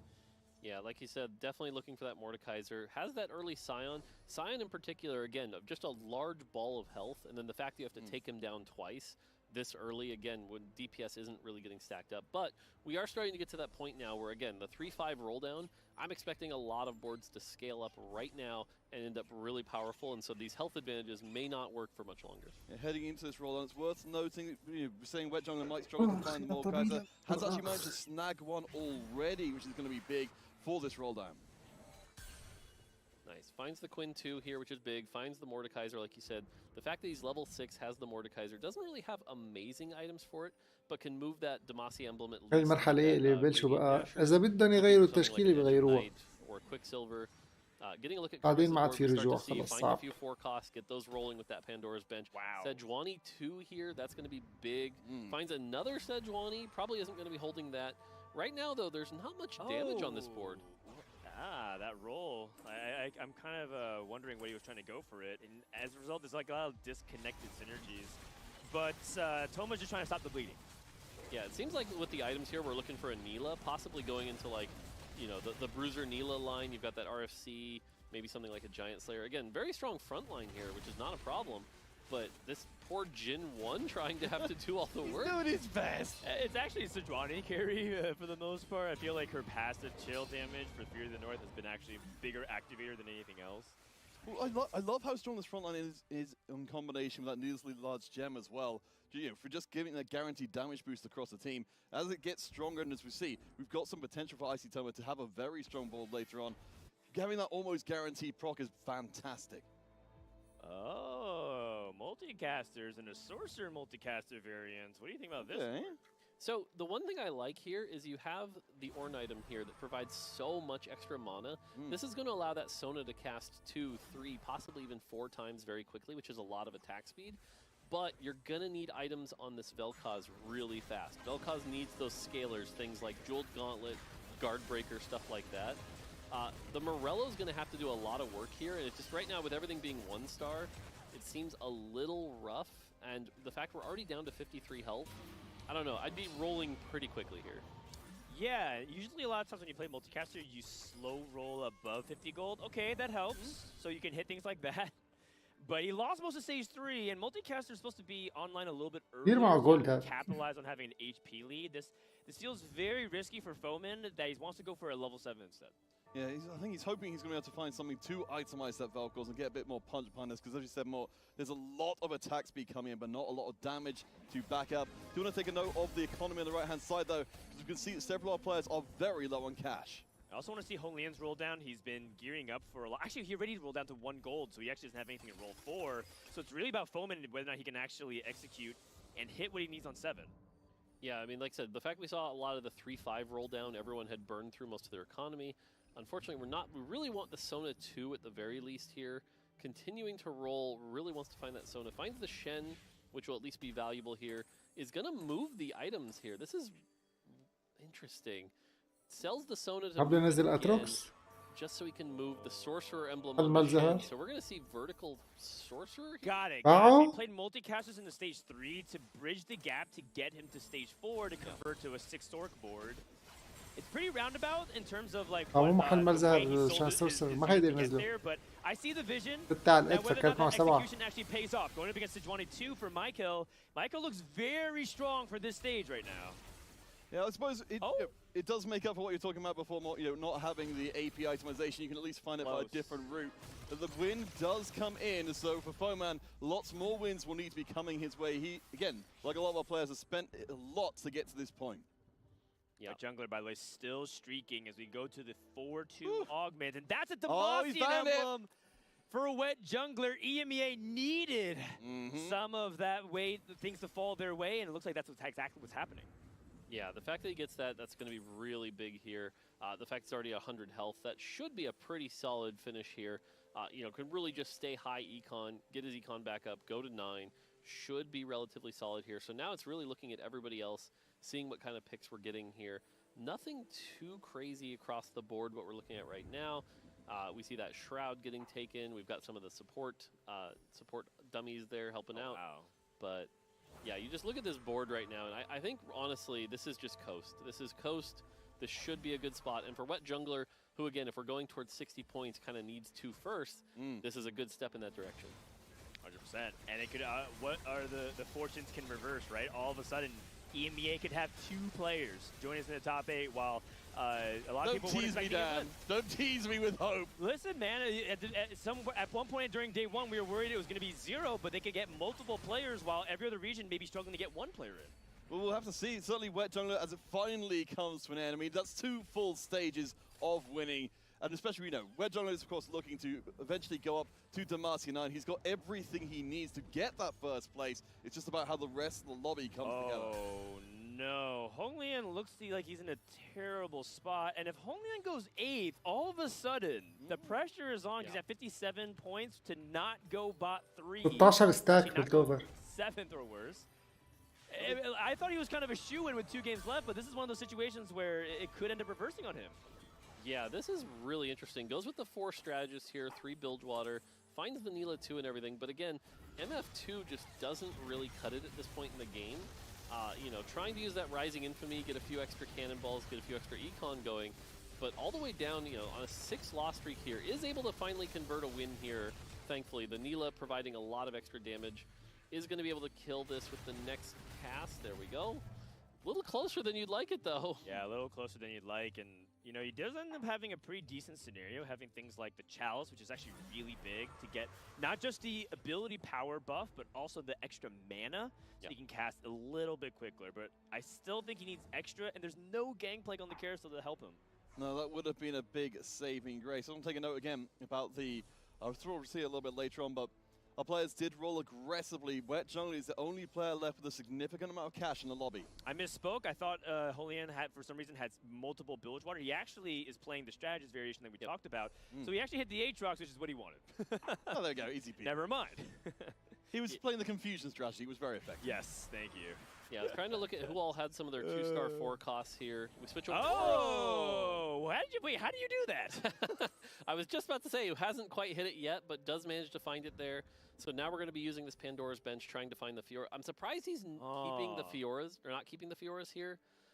This feels like an angle you should be considering at least. I know it's heavily جيشه كله هذا واحد but ما the عدا fact that he فيورا can also weaken some of the other players وكايسر in the بس lobby. هن هدول المهمين. I'd really rather see other things. الفيورا هي الوحيدة but اللي حتى for now, تانك ما maybe he's بيهمها just trying كثير to play يكون strong board, which again makes sense if he's playing for placements, but not نعمل to make it دوج today. بالالتي. He also chose to take Mana Burn instead of actually going for Cybernetic Leech. Leech is usually a really powerful augment to help keep specifically the Fiora and the Kai'Sa alive, and people talk about the need for that combat augment, but Fiora's Blade Waltz able to go to the back and assassinate immediately, and those are the kind of fights that Kermex needs to bring himself back in this game. Yeah, we were praising أتوقع إنه هلا هو وضعه منيح. just how explosive she can be. هذا سوا 50 Absolutely shut up بس for her in تاني there. بروموكس We have عنده got أمل to يطلع tell أول. on the win streak. Are the only player to have a major one. لاعبين بقى شو حيطلعوا من هون السؤال. Wet Jungler is going straight to 9 if he can. He's just trying to tank as many fights as he can. Kurum hits Jarvan 2 and a Nasus 2. What? Big time hits for Team Liquid's Kurum X. That's a big hit. Yeah, the one thing that has me a little concerned is if you look at Wet Jungler, he went from 100 health to 67 fairly quickly. And we've seen this before where sometimes you get a little confident and then all of a sudden you lose a bit too much health and you're not able to make it to 9. And that would be pretty disappointing from this position here. It's going to need a lot of gold to do it. And he also doesn't have that Fiora. He's hoping that he's going to be able to natural it. And kind of goes back to what you were saying at its core point. If Kermex picked a whiff of that, maybe not now, but in the future, think about holding Fiora again. Yeah, the Morkais is something not itemized on the app. They won't even get the Radiant item so far. Wet Jungler trying to soften these losses as much as possible, but might be a little too strong. Wait, this is also Yurik's Graveyard. You're totally right. That actually goes back to things how Cybernetics get a lot of value in this portal in particular. That is something interesting, food for thought, as Huey takes another big loss. Huey going 8th is going to completely sabotage the momentum. Remember, he's already in the top 8. That's how you fall out of it. Yeah, this is pretty wild for our point standings. We're going to see some pretty big shifts if Huey ends up going 8th. The other thing is this is Yorick's Graveyard, so as soon as people start dying, people are going to start spiking. Yes. Power is going to get a lot higher here. And if you don't have an extra champion to put those items on, you're going to be in a rough spot here. And you can see Wet Jungler right now really praying for just any gold he can get. Almost doesn't want items here. Just wants as many gold drops. All right, there's 3 gold here. That's going to... Gets a Galio and some more gold. I swear I'm not pressing any buttons here, but that is exactly what Wet Jungler wanted. I mean, you can get to 9 very comfortably now. Yeah, that's basically going to be wait 2 turns, go to 9. All he needs now is the Fiora, has great items on that Mordekaiser. Honglian gets the MF3 here. That's going to be a nice upgrade as well. This is the version of the MF3 we have seen be relatively successful. If you can get to the MF3, the Nautilus 3 would also help, but overall, pretty solid board here. You've got the wondering about making even Shroud here by any chance, or just going for straight up Warmogs? Warmogs. I was to say, we still got the Rising Infamy kicking there for Honglian long term as a way to push him further into the game. But check in with Huey again. This would be such a massive disappointment for O's fans if Huey is to go in 8th here. He's so very close to realizing one of O's dreams to get back into that top 8 to take center stage. Huey! It's not all over entirely, but for this game, Huey is out in 8th. they were 7th and 8th. That will no longer be the case. It's a flashback to yesterday where Huey started off so well in the first half of the day, and now takes 8th place. We're going to have to see how he fares in the final game as we take a look at Hong Lian. And Hong Lian, by the way, happy to not go 8th. Every point he can muster will get him over that threshold. Extra Ice was coming in from the Yorick's graveyard, so we'll see which of our players benefit the most directly. Yeah, unfortunately, the item choices here were not that great. Takes the Bloodthirster, probably just going to slap that on Swain, try to keep Swain alive a little longer. Isn't going to be able to hit the Swain 2 or Swain 3 here, so a little rough. 4 Sorcerer also, so just not enough power that you'd really want on this board at the moment. And it's very surprising because if you want to go for the Swain 3, 6 Sorcerer is pretty good, and this is a good time for Wet Jungler to play against them. Wet Jungler's greeting, recognizing that he needs to go to 9 and have the gold to hit Fiora, because if you go to 9 and have 0 gold, you're stuck praying that you're able to hit it with very little income. Yeah, at least the Demacia board's doing good enough to be able to take out most of the board here. Yep, Quinn HP. Punching above and might even actually get the job done. As Michael goes out, Foeman taking no, not taking a loss, just turning around at the last second, but we're starting to see more of our players getting into elimination position. Vow for Jarvan is potentially really huge. Do we have any magic prediction? We do. We have a Spark. So that's going to be good. Remember, everyone is going to be looking at those similar options. Yeah, the Shurima emblem, like I said, talking about an emblem being dropped here. Okay. But this board right now, this is just play for every little point you can get here. Honestly, if this turns واحد. fourth, you are واحد so happy from this position, but just not really that strong a board right now. Lian will be next up. Nem is also on the chopping block. They could potentially go up against each other, but they will dodge for the time being. Keep an eye out on that misfortune. والله misfortune 3 حلوة. Absolutely massive cast gets held in place. موضوع مو عاجبني مكانه. More, but the front line is very good. Dan, I think you're keeping an eye on the left-hand side. What's going down there as Hong Lian survives? Yeah, Kurum's also trying to see if he can get this win here, but the Kaisa is getting overwhelmed. That's the... Oh my goodness gracious! The rain comes down and eliminates Nem. Nem actually was one of the only people to benefit off that Shurima emblem, by the way. Ends up dying. And let's see what ends up happening on this carousel here. If there's anything that can help Spike. Yeah, now we're to the point where everyone's getting a full item off the carousel. They're getting a full item from Yorick's graveyard. Boards are getting strong. And so you look around, who's got all these carries, right? Kurimex has the Kaisa. He's got the Fiora, can start itemizing this Nasus. That can be a lot of power. And so looking at this position, who's got the item slots, right? Hong Lian has that Neela that could get another item slot here. We're seeing more Shurima emblems because of that. Overall, but yeah, so you're seeing better frontline here. Again, this board, though, really struggling because it just doesn't have that much damage right now. And I think this might be a 5th place here. Yeah, and also a couple of interesting item choices, like, for example, going for a Vow on the Taric. I understand that you want to try to cast and support that Shen as fast as possible, but because Jarvan. Also another unit really important for casting, which is Jarvan. Oh, 2 Kaisas away. Is anyone holding Kaisas? 2 Kaisas and 2 Fioras. Had 7 Fioras as well, so we started moving towards that. All right. Oh, baby! We might see 9 Demacia go up against Kaisa Fiora 3, but we have to cross that bridge when we get there. Meanwhile, Hong Lian trying to play for the extra placement, but he should be through, so we can welcome a 2nd player guaranteed to join us in day number 3, and it is Hong Lian with back-to-back championship appearances. Yeah, Family just got completely annihilated on the other screen there. Down to our final 3. Note that Wet Jungler is still in play and still دور على كايسا أو فيورا 3. Wait, Kurm sold a Kaisa. I see. Yeah. He's trying to see if he can just roll the 2-star forecast into it. Yeah, this one's really tricky because especially if you're contested, remember there are only 12 copies of the champions in the pool. So if you're holding, 7 or 8 of them, the odds that one of your 2-stars are going to roll into that is really low. Kaisa أو فيورا 3. Sell that and let the 2-stars try to roll here. Wet Jungler found that Fiora, by the way. Still greeting. He's going to try to go down to 1 life, which is a little on the dicey side because that means that all he has to do is lose 1 time. That's assuming he loses here. Kurm doesn't have that strong of a board to go up against this Demacia board at the moment, so I think Wet Jungler's going to take the win, which is huge for him. Having 2 lives is massive. Yeah, we can see the Morkaiser stood amidst the chaos there with the Edge of Night still able to stay up and fighting for a really long time. And I feel like if I'm Kurm here, are you tempted to roll to see if you can get multiple chances at 2-star forecast if you're able to, say, for example, 2-star like this Azir and put it in the bench? Absolutely. I think that is the only thing you can do right now. Because again, we talk about the points. If you're really trying to make it to day 3, you need a 1st place here. The only thing that matters is hitting these 3-star forecasts. I think leveling is irrelevant. You know, so if anything, yeah, I would keep rolling a little bit here. Does find a Kai'Sa, but again, we've talked about how you shouldn't really be holding that Kai'Sa. Lock. What if these turn into Kaisas? Doesn't hit. Fiora.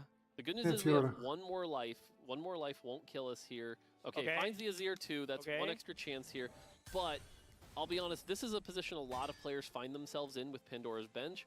And this is often where we hit that floor, where it just doesn't roll. You're going to see things like the Shen, the Aphelios over and over. ربحان. Jungler now exactly where he wants to be. ما في مجادلة بالموضوع، لكن إذا بيجي مثل ما قلنا ليفل 3 ايبك أو ليجندري ممكن يخسر. Nice for Kurum. He's going against the Ghost. Can Toma fight for pride here as one of the lower point scorers, trying to see if he can upset Wet Jungler and at least disrupt his momentum.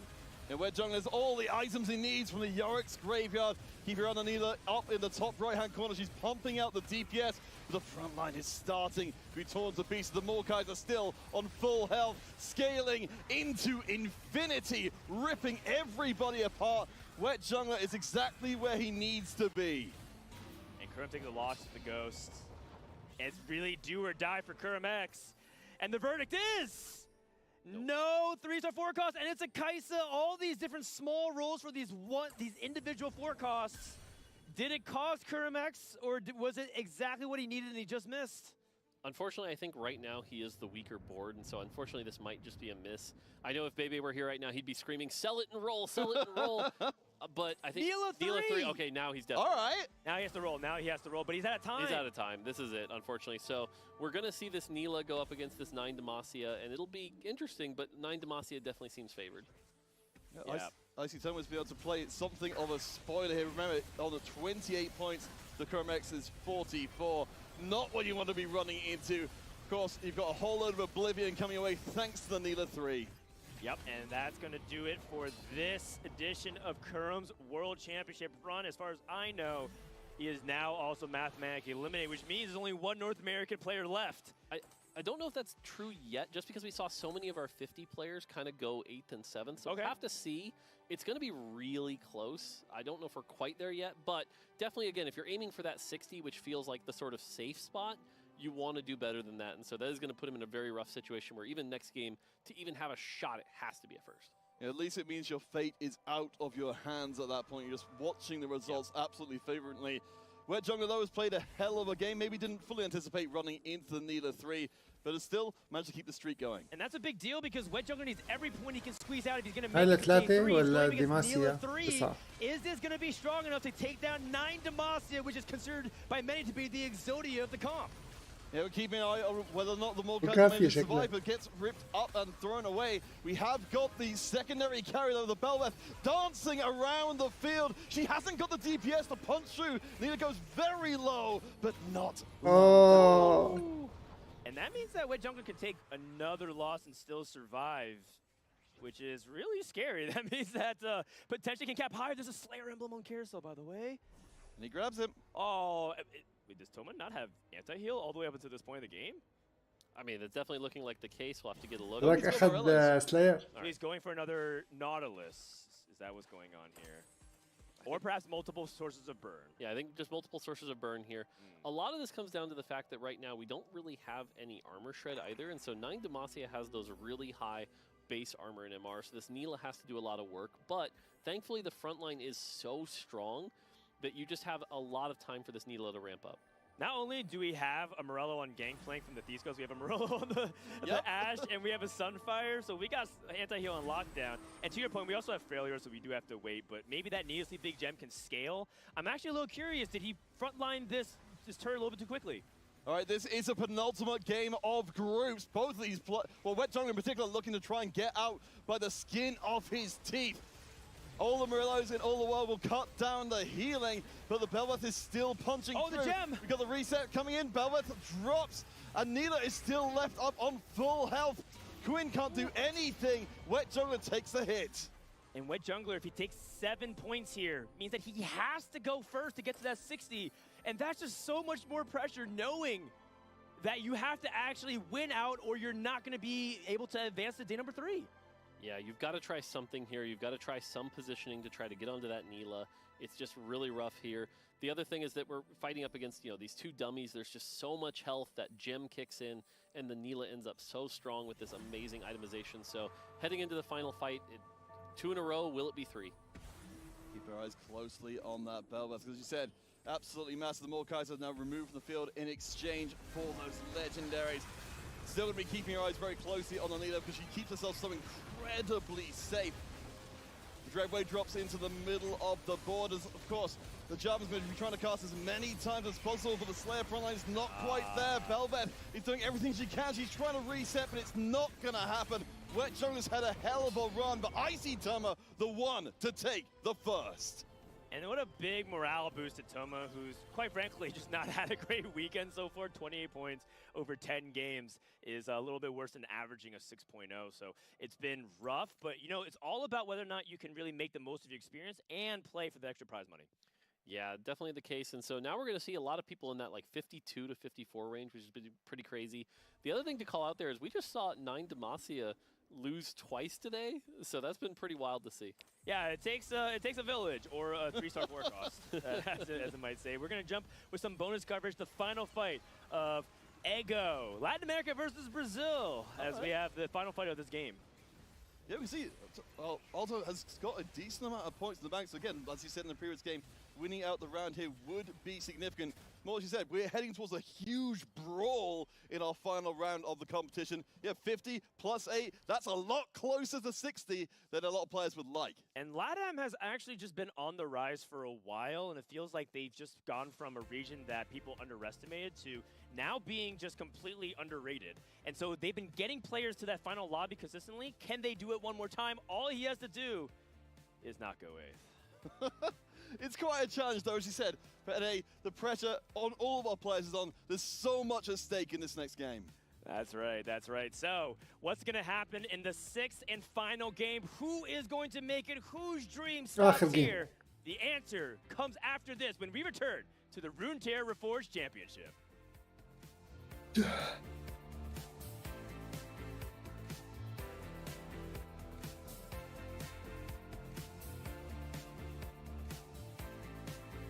The top 8 to take center stage. Huey! It's not entirely, but for this game, Huey is out in 8th.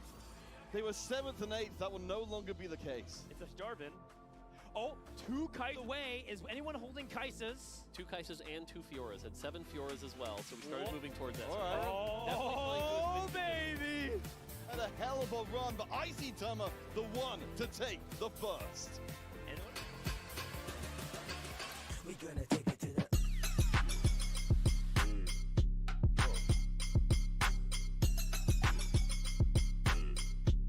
Two drops.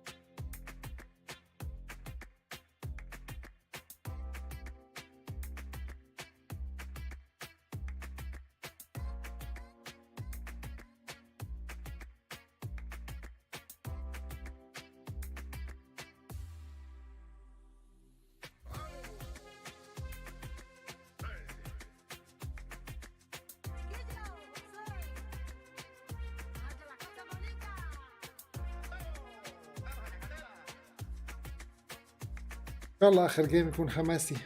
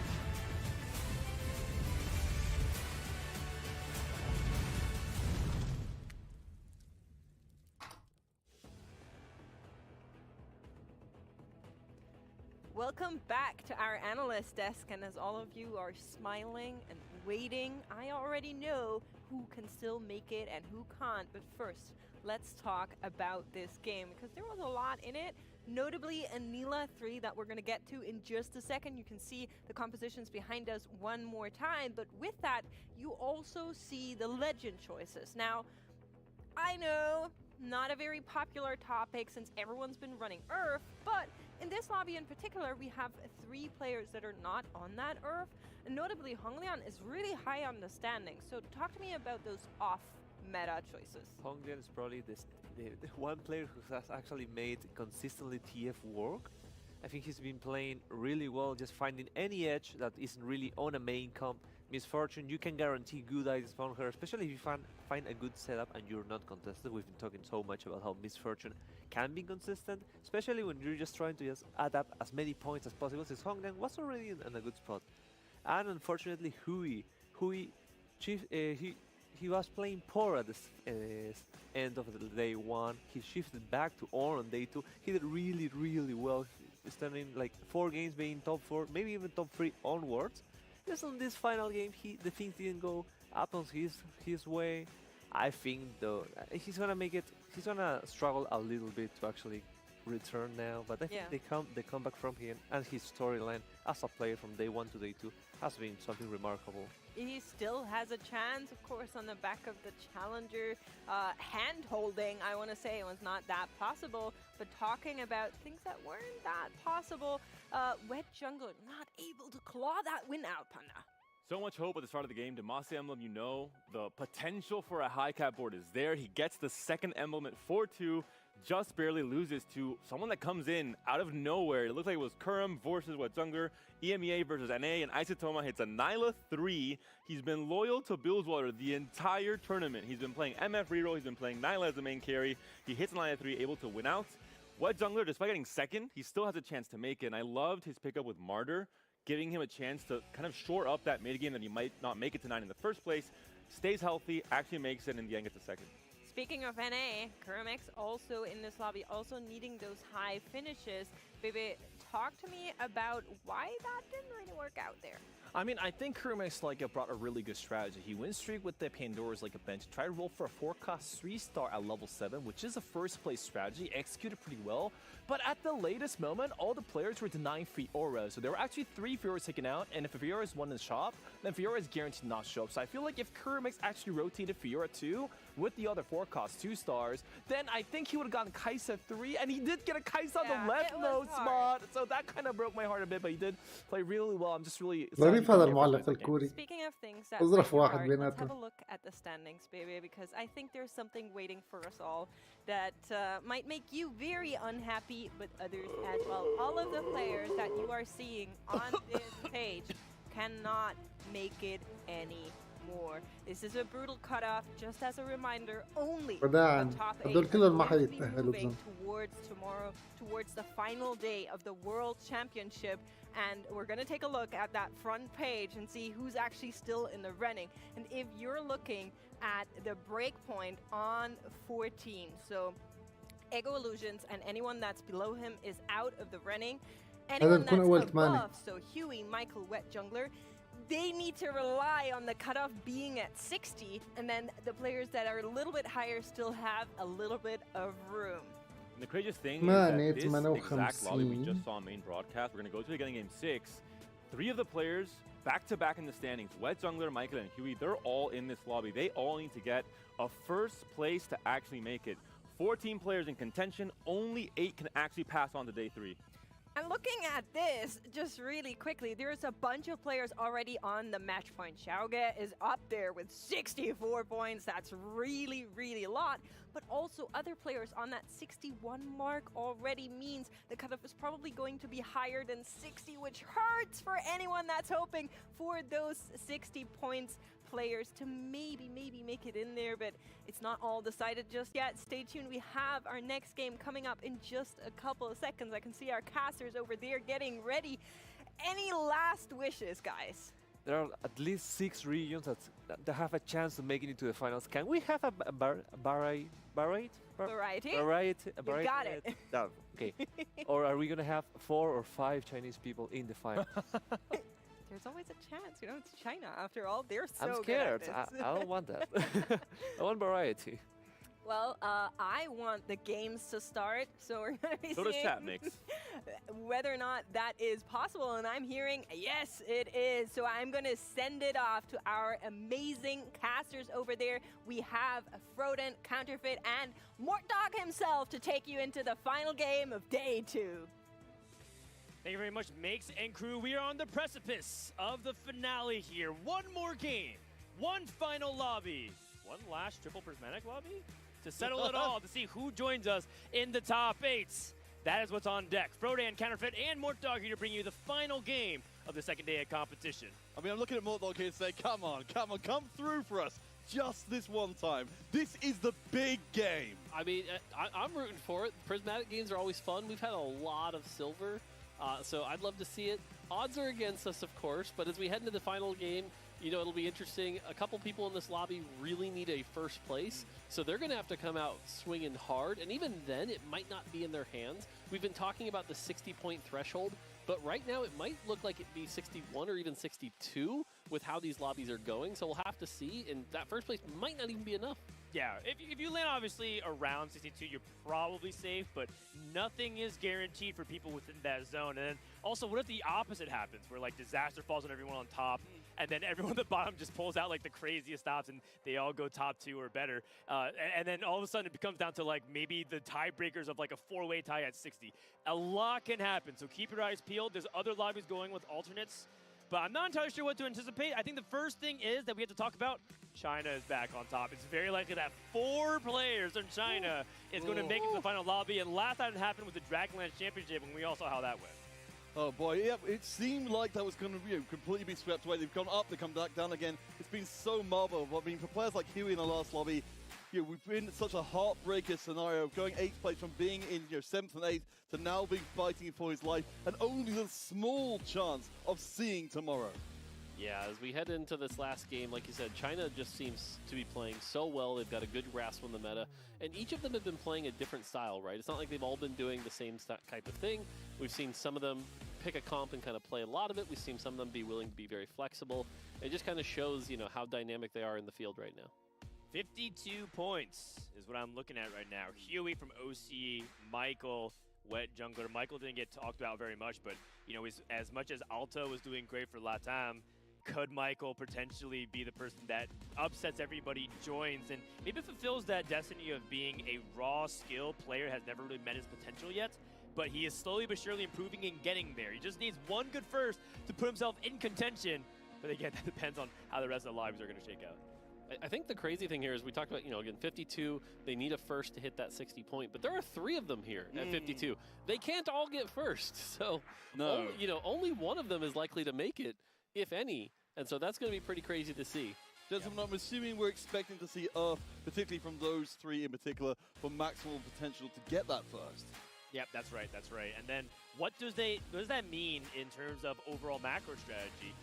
Does it mean that anyone's going to switch off of Earth by any chance? Or does that mean that some people are going to potentially whip out a composition that they're going to try to gamble for? We've seen people, for example, in North America and potentially other regions, they play Pengu when they need to go first because they say, I have to play for a Piltover strategy. I'm going to hope for a gold opener. And you know I'm going to be rolling for Piltover as fast as I can on 2-5 at the latest to try to play for that win out.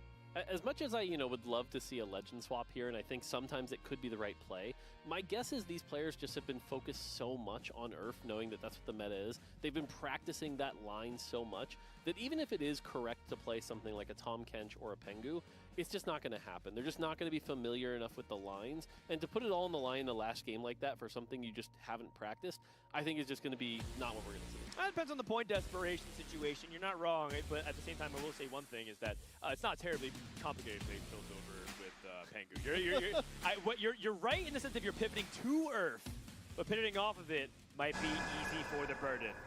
But without further ado, let's go ahead and get to the 12th and final game of the group stage here at the Runeterra Reforged Championship. Let's go ahead and take a look. Fleshing Arena, Villar's Hollow, and Bandle Cafeteria. So this is kind of wild, right? We're talking about Earth in these first places. There's only one person sitting in Bandle Cafeteria.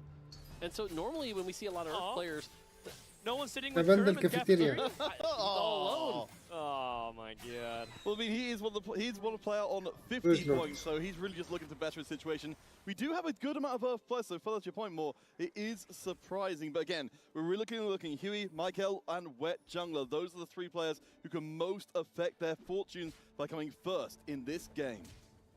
I'm still questioning that choice. If you need a first place and you're playing Earth and you're not picking Bandle Cafeteria, that just feels very odd here. We go with a pretty safe one.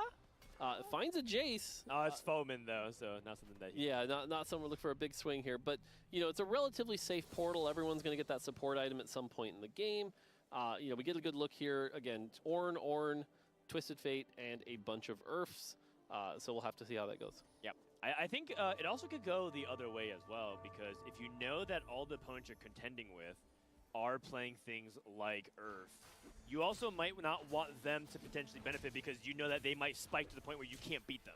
Versus Villar's Hollow, it feels like more reasonable in the sense that, yeah, there could be some really big, insane combinations, but maybe there's always a chance for you to scale higher instead of having them assemble the perfect pieces. Well, I mean, the thing that jumps out for me most is seeing Huey here, of course, who had that disaster of a previous game, going for Ornn in this lobby. When we know he needs a first place, it doesn't scream to me of having that great potential. Yeah, I totally agree.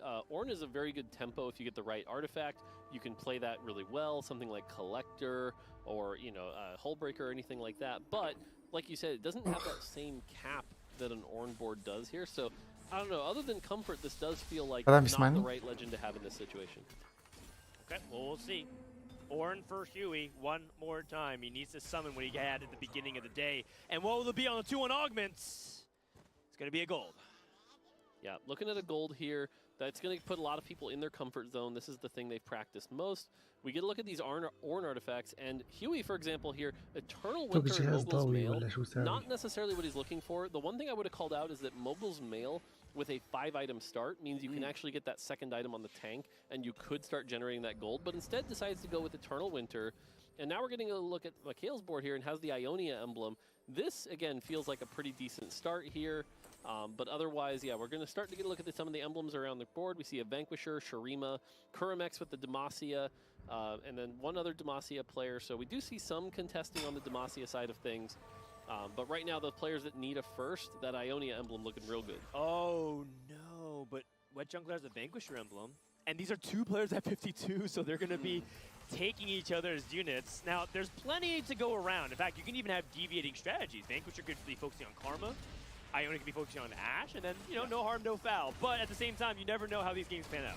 No, it's going to be very important, as we do see on Foeman's side of things, picking up the Gold Monster stuff. This is something I would have loved to have actually seen coming for Huey, to get something which could potentially snowball like crazy. Yeah, and the fact that he put it on the Jhin, I think, was definitely correct. That snipe can get that kill, allowing you to get those gold procs and allowing you to snowball from there. We talk about drip economy and how you can't get that from traits anymore, but getting it from your augment, that can snowball into a lot of economy in the late game. Yep, that's right. And for Kurum, I mean, he's playing for, I guess, the highest placement he possibly can at this point. See if he can get it. But he has that Demacia contesting with Toma, almost kind of like a bone to pick from the previous game, because Toma was also the person that kicked him out with that Nila 3. Yeah, I mean, you got to get what you can get. At least Kermex is in a position to play something pretty comfortable. We know long term, of course, we're going to be seeing those extra support items coming in to help push the power across the board. Yeah, so again, pretty strong start here. Have that Gargoyle Stone Plate, which has been nerfed a bit, so it's not quite as strong as it was before, but it is still good in the early game. And yeah, I feel like Kermex right now, knowing that he can't make it to day 3, this is get a top 4, get a, you know, maybe 3rd if you're lucky, and then be happy with like your 9th or your 10th. That's going to be a little bit of extra share of that prize pool, and nothing to be ashamed of, you know. Yeah. Getting that place in the tournament, you know, nothing too bad there. And he's one of the first people, I was actually looking and chatting with him between games. He said that he just puts the blame on himself. He's like, look, it's not like the patch, it's not anything. I had 12 games. I could have proved it, and he just said that he had a couple of bad reads on a couple of comps, which cost him placements, which puts him out of contention for competing. And it's just as simple as that. The small margins of a placement here, a placement there, is what puts you in or out of that top 8. Yep. Yeah. It's got to take its toll for our players, knowing exactly where they are right now. It's been such a long journey for all of them just to get here at all to play in the Global Championship here at Runeterra Reforged. The last game, the absolute point of everything they've been doing up until this stage, there can be no mistakes. Yeah. On the other hand, this is kind of a victory lap for Hong Lian. Again, he's known primarily in China as being the most popular streamer. If you're from North America or you follow him, it's kind of like the K3 Soju of China, except he's been to 3 worlds instead of 1, so it's got a little bit of a lead on Soju. You got the shot in. You got the shot in. Oh, it's not a shot at all. It's more just a praise to Hong Lian, because everyone knows that it's very difficult to juggle both. It's hard to be at the top of that content creation and at the top of competitive, but he's had an amazing 2023. Yeah, also worth calling out here, again, we know it's an Earth meta. We've seen, you know, hundreds of Earths at this point, but he's taken Twisted Fate, and he's been playing that really well, and you've talked about it a couple times, that Twisted Fate has this high skill cap, and so to come in here and already be locked in with that Twisted Fate kind of shows that he's very familiar with that line, knows that play, and is showing that there are other options out there. You have fewer things you can go for. اليوم The cast is not really the out بعد you can البطولة. get into. And so, what do you want to play with Twisted Fate? I feel لعبة like most ريو people are going الجديدة. to be a little bit lost. I mean, I think Hong Lian defaults a lot to the Bilgewater Nila, which is what he's maybe leaning towards. But even then, that comp is not easy to pull off. If you think it easy, go ahead and try and see how it goes. I do think this is, you know, as I said, Hong Lian's comfort zone, so if he's going to be able to pull it off, he can. It's, of course, worth noting we've got the 3 players who need to get first place in this lobby. Hong Lian does not need to do that, but he may have it in mind to just take the first place for himself anyway. Yeah, for sure. And I think, you know, he'll definitely keep playing as best as he can, trying to practice. I like